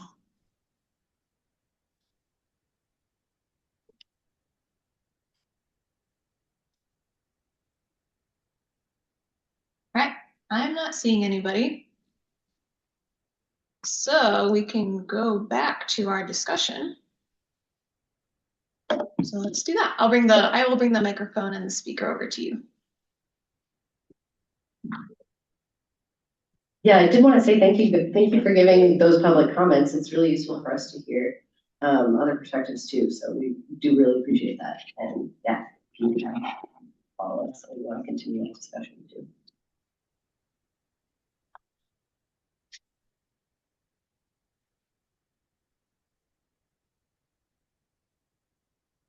We're back. Darcy didn't mention it, but the slide we have up right now in the applied model, that was all funded directly by the state water contractors' Noble's work. So very integral to what we're doing. Not to mention indirectly funding through water purchases. This is the other work. I was going to suggest for this, if Flora's still on the line, she's on the East Coast, which is now 6 p.m. So if she's there and we skip ahead to if she has any questions for the panel on chapter 9, but if she's there. I'm here, yeah. Thanks, great. Josh. I was planning on staying until the end, but yeah. Okay, but why don't we skip ahead just because it's so late for you if that's okay.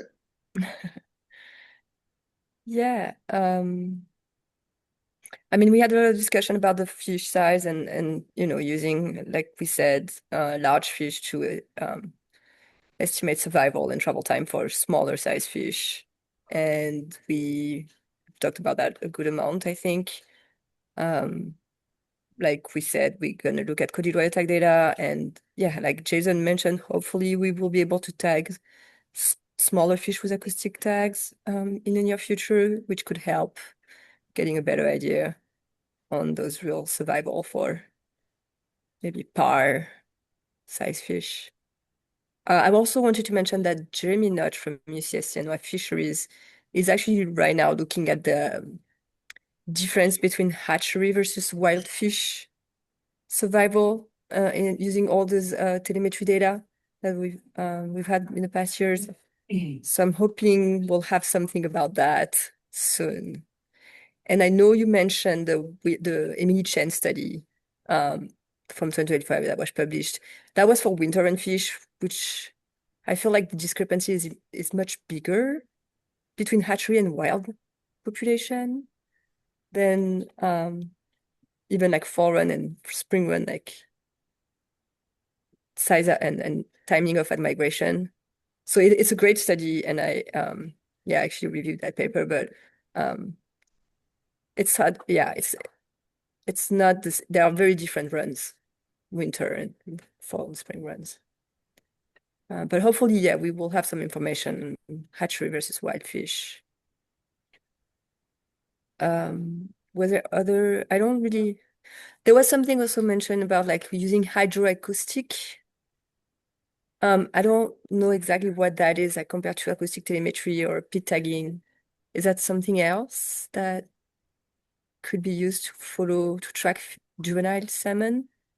Yeah, no, I just brought that up as an alternative. I have no idea if it would work here, but people working with salmon smolts have, for example, in the Fraser River, they use hydroacoustics to count pink salmon fry exiting the river. Columbia River, they use it a lot, but they're dealing more with 70 millimeter or so bigger fish. So it's possible to document numbers of small fry migrating downstream. I talked to a friend of mine who's an expert on this issue, and a big issue is just simply the noise background. How well are they able to distinguish between, identify the number of fish? And then also the same old problem with using something like plaid to identify the race of fish that are migrating. Right. But it's something that we'll probably mention in the report, but you need to bring in an expert to evaluate the efficiency of it. Okay. All right, there was a question in the draft slide that I thought was a good one, or was that, you know how we model a random effect on survival and travel time for each release group individually? Yes. As we're suggesting, what if we just did random effects for each site? And I'd like to understand what they mean by site and year. So in year, yeah. I don't know if you had thoughts on that. I mean, if you look at some of Flora's plots, we see quite a bit of and I think your concern was we've got too much flexibility, and it's leading to, if I'm understanding this, unrealistic uncertainty. If you can find that plot of discharge versus survival, and there's a really wide gray band, and I think the panel was concerned about that, and I think they were suggesting changing the random effect structure to help. And so, yeah, just what are your thoughts, Flora, or what are the panels? Like, we're not going to fit the model as well if we do that, but it will lead to reduced. I think it will lead to reduced uncertainty in the forecast. That was in my presentation, Kim, if you're looking for it.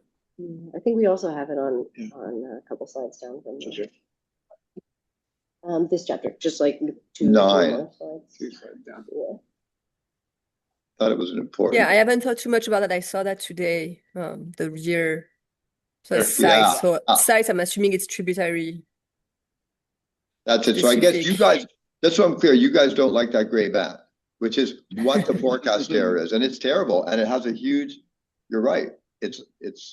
So you're saying we can reduce that by using a stiffer random effect structure, at the cost of fitting the data as well, because some release groups would be like one person could tag them, another person tags another release group in the same year, and just the tagging error could lead to big differences. And so, so I guess I'm just trying to understand the rationale. We could model what you want, or could, but it's just like. Try scrolling back to when I had the data examples. So go back to near the beginning of the presentation. With like the wet and dry survival. Yes. Yes.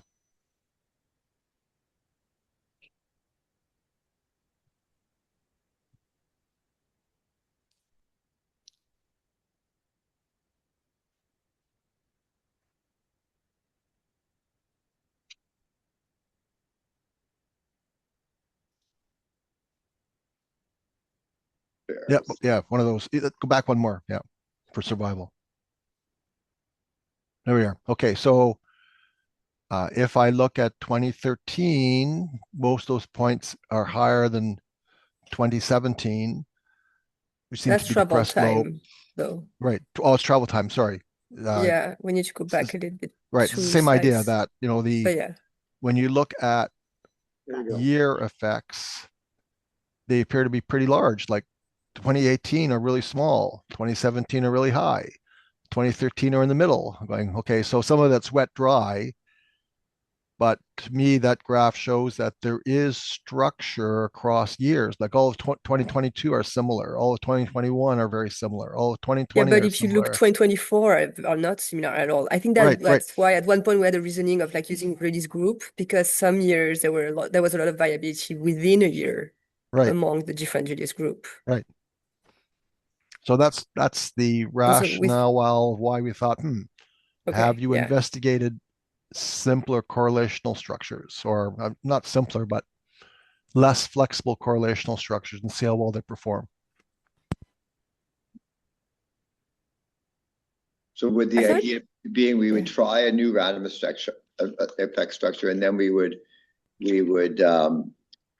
do various testing like Bayesian p-values and other things or Lou out of sample, like Lou IC or something, to have a formal comparison of those different models? Yeah, but it's also in the forecasting, like when you forecast for a new year, if the year effect is large, that affects all the release groups simultaneously. So it reduces the variability among the release groups. I think it may reduce your forecast error. Okay. Anyways, we don't know. I just looked at that. Yeah. It looks like there might be a higher level structure than independent random effects. The wet dry gets a part of that, but it looks like there might be more in there. No, it's so worth investigating, because it has we've got so much uncertainty now that it would be great if we could come up with a structure that reduces it. And similarly, if you look at travel time, so scroll down to the travel time one. Yeah, so travel is not as extreme in the variability, but I still think like 2023 are comparable. 2024s, there's more variability, but 2021ers are comparable, right? So again, to me, it looks like there might be additional structure there. Some of it might be just wet dry. I don't know, but it might be a less flexible structure may fit just as well.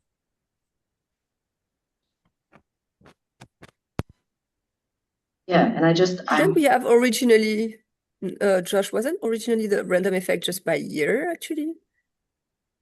But we didn't do the forecast at that time. But the initial model. Yeah, it was simpler. And then I thought we looked at by year. I think so. Yeah, it's worth revisiting, and then so had the year and then the tributary effects. Well, that's what the sites, right? Yes. Yeah.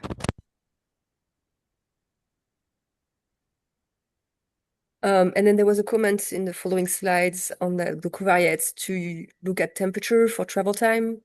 Yeah, that's something we pretty much did the survival model and then looked at different covariates for the survival and then added the travel components and didn't really look at different covariate for the travel time. So we just used the same covariate then for the survival part.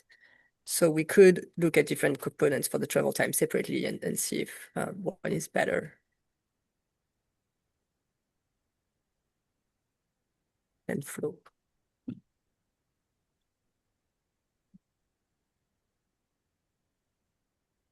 Anything else?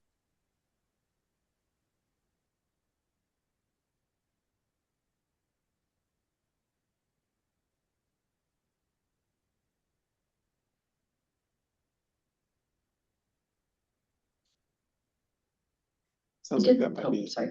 I did want to say one more thing about that.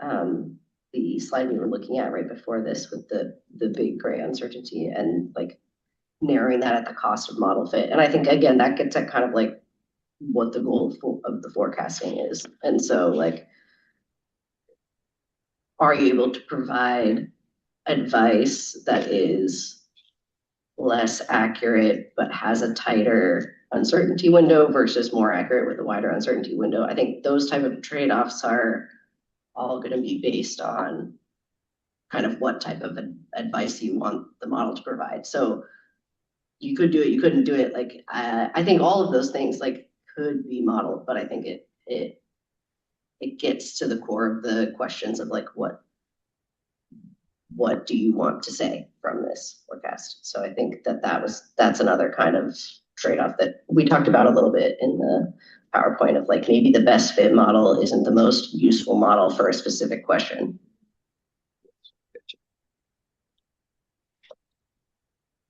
Yeah, maybe I can add a follow-up question to that. And I guess it falls within the broader, or these questions I have about the broader application. I understand that the models themselves have to be agnostic, the actual management use of them.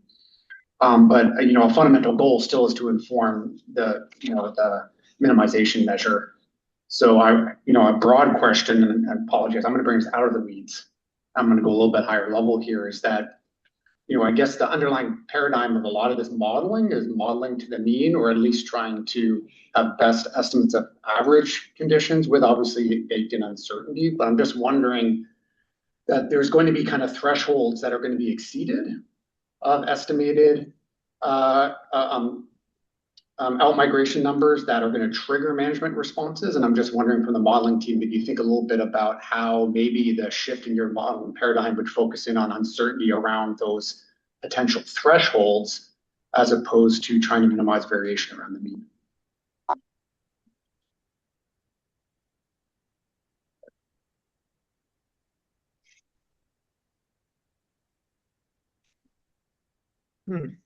Yeah. No. Do you? I guess I feel like anyone can jump in here. I mean, I'm not sure I fully understand, but we've just been so not going to how the model is going to be used. So I don't think we've done much thinking on that. It's a good question. So, could you just expand a little bit so I understand? Yeah, no, absolutely. I'm just wondering, like, as you all attempt to try to find major sources of uncertainty, right? Both the sources and ways to try to minimize that uncertainty invokes its influence in different parts of the distribution of the estimated number of outmigrants. And I'm just wondering whether or not there's any idea of honing in on parts of that distribution, which would be defined by a range of thresholds, which might invoke a management response, and actually trying to tackle optimization, better fitting of the model, fitting of those threshold ranges, right, as opposed to the mean. Noble, can you have your hand up? Yeah, so I think this is really interesting point. And then I guess what I'm wondering is, so are you talking about more of a risk-based analysis? Because I think we have been really focused on how accurate we can be about modeling the true underlying dynamics. And if I follow your suggestion, what you're saying is that's great, that's a good focus, but really what you might want to have as your endpoint is an overall risk of impacting the populations. And so that could be very much defined on a relative basis, as opposed to this absolute basis that we've been focused on. So I'm just trying to get some clarification around that. Yeah, no, thanks, Noble. No, I think, yeah, you nailed it, right? It's minimizing risk of overfitting. And again, my thoughts are just within particular ranges of projected out-migrating numbers, that's all. So again, it's not, to clarify, everything is great, right? I mean, I think with respect to, you need to have an accurate number, right? But I think this is a question of where are weak points in the modeling process with respect to insufficient monitoring in the future, right? Where should investments be put in to minimize uncertainty? And personally, I would just love to see that uncertainty basically minimized around those areas in which thresholds would ultimately be breached and then management action could be invoked. Yeah. Right. So again, it's just a broad question, and I'm just wondering, and so my question was just a little bit about, do you think the model itself would be fundamentally different, or do you think that the modeling approaches moving forward would be different if you were targeting around those ranges of thresholds upon which management would actually implement change? Or do you think that it is agnostic enough to those decisions in which the current modeling paradigm is sufficient? So I think actually this kind of gets a little bit toward what Brad was talking about. We could just keep pouring money into refine that. We're talking about how can we get a better and better and better understanding and reduce our uncertainty around our estimates of juvenile production or timing. But ultimately, the question is, how is that actually going to affect our decisions? And that's kind of what you're getting at. So we went round and round on this early on. And it's sort of why we ended up saying, let's put the question about how it's going to be used aside a little bit, because there's some folks on our decision team that were really pushing, like, we need to decide how the model is going to be used first to determine even what kind of models we need and the level of uncertainty we need to try and, like, that threshold that we need to get to in order to feel confident that the models are supporting good decisions. And I think that's where we ended up saying, like, well, let's not constrain ourselves into how the actual model will be applied at this point. Let's see what we have.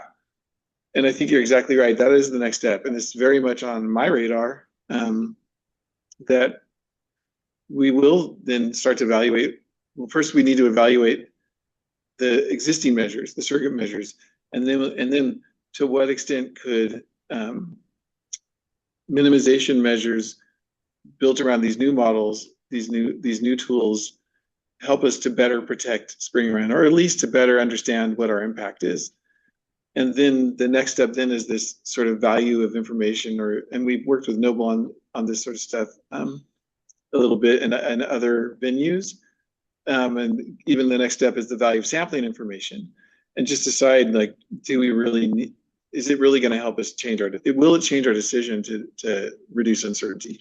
And if it will, then what source of uncertainty is the biggest impact? So I think that's kind of where you're getting at. And it's a great comment, and it's definitely, in the planning for the next steps, maybe not next week, but definitely next year.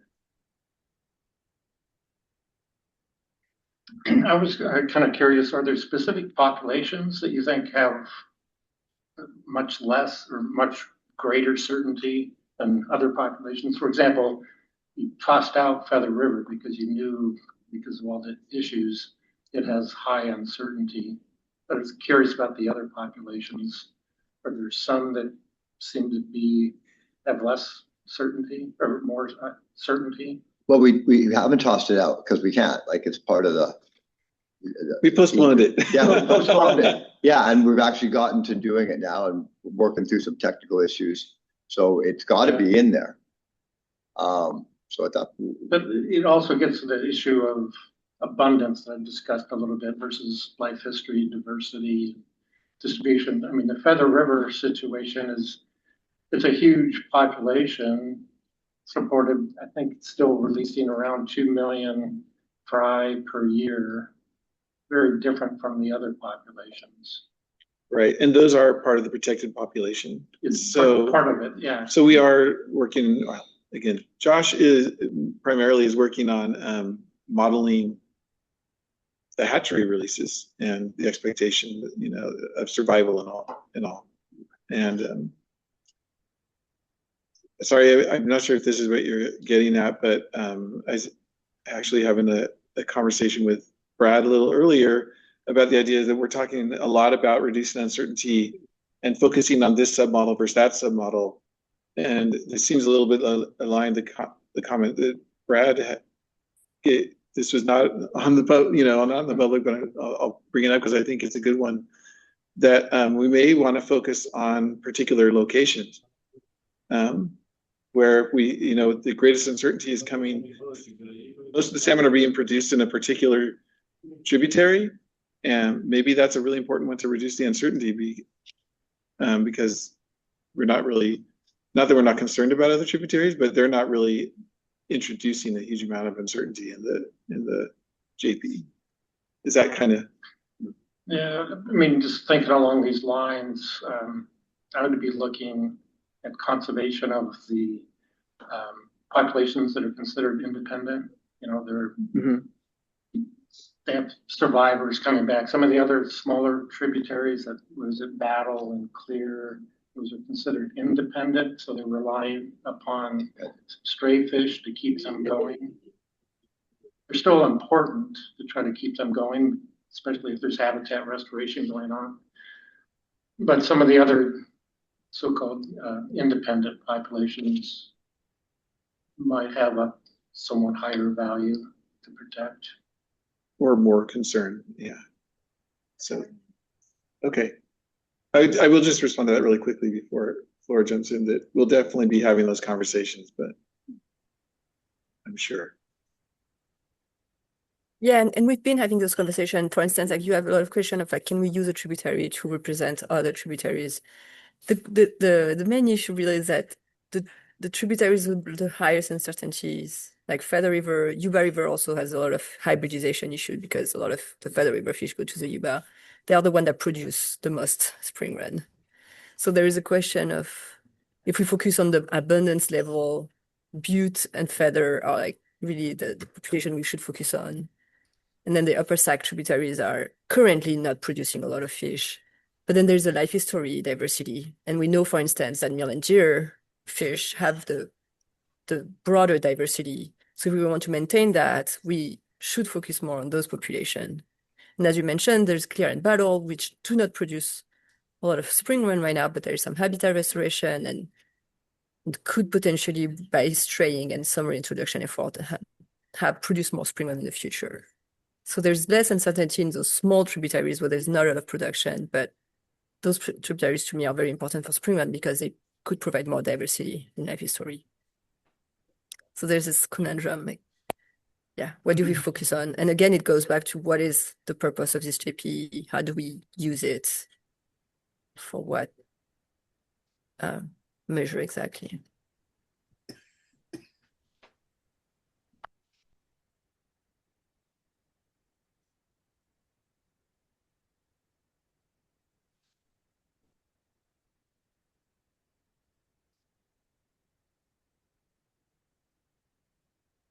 Oh. I was enjoying the moment there.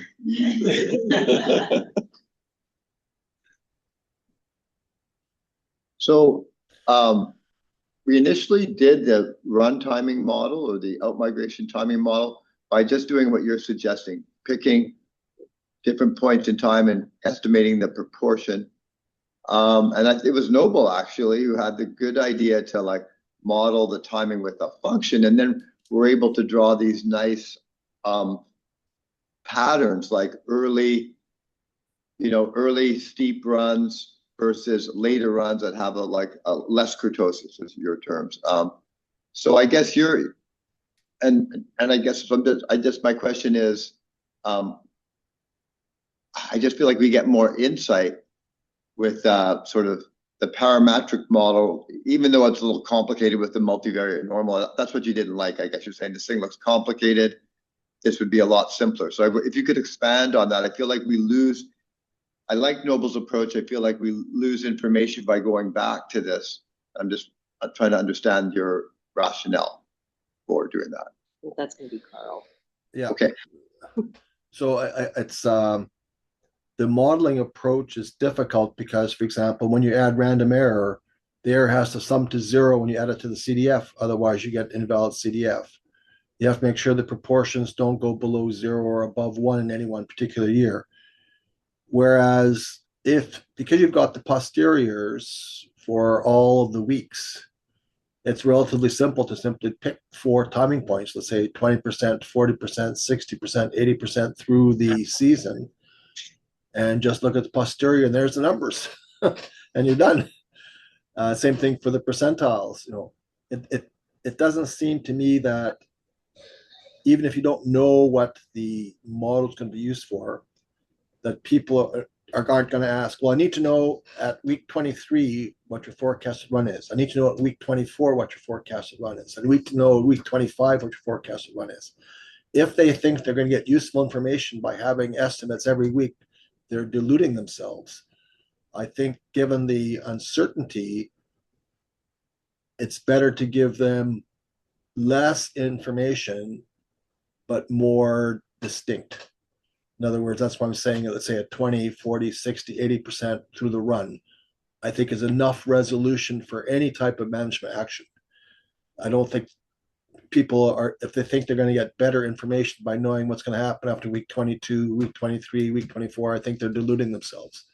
So that's why I'm recommending that make it simpler so that people aren't tempted to do those types of requests.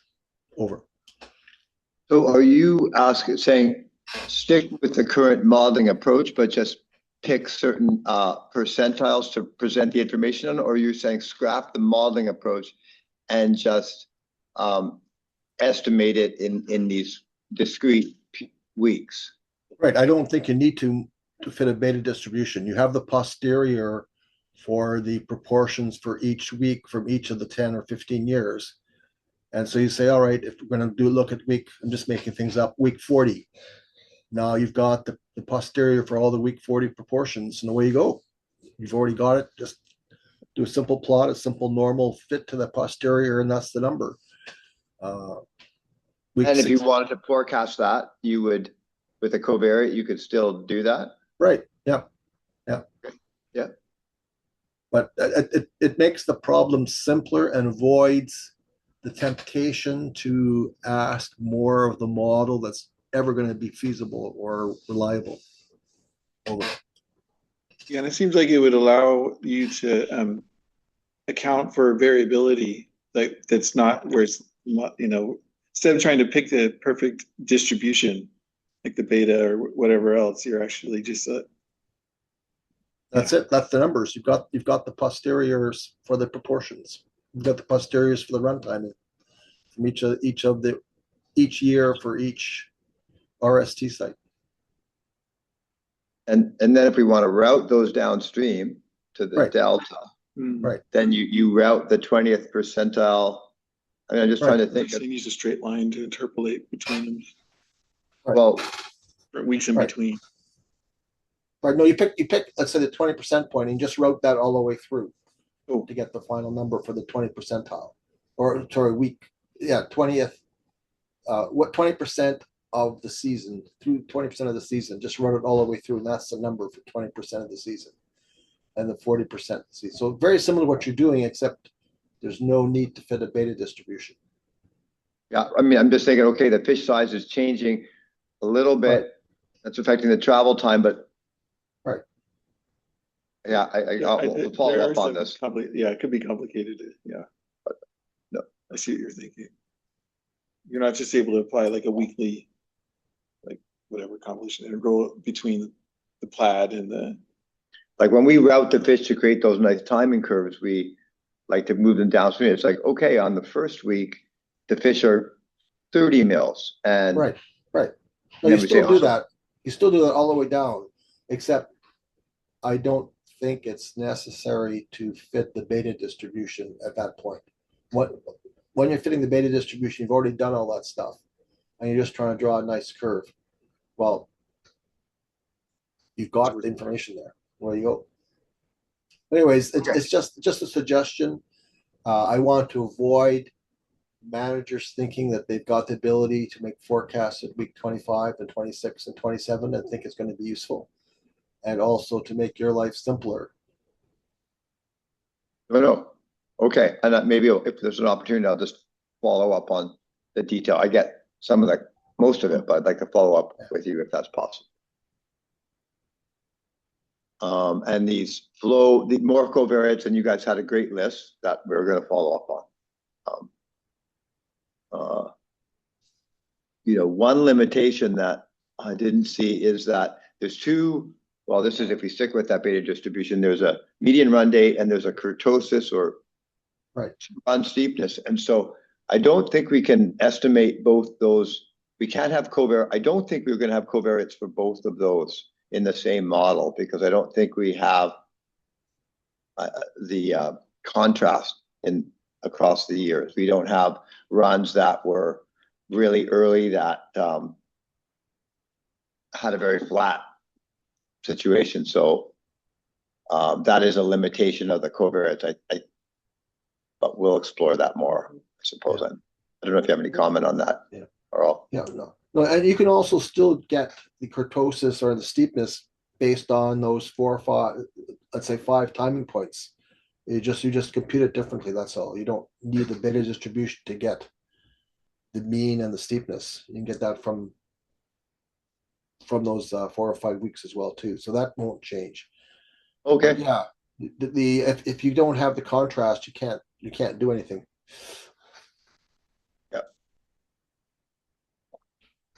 Yes, and also that idea on discrete covariates for the timing is a good one.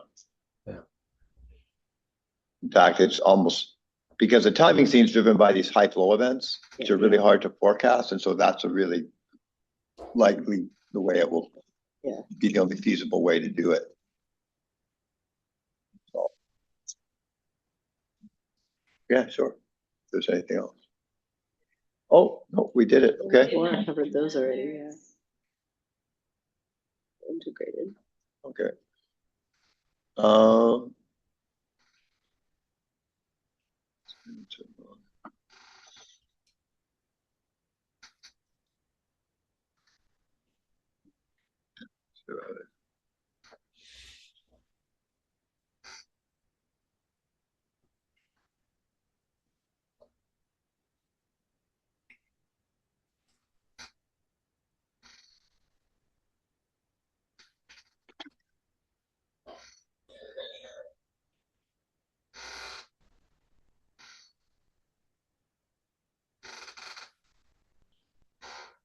Thanks. This is Evan Sawyer with California Department of Fish and Wildlife Service.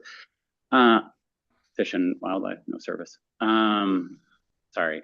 I had a question, and I thought that there was maybe a recommendation or a reference to, a focus on Butte Creek. And I guess I was curious because Butte Creek has some interesting plumbing that might make it difficult to use as sort of like an example tributary or watershed. And I guess I'm curious both for the modelers and the panel, how they dealt with that interesting plumbing of where Butte Creek fish reach the Sacramento River.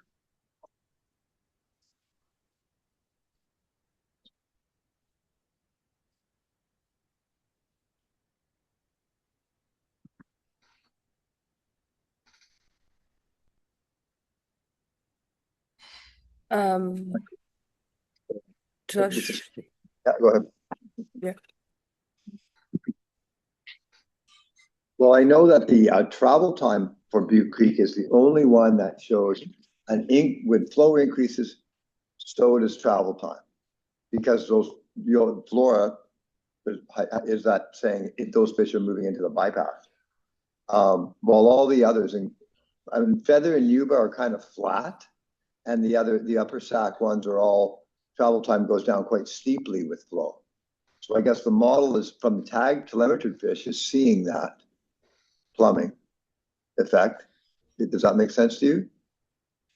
Yeah, I think it's just, I'm curious, I guess I'd be curious, like the Butte Creek population split, how many make it into, like, you'd think Butte Slough and into the Sacramento River around Calusa versus downstream of Night Landing when they emerge from the bypass? And how that. So we assume, sorry, if I can answer a little bit, we assume that all the Butte Creek fish get out below Knight's Landing. So like at the confluence with the Feather River. There might be some Butte Creek fish that gets out at Calusa through the Outfall Gate, but it's very hard to estimate. There's no estimation on that at all. And yeah, so really we don't assume that they get out through Calusa. And yeah, using Butte Creek as a proxy is complicated because, like you say, it has a very specific plumbing. The timing as well of that migration is very different than the Upper Sac River fish. They are much closer to the delta. So the survival is also very different than for the Upper Sac watershed. So we've thought about all that, just trying to see if one tributary could be used for all of them, but it's kind of tricky. But wouldn't they still be accounted for to some extent in the models? Because even if a few of those fish or whatever proportion is taking a different route, they're all still going, I mean, unless they're going down the yellow bypass, they're all still going yeah, to the delta. Past the I Street Bridge, just down the street here, or past Chips, because you also use Chips as an endpoint.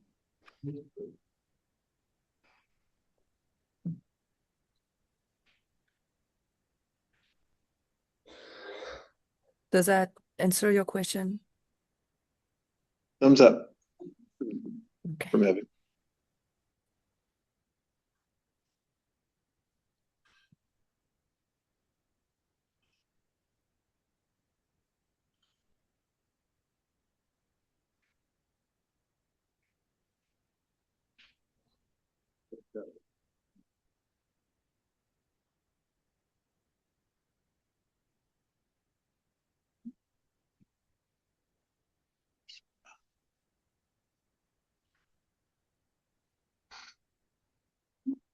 I would say absolutely for the first one, we'll do it. It's hard to dig it out, but certainly the downstream survival model is a big component, but we haven't laid it out with what relative to stock recruit, and in season has a lot more certainty for the trips, but not at the beginning of the year for most tributaries. So I think we have to put like a space-time component, but we can do that. I think that'll be super useful for monitoring, determining what's important to put resources into. And that next point, maybe you can talk about that. So you're saying that we're assuming that the survival model is sort of independent from like the tributary models, I think is what you're saying there. So the idea, so if it's a high flow year, that would lead to good downstream survival, but we might use a covariate in a tributary that's based on incubation conditions and wouldn't acknowledge, is that your, I'm just trying to better understand that concern.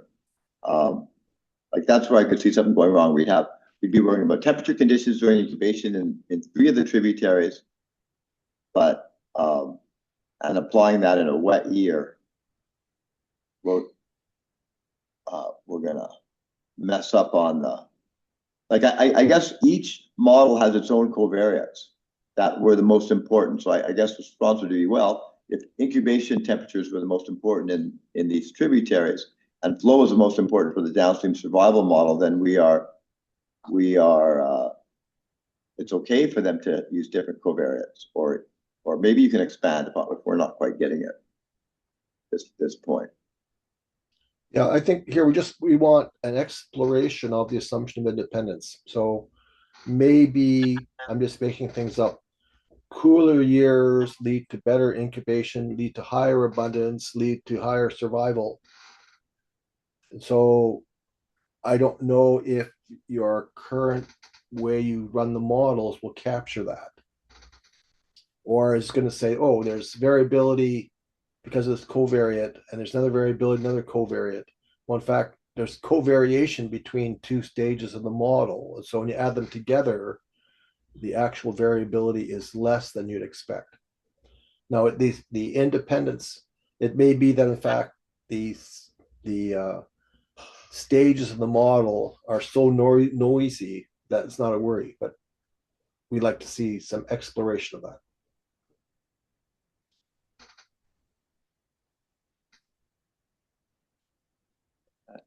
No, I'm trying to jot it down, right? Okay. So can you just like flesh out an example? So would we look at like for example, let's say incubation conditions was an important covariate in some of the tributaries. Would we then go look at the telemetry data and yeah, I'm a little fuzzy on how we would. No, it's even simpler than that. Simply do some plots of abundance versus travel time. See if they're related. Okay. Do a common covariate. Abundance versus survival, are they related due to some common covariate? And try and figure out what the common covariate is. If the plots show huge noise, then you can say, well, it's more difficult than I think it is. Okay, I get you. And it could be like when you have a big year of fry production, maybe the survival's better because you swamp predators. Right. In that case, you'd expect to see some sort of pattern, and we're not accounting for that at all. I get you. Thank you. Great.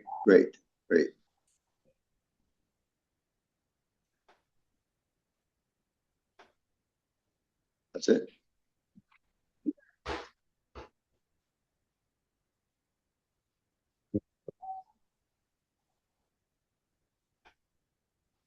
I thought you had some comments on the JP integrated model about testing those distributions. That was, we can do that work. It seems legitimate, like whether the assumed distributions that are used for, let's say.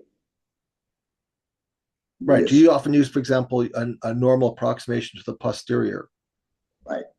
Is that justified? Maybe it's log normal. I don't know. Right, it's a normal on the log of abundance coming out of the tributary. So I suspect it would be close but it's easy to test that. I see what you want. You want to look at the actual posterior and then look at how well that normal, the mean and the standard deviation, represent, because it might have a bit of a tail or something. And that's I thought that was legitimate, and that's easy for us to look at. Thanks. Okay.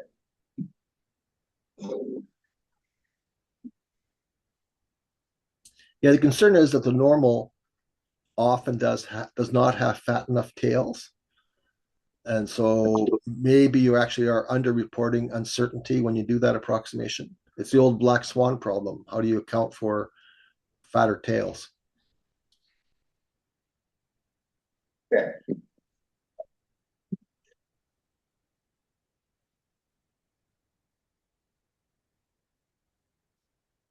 All right, we are right at the end of the day. We're at 4 p.m. almost.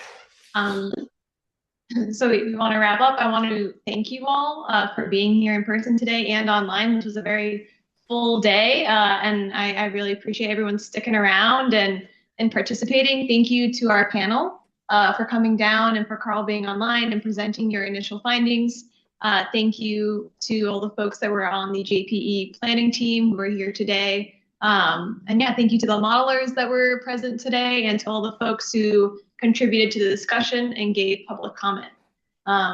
With that, we're going to wrap up for the day.